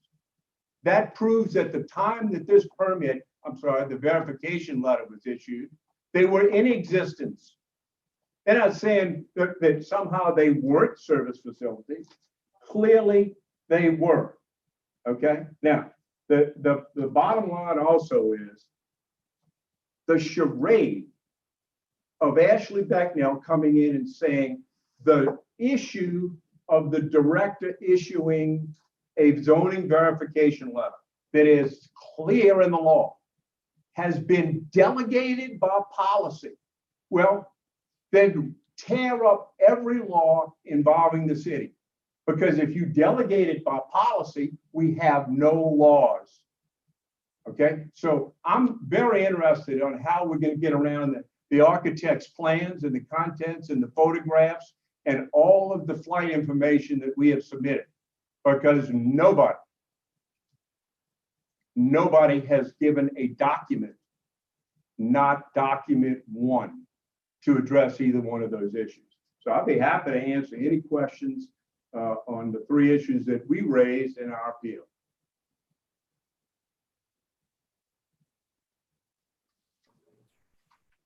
Perfect timing. That was your 5 minutes. And now Sharonda Williams has the opportunity to rebut on behalf of the property I'm not owner. so sure that that's allowed unless that I don't think we have a situation according to your rules where there's a Mr. Kinney, let Mr. Kinney. Mr. Kinney, Missy, can you just clarify whether or not how the rebuttal works? The reason why there was no rebuttal in the first case, that may be why he's saying that, is because there was no public comment. Since there was public comment on both sides, it's allowed for rebuttal from both sides. Thank So you. do we get to rebut the rebuttal?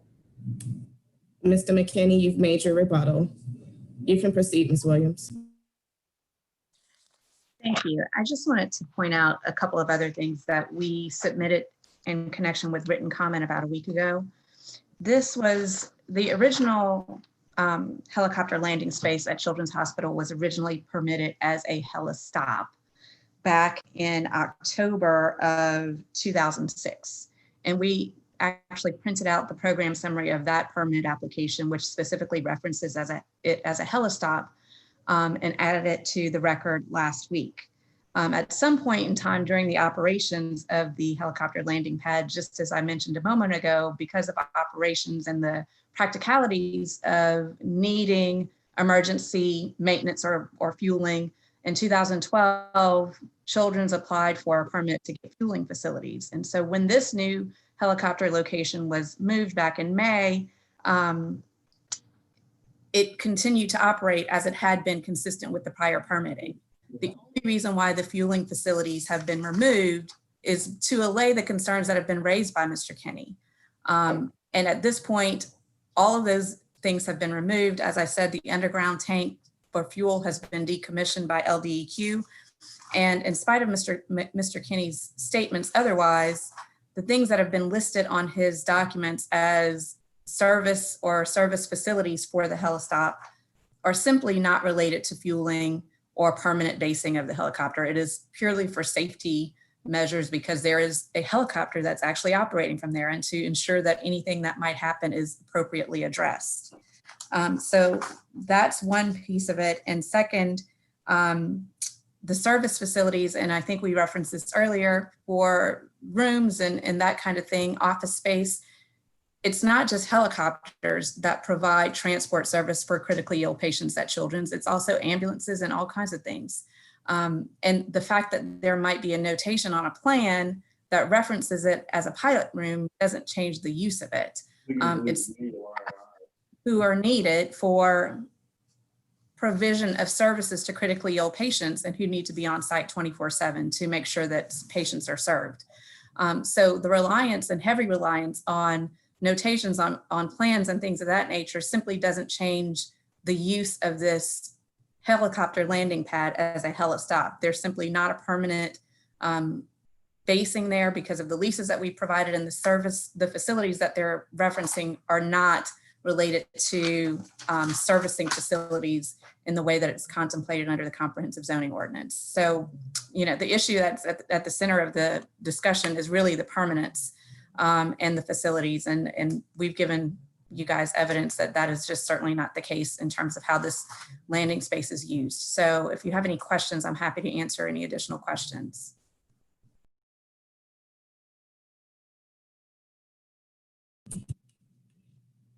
Thank you. Are there any questions from board members at this time? I have one, unless anyone else is jumping in. So let's say that this gets determined to be a heli stop instead of a heliport. How does it change? How does that, it's still can be used to land helicopters and it's still gonna make noise? I'm not really sure I understand what and I guess this is a question for Ms. Williams. How does it change the function of it if it does get determined to be a heli stop instead of heliport? These are terms of art that I'm not used to using, so I apologize. It's confusing, but it's currently being used as a helistop and operating as such. The issue of noise, as Ms. Becknell indicated at the beginning, is not an issue that's before the Board of Zoning Adjustments. Is within the purview of the Department of Health. And that isn't the issue in terms of the use. It doesn't change the use. And just in terms of how Children's is operating, again, we've hired an expert that's done a sound study on this issue. We've given that documentation to the public. There is not an impact on sound to the extent that there are other noises in the area that also impact sound, and this doesn't add to it. There's clearly the Public Belt Railroad that operates there. There are buses and all of those kinds of things that happen in this space. With that said, though, that's not the issue that is before the board, and it doesn't change the use. It's currently being used as a helistop.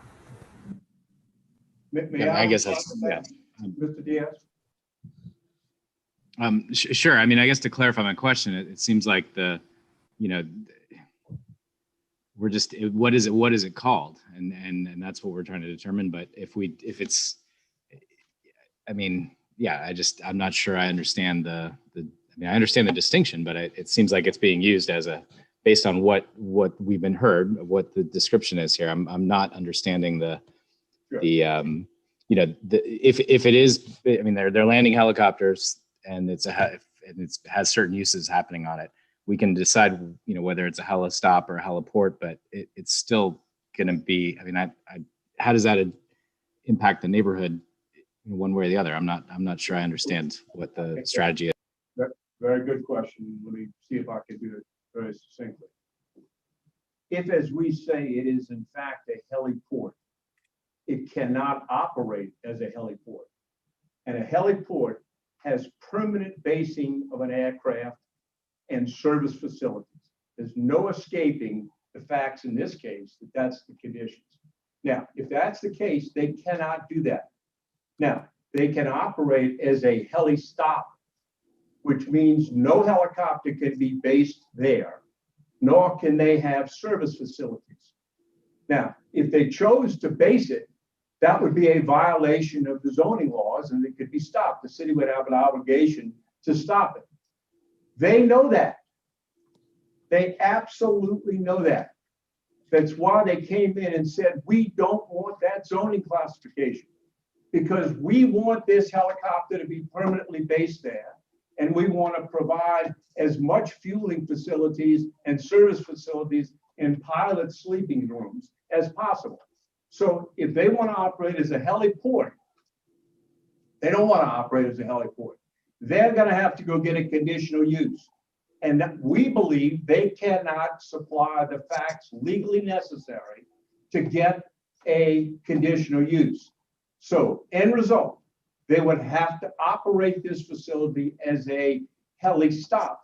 Now, more practically, you would think they would, if they want to go back to the heliport that they moved from, which makes all the sense in the world. Nobody's objecting to that. Go back to the heliport that had service facilities and the helicopter was based there in the back. Don't spend $4 million in subterfuge. So does that answer your question very succinctly? Sort of. I mean, I think it's more of a question about the intent here. If it were to be used as a helistop, that doesn't address the concerns that we've been hearing all day. Because it would still be being used as a helistop and helicopters would be landing there and they'd be. A helistop would prohibit the basing of that helicopter. If that helicopter is based, the reason it's having as much problems in the neighborhood today is because it is based there. And it was intended to be based there. That's why they've built all of these service facilities. So if it cannot be based there, and if they cannot operate these service facilities, it's going to have to be operated as a heli stop. And the degree of density and frequency is dramatically different.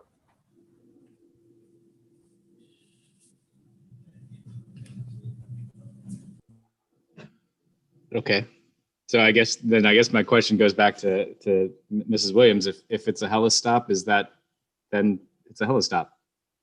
Can you, does it work for you as a helistop? To your point, we're operating it as a helistop. Mr. Kinney is under the misapprehension that somehow if it's a helistop, that means that you would have fewer originating trips from that location, which practically doesn't make sense. The permanent basing is at the Lakefront Airport. So just by way of example, if there is a critically ill child that needs to be transported to Children's, they're going to leave the Lakefront Airport, come to Children's, pick up staff, then go pick up the child that's critically ill at another location, come back to Children's. If there's a call that there's another child that needs to be picked up at a different space, then they're leaving Children's to go to that space. And so they've given you this flight data to suggest that because there are fewer originating trips from the airport, that somehow means it's not permanently based there, but that's not the case. It's just a matter of how hospital operations happen, the demand for critically ill patients to be transported,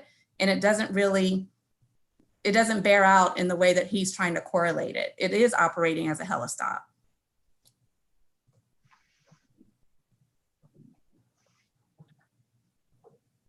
And by the way, Mr. Diaz said the issue, and I appreciate the background, but what I'd like for the board to consider is on August the 3rd, were there service facilities there? Madam Chair, as a point of order, I'm sorry. I think, was a question asked of Mr. Kinney just now, or is this an open format for back and forth rebuttal? There isn't. You are out of order, Mr. Kinney.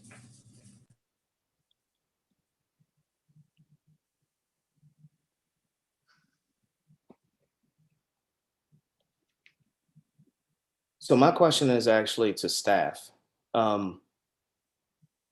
So safety and permits, what do you guys take into accordance in order to determine the difference between a helistop and a heliport?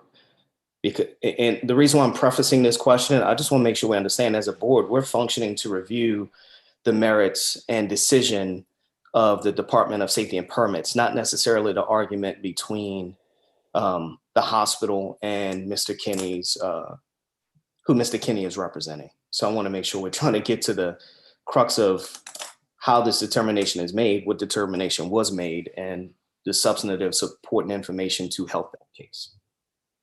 Absolutely. So the definition of a heliport is land, water, or structures used for the landing and takeoff of helicopters, which is the same as the helistop definition. But it goes on to say, and having service facilities for such aircraft or providing for permanent basing of such aircraft. The permanent basing question, we think, has been definitively answered by the lease that was provided and by the information provided by Ms. Williams, at least as of the time of the determination. We did not have access to the flight logs that Mr. Kinney subpoenaed or any of that information, and it was not a part of this original determination. Nor can I opine on how relevant it was or whether it was relevant. It just was not a part of this determination.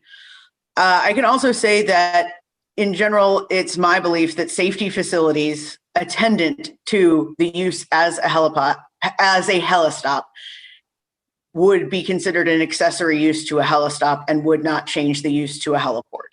And that was actually going to be one of my bigger questions, is getting into what is the primary principal use, and when we really get into how that gets further established. So in the case of this hospital, we're dealing with, I'm assuming, one parcel of land. The principal use is the helicopter, correct? I mean, I'm sorry, principal use is the hospital, correct? The principal use is the hospital, that's correct. All right, and so there are accessory uses that are allowed in conjunction with that, if it's a part of the primary parcel and structure, correct? I think you're muted, Ashley. Yeah, oh, yeah, Ashley's muted. Sorry, I was in another window. I just want to pull up the table so that I can make sure that I accurately represent exactly how they're viewed. But I do know that helistop is shown as permitted, because I do have the table open right now. Helistop is shown as permitted. Heliport is shown as conditional. Right. So they are considered uses attendant to the hospital. I don't know that I've reached whether the question of whether they're accessory or secondary principal uses, but I think the fact that they're laid out at the table and that they are clearly tied to the medical district shows that there was an intention and a recognition that those uses are frequently associated with hospitals. Right. So whenever we get into that, the general placement of how these accessory or, accessory permanent or conditional uses function with that site, really, there's not a whole lot of control in terms of where it would fall within the parameters of that given parcel or given property. That's correct. So whether the heliport, This is not an accessory use deal. This is only on heliport helistop. I'm sorry, Mr. Kinney, once again, you're out of line. I'm sorry, sir. Like, this is the second day, this is now the second day where we're working with you. And for some reason, in the beginning of your introduction in the beginning of this meeting, you alluded that you represented the board. If anything, I think you would at least understand and respect the merits, the function of how this board has to run their meetings. So please stop interjecting throughout the course of the meeting if you're not going to respect the rules. Okay? Thank you.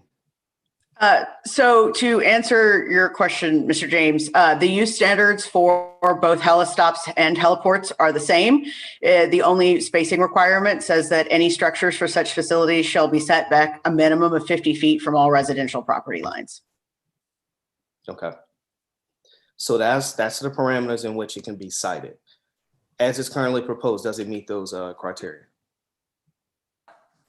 For compliance.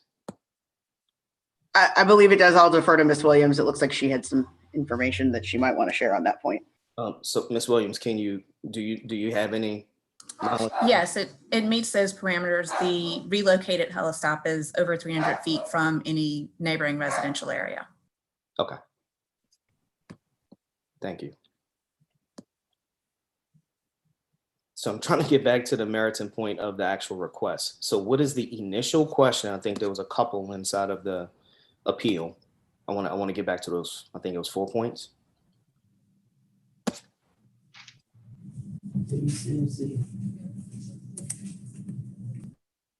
So Ashley, if you could help bring us back to that part. Sure. So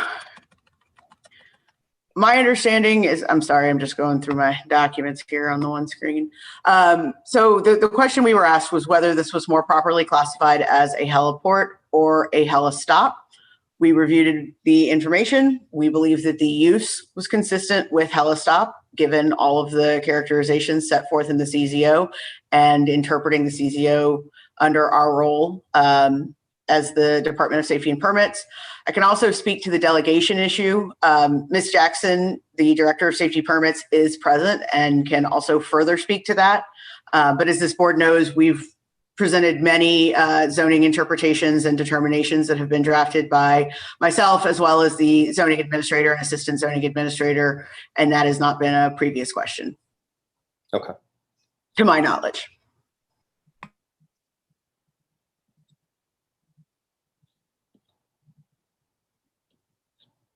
All right, that's all we're reviewing, those 2 items. You're back on mute, Ashley. Sorry. Yes, the noise issue is beyond the scope of this board. That is a health department obligation and not one of safety and permits responsibilities. As well as the question of whether a permit should or should not have been obtained. That was not within the scope of the zoning determination.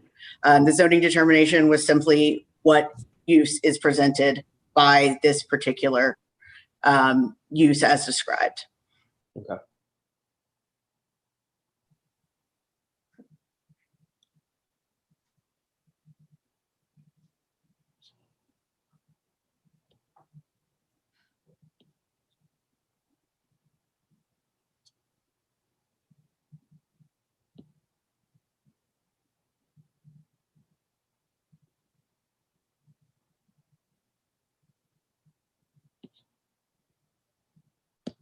So once again, I'm gonna just come back to this point. The checkbox items that the department uses in order to determine whether this is a helistop. So I don't know that I would say that it's quite as simple as checkbox items, but we review the comprehensive zoning ordinance. Here, the first place that we started, which is usually the first place that we start, is the definition set forth in chapter 26. It's clear that there's a distinction that's meant to be drawn between heliport and helistop.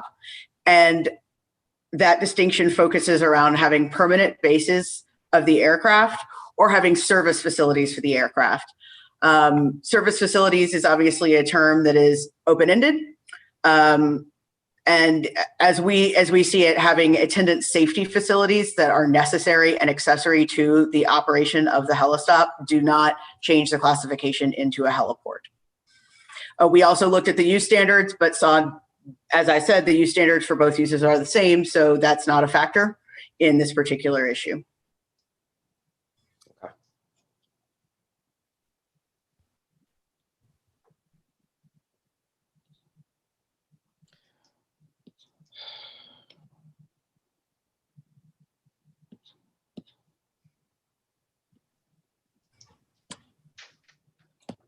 Madam Chair, I'm just still looking at other stuff if anybody else had questions or. No, I think I was going to ask the question and I think you clarified it. I was a little distracted, my apologies, but I think I was just trying to get an understanding of the distinction between the two. And Ms. Becknell, you just kind of clarified that in your last explanation. Were there any other questions from any other board members?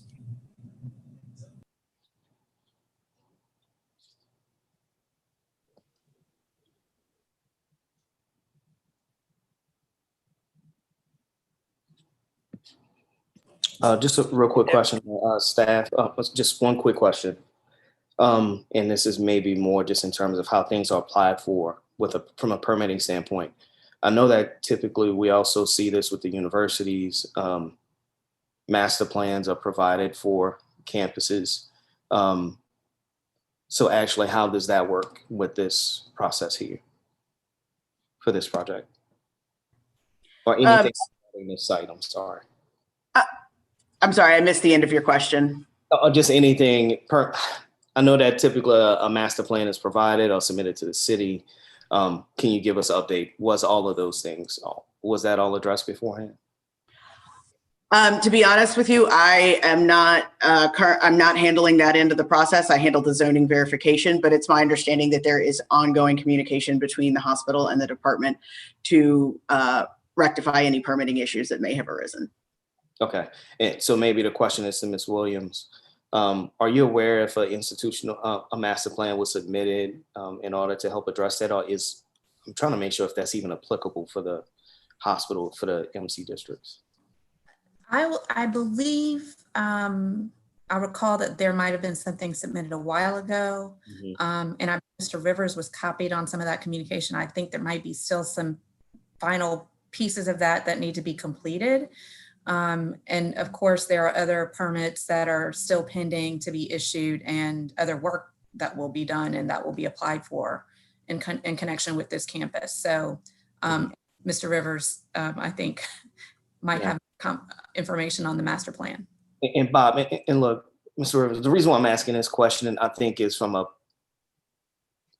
the public benefit of how the permitting process truly works, particular to campuses or anything else to that effect. And when the permitted use versus conditional uses are really being triggered, and how that is also submitted in some capacity beforehand. If I'm completely off base that it does not apply to the MCs, I know it does traditionally apply to the ECs. Can you just provide some color to that question? And I think this is sure. So the questions, the initial question. Sure. So in general terms, and I'll say up front that I have not, the CPC staff with zoning appeals does not involve itself in the review of the appeal. And so I have not looked at any of the documentation with respect to the substance of the appeal. But in general terms, the campus master plan requirement that applies to educational campuses does apply to medical campuses. And I do believe that there is a institutional master plan that is on file when the campus expanded to include the adjacent property, and how that was going to be built out was all the part of a master plan, and so the different phases were spelled out as part of that plan. And so the reason why I'm bringing this up, once again, I'm not trying to influence the appeal. I think it's important to understand the permitting process, and I think that's going to add a little bit more color to how the conversation really should progress. Because I think a lot of it is being misconstrued in terms of what I've heard. Go ahead, Emily. Todd, if I can just chime in, because I'm working on a design review for Children's Hospital right now. There is an open institutional master plan, was applied for in 2016. They're working to close that out. And in the meantime, any proposed projects can be approved if they are permitted under the base zoning district. Correct. So that, thank you, Emily. So that actually hits on the point right there. So no matter what in any configuration, as long as it's a permitted use, it can be placed anywhere within the site, establish that it does meet that distance requirement from the residential district, especially as it applies to the heliport or helistop. So all of that is there. And I want to hit that because that seemed to be a reoccurring theme in some of the public comment and question about it being relocated back to its original location. It shouldn't be permitted to move somewhere else within the property. This is an inherent function of the hospital because it's an understood accessory principal use, accessory permitted use on the site. So I'm just trying to eliminate a lot of the dialogue that I think this just continues to confuse where we are. So may I shed a little bit of quick light on that? The 2017 master plan has heliport. Mr. Kinney, I just want to reiterate again, we're having the same problem over and over again. And I think Mr. James's comments were directed to staff. If we have a question for you, we'll direct that question to you. Thank you. And actually, since he brought it up, my comments is strictly about the Helistop versus Heliport.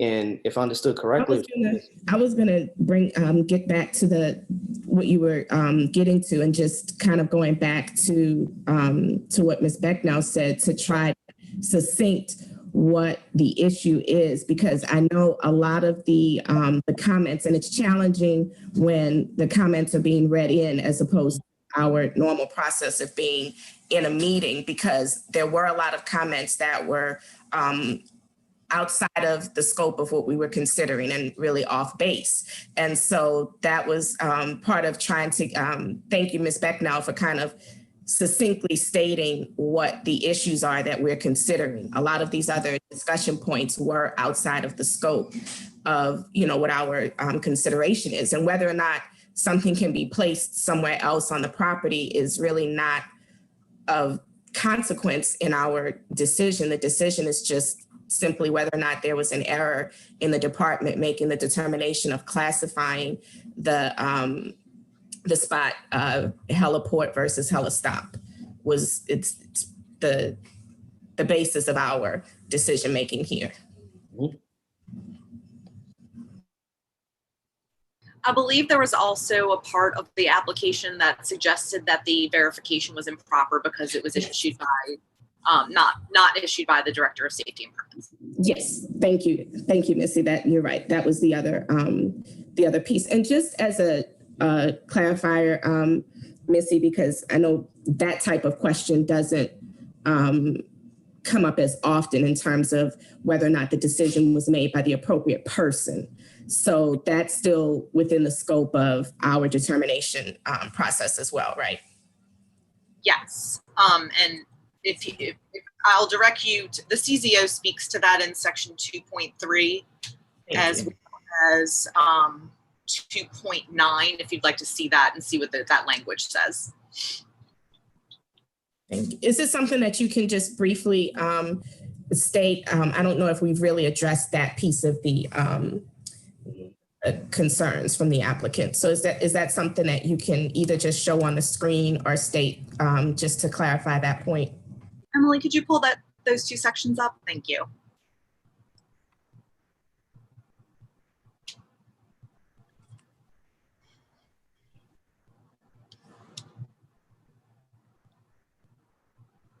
So really, if you just read section 2.3, it just says that the Director of the Department of Safety and Permits are citing of having powers which may also be administered by a designee.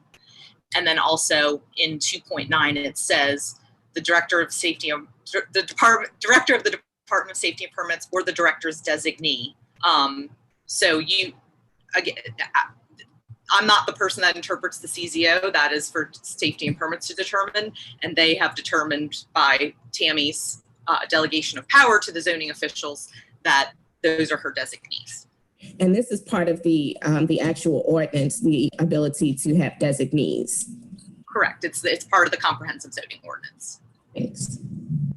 And Chairwoman, I think that precedent has already been established in terms of how we've always reviewed any appeal, and how anyone in a professional capacity, whether it be legal or design services or engineering, architects or engineers, have always requested that information from the director's designees. You do contact either Mr. Kendall, Ms. Becknell directly, or Ms. Jackson. So I think that's pretty clearly classified, and even shared in public comment and shared in public hearings, public meetings, where who to contact if you want clarifications to that effect. Mm-hmm. Yeah. And so, Missy, and just in terms of, because there is two questions, is it something that we would act on separately, or would it just be in global because it's one application? It's one application. He has two separate arguments. He said firstly, it's not valid because, this is what the application stated, that it was not proper because it's not properly a helistop, and also because it wasn't issued by the director. So you can keep it as one motion depending on the merits, but you don't have to specifically. You can just say, you can do it as one motion and say the two different things of what you think the answer is if that makes it clear. Yeah, and if you could close out your screen.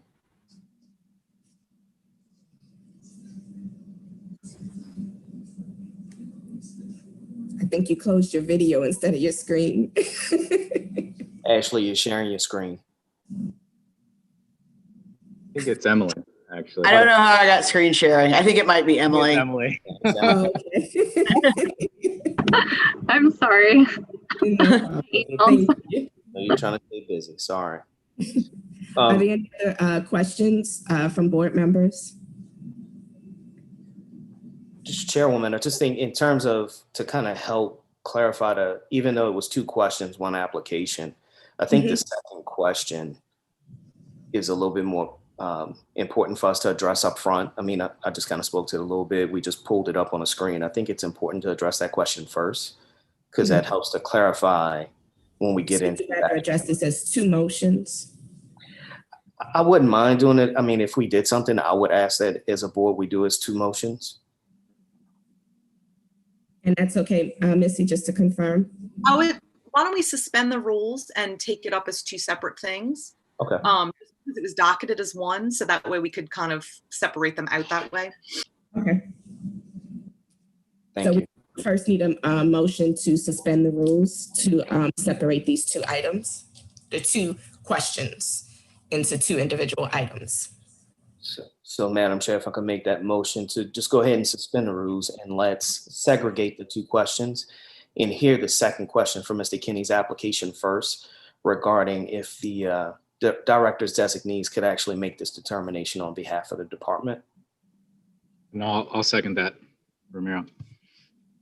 It's been moved by Commissioner James, second by Commissioner Diaz to suspend the rules to separate the 2 questions in BZA. I'll get the number right, I'm sorry. BZA docket 077-20, hearing the second part of the request first. Roll call vote, Todd James. Yes. Tamara Eggins. Yes.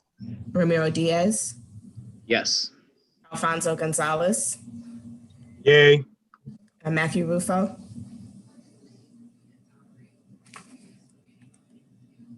Is he still on? I think we lost Matt. Okay. And Candace Forrest, yes. So 5 yeas, no nays, the motion carries. So now we can proceed with the first part of this, the second part now being heard first, I'm sorry.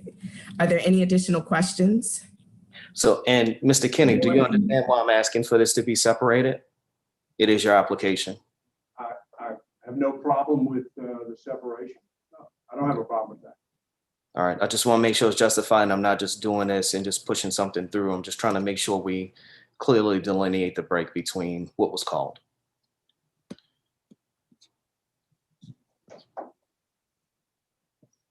Any other questions from board members? Is there a motion? Madam Chair, for motions in order. First, I'm sorry, yeah. So just to give a brief comment on this one, I want to just go ahead and acknowledge that what was shared by staff in terms of what is provided within the CZO, within what helps establish who can speak on behalf of the Director of Safety and Permits, helps us to provide the information that's needed. In that what has been actually provided to us as a question is justified because Ms. Becknell is a designee of the Director of Safety and Permits. So with that, I would deny the appeal.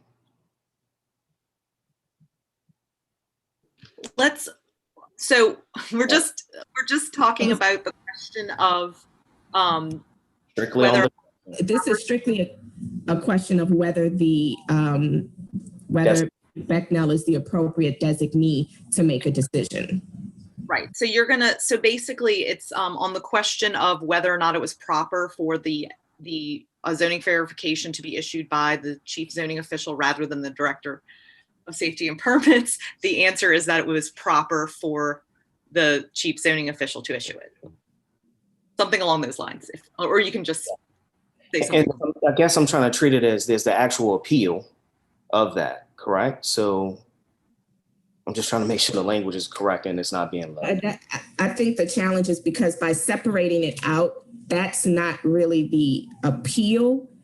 It's one piece of it's a question, but the appeal is decision. Gotcha. It's not the entire case. We've split it in half. So you can't say you're denying the appeal because there's still a question to be answered. Exactly. Correct. So I don't want it to be misconstrued that what I'm saying in terms of, I'm saying the appeal that Ms. Becknell's determination is improper. It's a question because it's really not the appeal. It's not the appeal. All right, I understand what you're saying now. That's why we got an attorney as a chairperson.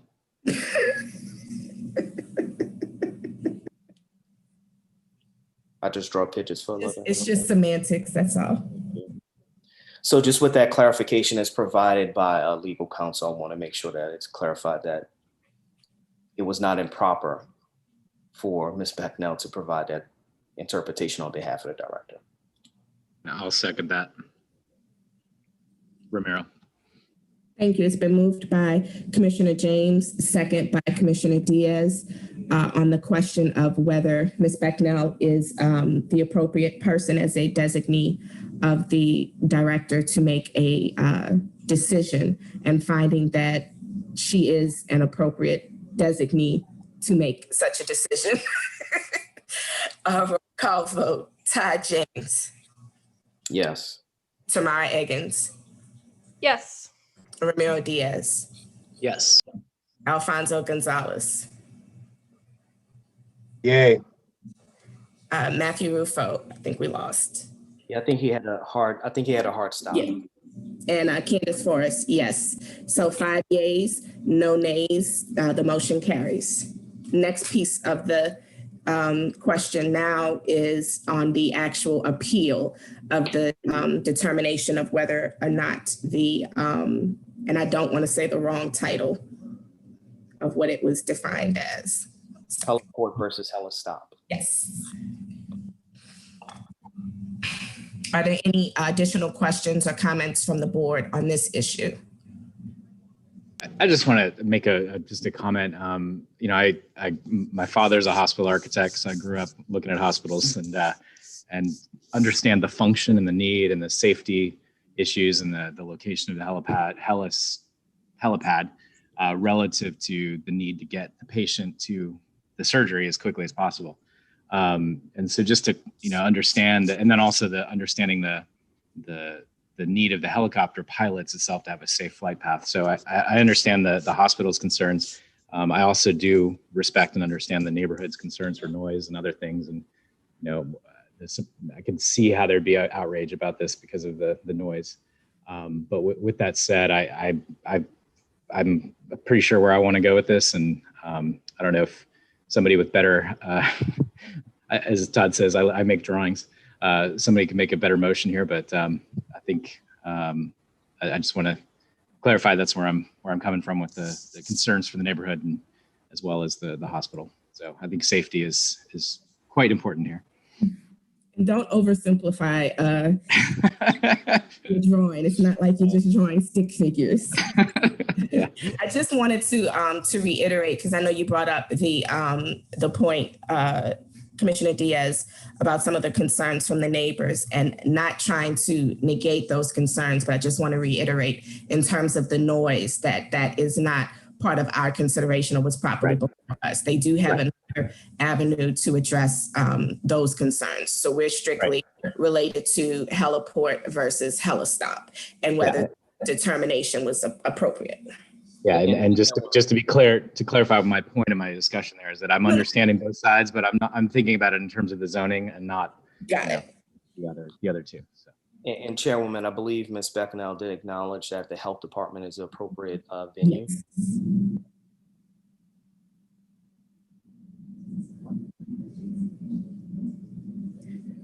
Are there any other questions, comments from board members?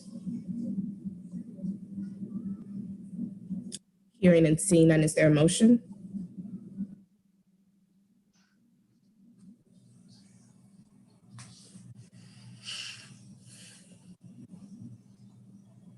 everybody at once on this one.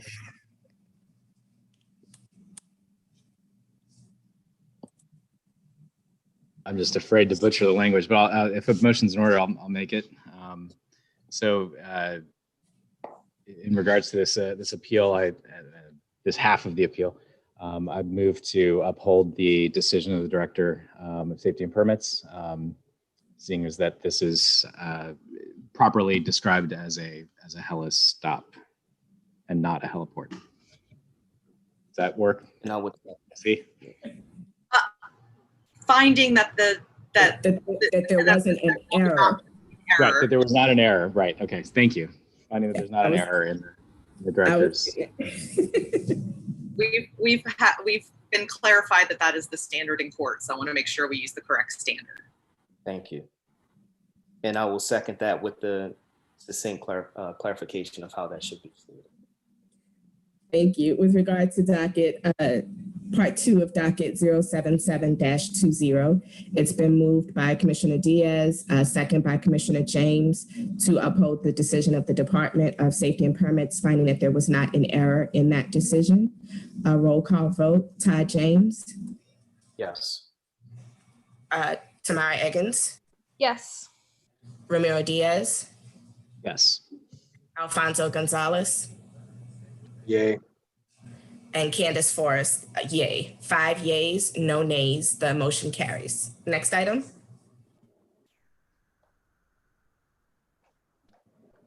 Alrighty, the next item is item number 10, BZA docket 078-20. It's an appeal of the decision of the Director of Department of Safety and Permits regarding the decision that the short-term rental licenses 18 STR-14 843, 18 STR 13802, 18 STR 13800, 18 STR 13799, 18 STR 13797, 19 STR 14579, 19 STR 14583, 19 STR 14584, and 19 STR 14585 were properly denied due to material misrepresentations on license applications. There were no public comments that were received for this item, so there's no need for rebuttal.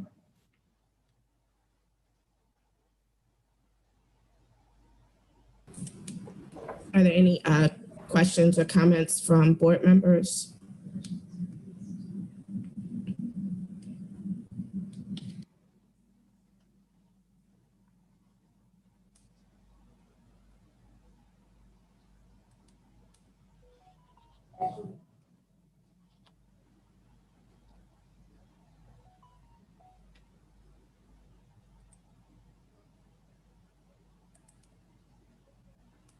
I think we're all trying to deprogram from the definition of heliport versus helistops. Yeah, I was just trying to pull the, my computer's just slowly pulling up the next docket, so my apologies. And I felt like we heard the initial comments last month. So if we could just come back to the initial question. I think that just helps us to recalibrate.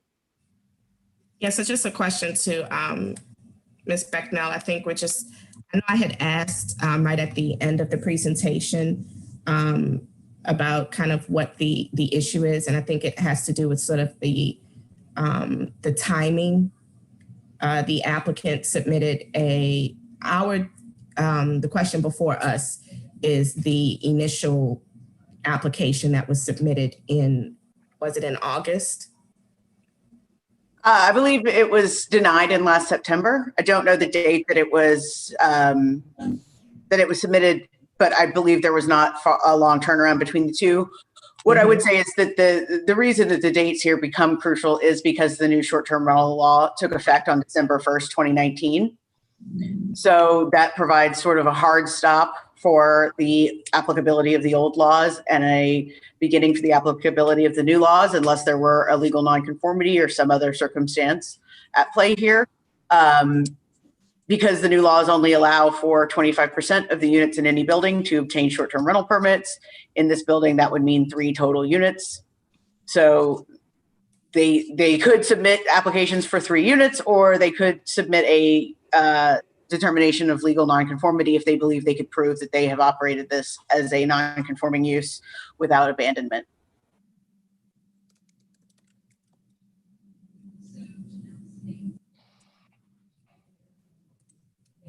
Got it. Thank you. And you're right. I think the August date wasn't necessarily the application date. I'm looking at the notes, and it's the denial was in September.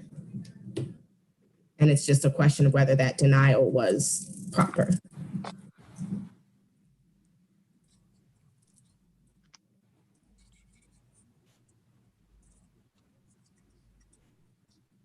There's also, I would suggest, an additional timeliness question here in that the determination was made in September, and then the issue wasn't raised until July or June of this year. Usually there is a 45-day threshold. In this case, we did re-examine it when we were asked to do so in June. So that's why the timeliness question is before you. But I do believe that because of the dates of the law, this was sort of a complex one, but our belief is that because of the dates of the law, the 2 paths forward are either to operate under the new law or to prove a legal nonconformity. Can I have an opportunity to respond to that from the department's standpoint? And actually, I was gonna just give us 1 second, Mr. Silverstein. Sure. So Ms. Becknell, when you brought that up earlier, you said that the illegal nonconformity had yet to be requested, clarification had yet to be requested? That's correct. Okay. So Mr. Silverstein, can you address that question and rebut at that point, but try to keep it brief? I will. There, as Ms. Becknell stated, this is a rather complicated issue. It's not as simple as it would first sound. And the reason being is because what has been issued by the city and the department. Again, the notification that went out to Sonder, who was the licensing agent, if you will, for my client, does not say that it was denied.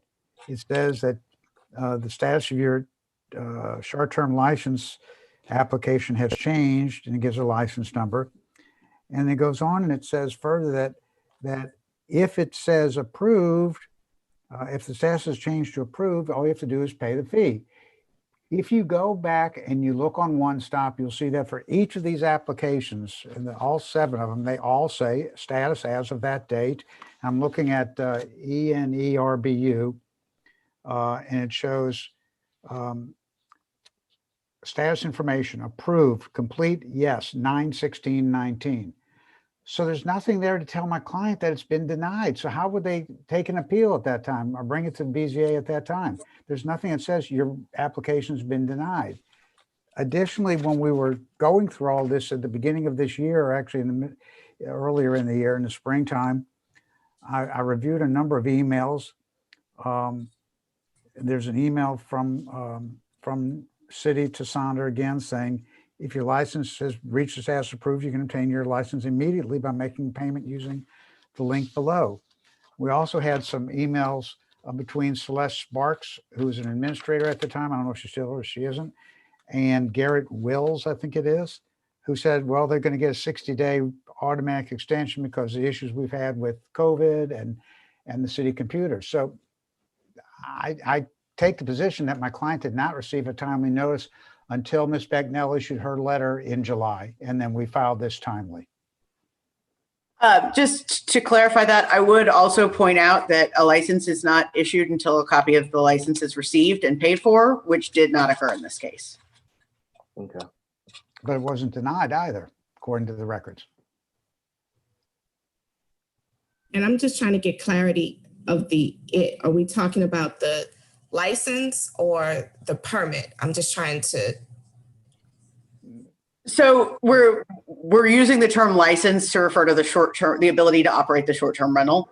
Some of the terminology has changed, and I know that can get confusing even for us. But in this particular instance, there was a building permit to do some renovation work on the property, but The issue that Mr. Silverstein is concerned about is his client's ability to obtain short-term rental licenses for all 7 of the short-term rentals that his client operated previously in that building. That's correct.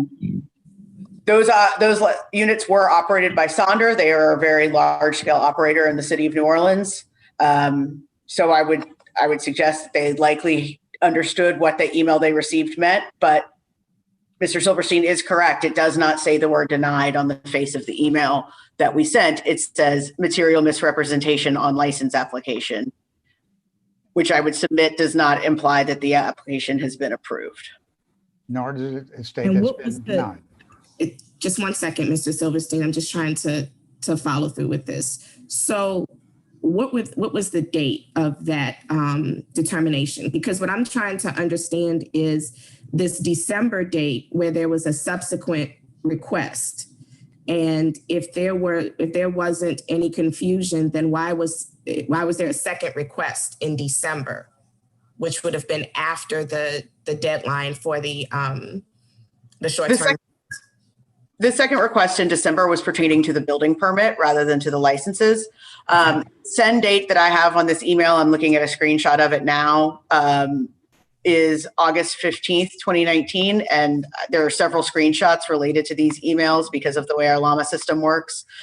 So I just want to check to see if all of them bear the same date. They do. Certain of them do bear the September 16th, 2019 date as well. So.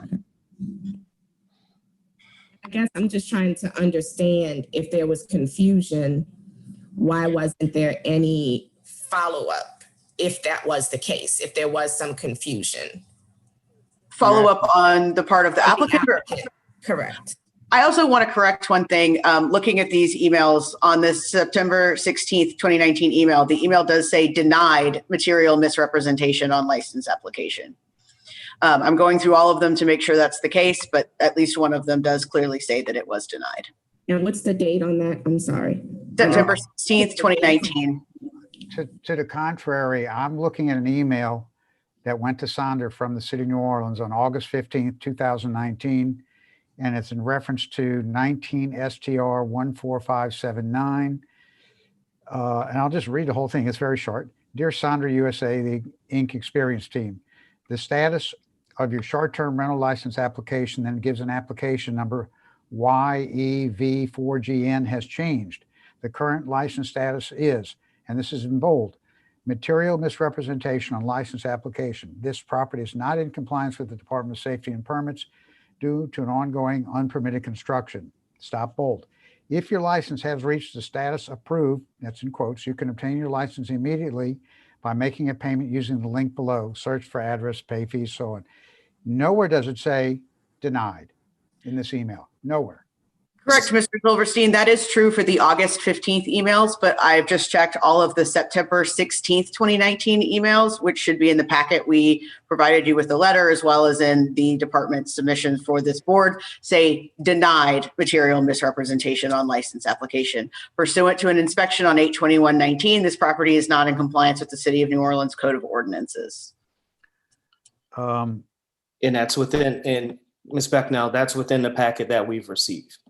I believe it is, yes. In the folder that I shared with Emily, all of these emails should certainly have been included.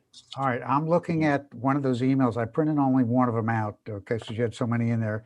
And this is the email.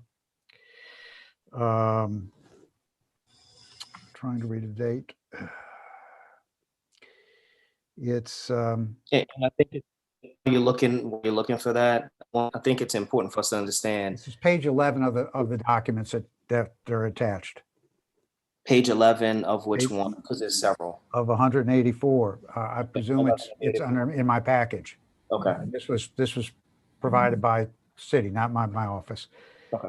But it says, again, I'm going to read it unless I put my glasses on to help. No, Mr. Silverstein, the point is that the email you're looking at is from a different date. The 7 denials at issue were communicated on September 16th, not August 15th. And those denials all clearly do include the word denied. So the city then changed its procedure from 1 month to the next. This is why I believe the first one was likely a question or a comment that could have been resolved. And And when it was not resolved, it eventually, the status switched to denied, but I don't have that information. I can tell you that's generally what I would assume happened in a situation like this. So again, that's the, I'm trying to read this that Emily's put up. But I guess the part that stands out to me, Ms. Becknell, is the issue that the first line after the material misrepresentation references if your application was approved. So there was nothing to show that the application was approved. Correct. And even once an application is approved, it's not valid until it's reached the issued stage, which does require paying for the permit or license. And I was gonna say that next too. The email which is on the screen now, what date was that issued? That's it? September 16th, 2019. I see. Okay, so they added in front of material misrepresentation the word denied. Okay, and that went to Sonder, not to my client. So again, my client's only relying upon what's being told by Sonder, if anything. And you're also getting the other documents saying online that are in one stop for each application saying approved.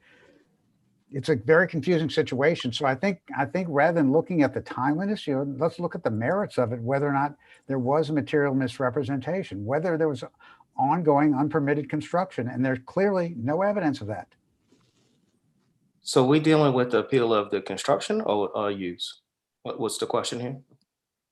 The application was denied based upon material misrepresentation, that being unpermitted ongoing construction. There's absolutely no evidence to support that. The inspector took 118 photographs, which she attached to her report. I defy you to show me any construction in any of those 118 photographs. They just don't show it. My client said at affidavit that there was no ongoing construction. The construction didn't start until that permit was approved, the one that was subsequently obtained, and that was for cabinet resetting, HVAC, electrical, and supposedly for fire separation, which was not necessary. So again, let me ask a question to you, Mr. Silverstein, because I think this helps to clarify. You made a mention earlier about Sonder not forwarding this information to your client. The structure of operation between Sonder and the property owner, is this a lease agreement or is this contractual? It's contractual. It's a management agreement. Contract. It's a management contract. Correct. And when I first got involved, I asked my client for all copies of all the emails that she may have received from Sonder, from anyone else. I received all those, and the one that I did get was the one I read earlier, the one that was sent from Sonder on to my client on August 16th, 2019. Yeah, I can't speak for Sonder, unfortunately. But all I'm saying is it's, if we're going to deny this based upon something that was sent to Sonder, then let's look at whether or not the basis for that denial was accurate. I think that's what we should focus on, not so much the timing or what was sent one email, what was sent another email 30 days later, but whether or not there was actually any ongoing unpermitted construction, and there was none. So at what point was your client made aware of the ongoing unpermitted construction? When they reached out to me sometime in 2020 to think, what's going on? We can't get our permits renewed. We had 12 permits and they're not renewing them. That's when I reached out to help me with the name if you would, Celeste Sparks. Thank you, Celeste Sparks. And she said she would look into it and get back to me and get me that information. It took quite a while. I got some of that information. And then Ms. Becknell got involved with it to take another look at it because of all the confusion that was there. So once we got what I consider to be the actual denial, being the July 20th letter, we took immediate steps to appeal timely to this board. And had I seen that there was evidence of unpermitted construction going on during that time, I wouldn't be here today, but there's no evidence of that, none. I I would just like to note that Sonder, as far as my records show, was listed as the point of contact for the license. So that's why the email was addressed to Sonder rather than to the property owners. And I'm not disputing that, okay, but I can't prove that they got the emails from Sonder or not, one way or the other. All I'm saying is, let's look at the bigger picture. Was there a material misrepresentation on the license? The answer to that, in my opinion, is clearly no. You know, say a picture's worth 1,000 words, we have 118,000 words here. But is that the question of the appeal? It is in my mind. That is not the view of the department. It was that the appeals were denied. The unpermitted work allegations are a separate issue that were, I don't have any insight into the case regarding the stop work order or any particular potential building violations. All I have is the records, which I've outlined in my letter. I can say that that part would have been significantly easier to investigate had it been immediately followed up on. And that was kind of going to be my question. I don't know if it's fair to judge that in July, if those allegations, I think the earliest inspections were in August and September. So obviously conditions would probably look different in July than what they did when these inspections were initially done. No, ma'am, Ms. Forrest, that's not what I'm saying. What I'm saying is the inspection report from August by Julie Tweeter, attached to that, I'm not talking about what took place in July. I'm talking about in August, in that time frame. In her report, she attaches 118 photographs, which we got produced. None of those photographs show any ongoing work. She didn't take a picture of workmen doing something, cutting something with a saw, or hammering a nail, whatever the case would be. None of them show that. But all right, so I'm coming back to the initial application for this appeal. It just states, appeal from denial of renewal of the STR permit dated August 5th, 2020, period. That's correct. And again, I take that to mean the denial letter that I received on July 20th, 2020. That's a clearly written letter versus the emails that went out. And it went to the proper party. Notice is the foundation of any proceeding, any legal proceeding we have. Correct. And even if Sonder is working as an agent on behalf of the property owner, and that's who's the designee for their point of contact, is that not notice? If in fact these went to Sonder, yeah. Well, I guess you're telling me go sue Sonder. Example. Here's a correlation of that example. So myself and Mr. Diaz, when I had my firm, I always get authorized as the agent on behalf of an applicant. Not all the time would the property owner actually receive that notification, especially if there was a letter authorizing me as the agent on their behalf. So that communication always goes to that individual, not necessarily to the property owner. So I think what we're trying to do is use the premise that, well, they didn't get direct word as a justification for this, when that's not the typical procedure of how communication is established, especially with the one-stop system and how the points of contact that are required. I understand, and I heard 100% what you're saying. I truly understand that, okay? But again, the bottom line is, if in fact there was a material misrepresentation, fine. But prove to me that there was a material representation. There is none. And just to follow up, Ms. Becknell, I'm looking at the documents that were submitted, and there's a letter from September 16th that outlines, is that the list of the issues that were discovered at the property that was not permitted? It's trying to see who it's from, I'm sorry. Dated September, it's page 38 of 184. Sorry, and my computer's moving a bit slow today on PDFs. The Zoom doesn't always get along with my ability to pull PDFs. Inspector Tweeter's letter. And that's to my client, not to Sonder. Note the difference. I understand that building violations would typically be dealt with the owner of the property, and those are outside the purview of the zoning department. Ms. Tweeter was a building inspector, and we rely on the information we're provided by our building department. I would also note that a permit was applied for by your client shortly after this on, I believe, September 25th of the same year. So there was, that permit was never completed. There were some issues and comments provided to them from our plan review department that were not addressed. And then a subsequent permit was applied for and issued on December 23rd, 2019. And I'm sorry, I'm just trying to pull that letter from Ms. Tweeter.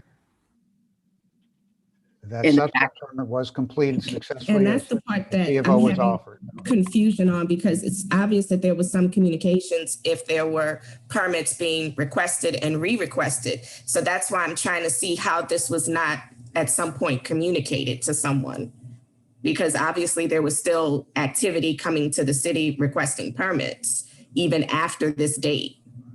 Right. The permit office at the city was dealing with my client's contractor, Gary Timpany, who's a brother-in-law, I believe. And then those didn't go to Sonder. This letter from Tweeter went to PNC Ventures LLC, who's the owner of the property and the applicant for the STR permits. This was all ongoing at that time, yet the city's taking the position, we notified you on August 19th that these were denied. Well, why, if they were denied, why on September 16th, 2019, was there an inspection based upon ongoing unpermitted work? It makes no sense. The city's position is that the applications were denied on September 16th, 2019.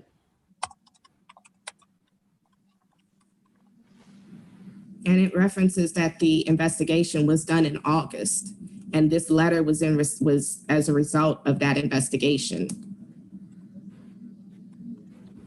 And again, attached to that letter are the 118 photographs. And I mean, I'm not a contractor, but I know enough to look at Whether or not you agree with the photographs, the statement was sent to your client in September. So whether or not there was an agreement, there was never any response. And the department, when an additional permit was requested in September, late September, there was no response to that permit or to the issues that were brought up by the department. And it wasn't until December when another permit request was made. So I'm just trying, obviously there was some communications where your client didn't respond. My client did respond. And again, I'm telling you what I'm being told by my client's contractor. And I don't have the date in front of me as to when the city's computers were shut down. We had all those issues with that, but all this fell into that time frame. They couldn't get people to respond to them regarding the first permit. The second permit finally went through, but the first permit, they had a letter acknowledging that receipt from Jay Dufour and saying, need more information. He'd reached out to him. What information do you need? They provided some of that information. Some of it never was forthcoming. The date of the cyber attack was December 12th, 2019. Thank you.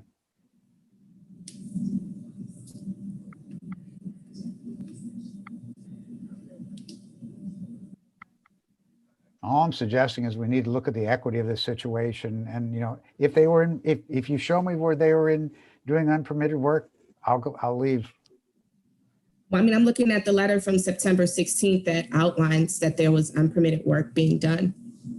Actually, it doesn't. The letter says an owner or authorized agent who intends to construct, enlarge, or repair must obtain a permit first. Not that there was ongoing work, but you got to retain a permit if you intend to do this. That's what it says. It doesn't say, nowhere in that record does that letter of September 16th say there's ongoing. I went to this property, I inspected it, and I saw ongoing unpermitted work. It does not state that at all.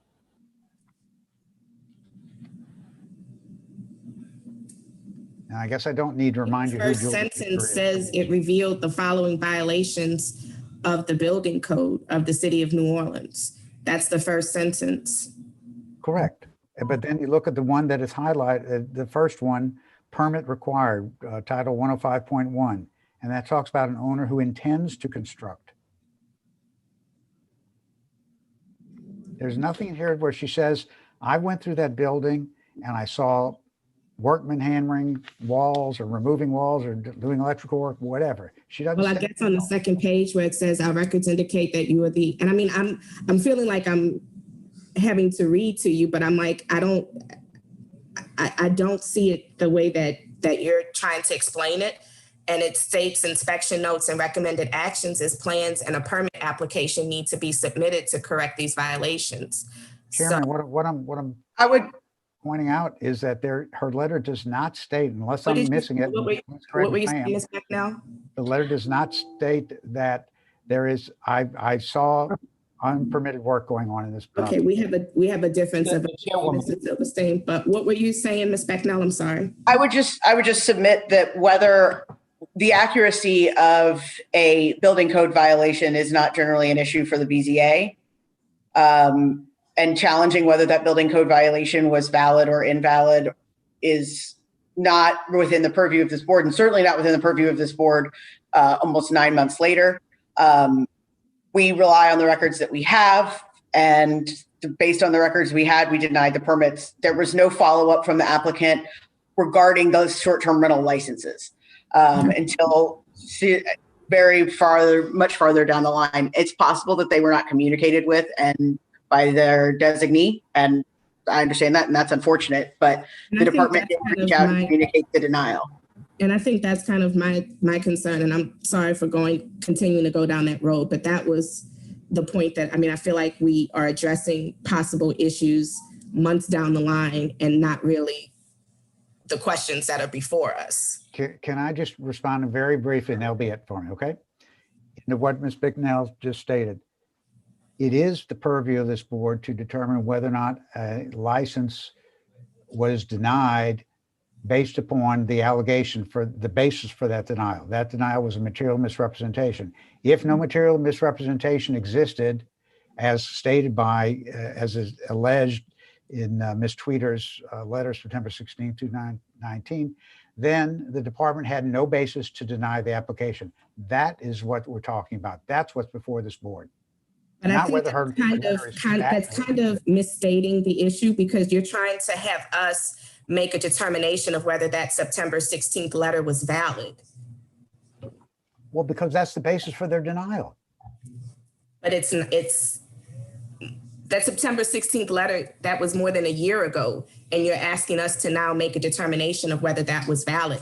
I don't think it's appropriate for us to try to make that kind of determination this far later without anything to say anything to the contrary of what was stated in the letter.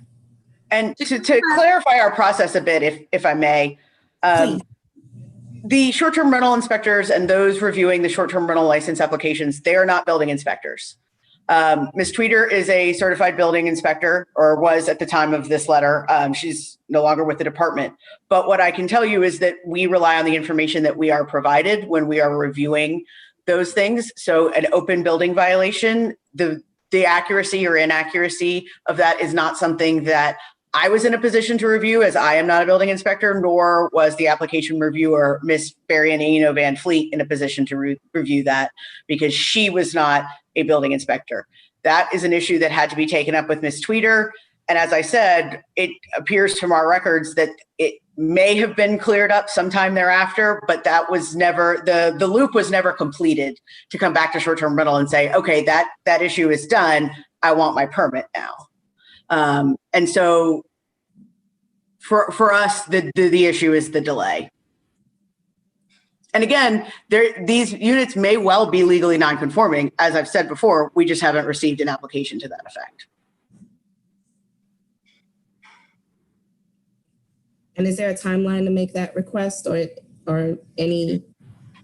There is not a timeline to make a request like that. You simply have to show that the use has not been abated for a period of more than 6 months. Which 180 days. Which would be impossible since the permits have been lapsed for more than 6 months. So how could they, if they're using it illegally then?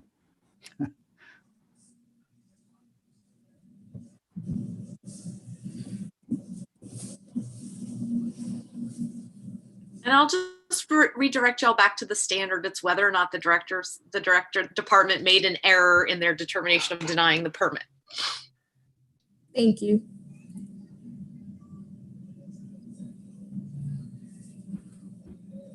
Any other questions from board members? strictly an STR permit, correct? Yes.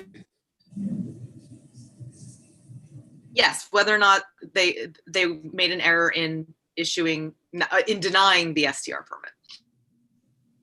Period. That's the only point. I was trying to get back to that earlier. It's like I'm looking strictly at what that application was, and I've been lost the last 10 minutes because I feel like we're off in la la land.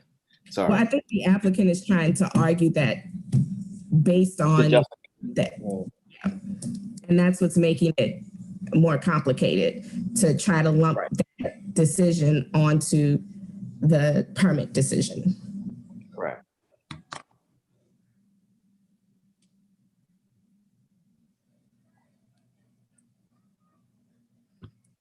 Any other questions or comments from board members?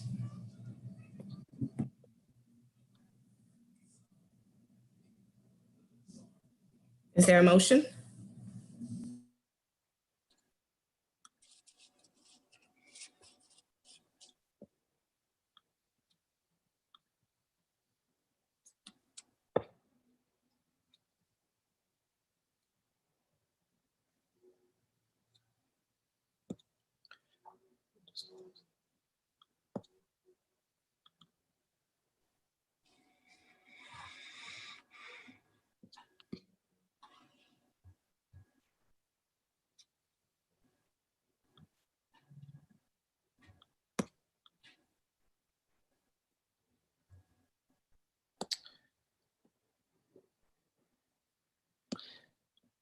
All right, sorry, Madam Chair. I was trying to get back to my report was mixed up between all the links.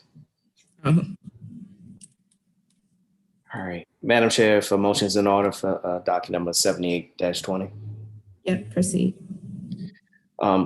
Based on the clarification that we're just addressing the STR permit, I do not find that an error was made by the department or the director in terms of the denial of the permit for the STR. I second it. And just to clarify, permits, plural. Mr. Yes, James. yeah, thank you, because we did clarify for all of the numbers provided before. It's everything in conjunction with the 137 Carondelet property. Correct. And with regard to docket 078-20, it's been moved by Commissioner James, second by Commissioner Gonzalez, that to uphold the decision of the Department of Safety and Permits, finding that there was not an error in the denial of the STR permits. Roll vote. Todd James. Yes. Tamara Eggins. I didn't hear you. Yes. Ramiro Diaz. Yes. Alfonso Gonzalez. Yay. And Candace Forrest, yay. 5 yays, no nays. The motion carries. Next item. Okay, would the board consider a motion to Valerie. suspend the rules? Hey, I'm just going to chime in. Okay. Because I don't think we need to make that motion. So board members, you have received, I sent you earlier the 2021 proposed schedule for BZA. This is the normal schedule with BZA meetings on the second Monday of the month. And we are interested in having you all adopt our normal schedule, but with the knowledge that we are having internal discussions as staff due to our current staffing levels and the proposed budget for our department, that in order to accommodate our workload and spread out that workload a little bit among the remaining staff, that we are discussing having certain BZA meetings on the third Monday of the month when possible. Right now, that looks like it would be every month except for January, February, and December due to holidays. So I wanted to make you aware of that we will probably bring that revised schedule before you at an upcoming meeting to consider.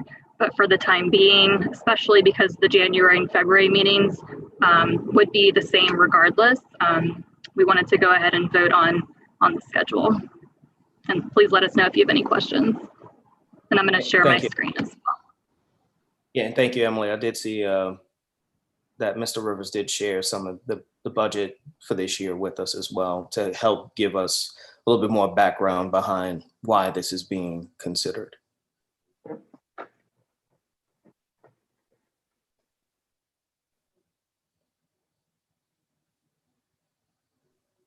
So as you alluded to earlier, it's not necessarily for us to accept the current schedule just yet, or what is the actual? That's what I was about to ask. Oh, do we still need to Do you want y'all to accept this meeting, and then probably next month, if we are going to change it, we'll just get you to adopt an amended meeting schedule. Got it. So, Madam Chair, for motions in order to accept the proposed 2021 BZA schedule with the understanding that we may have an addendum to that schedule at a later date. Are there any other questions or comments from board members? Proceed.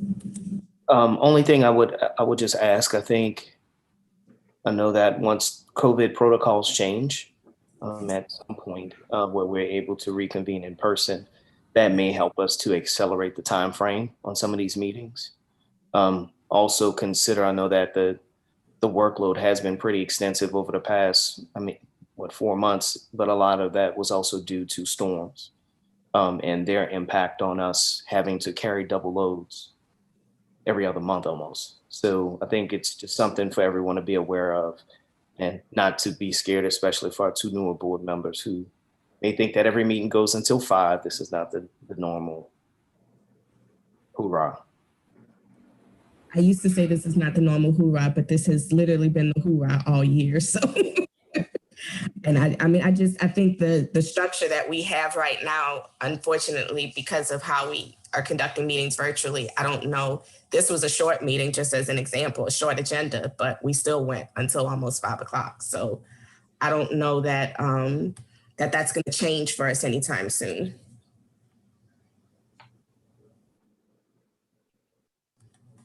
Any other questions or comments from board members?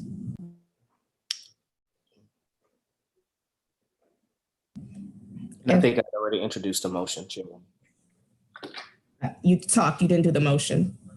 Oh, just rambling again? I'm sorry. So I'll come back, Madam Chair, if I would make a motion to accept the 2021 BZA schedule, understanding we may have an addendum at a later date. Seconded. With regards to it's been moved and seconded, moved by Commissioner James, second by Commissioner Eggins to adopt the current 2021 BZA schedule and deadlines. A roll call vote, Todd James. Yes. Tamara Eggins. Yes. Ramiro Diaz. Yes. Alfonso Gonzalez. Yay. And Candace Forrest, yay. 5 yays, no nays, the motion carries. And would the board consider a motion to adjourn the meeting? So moved.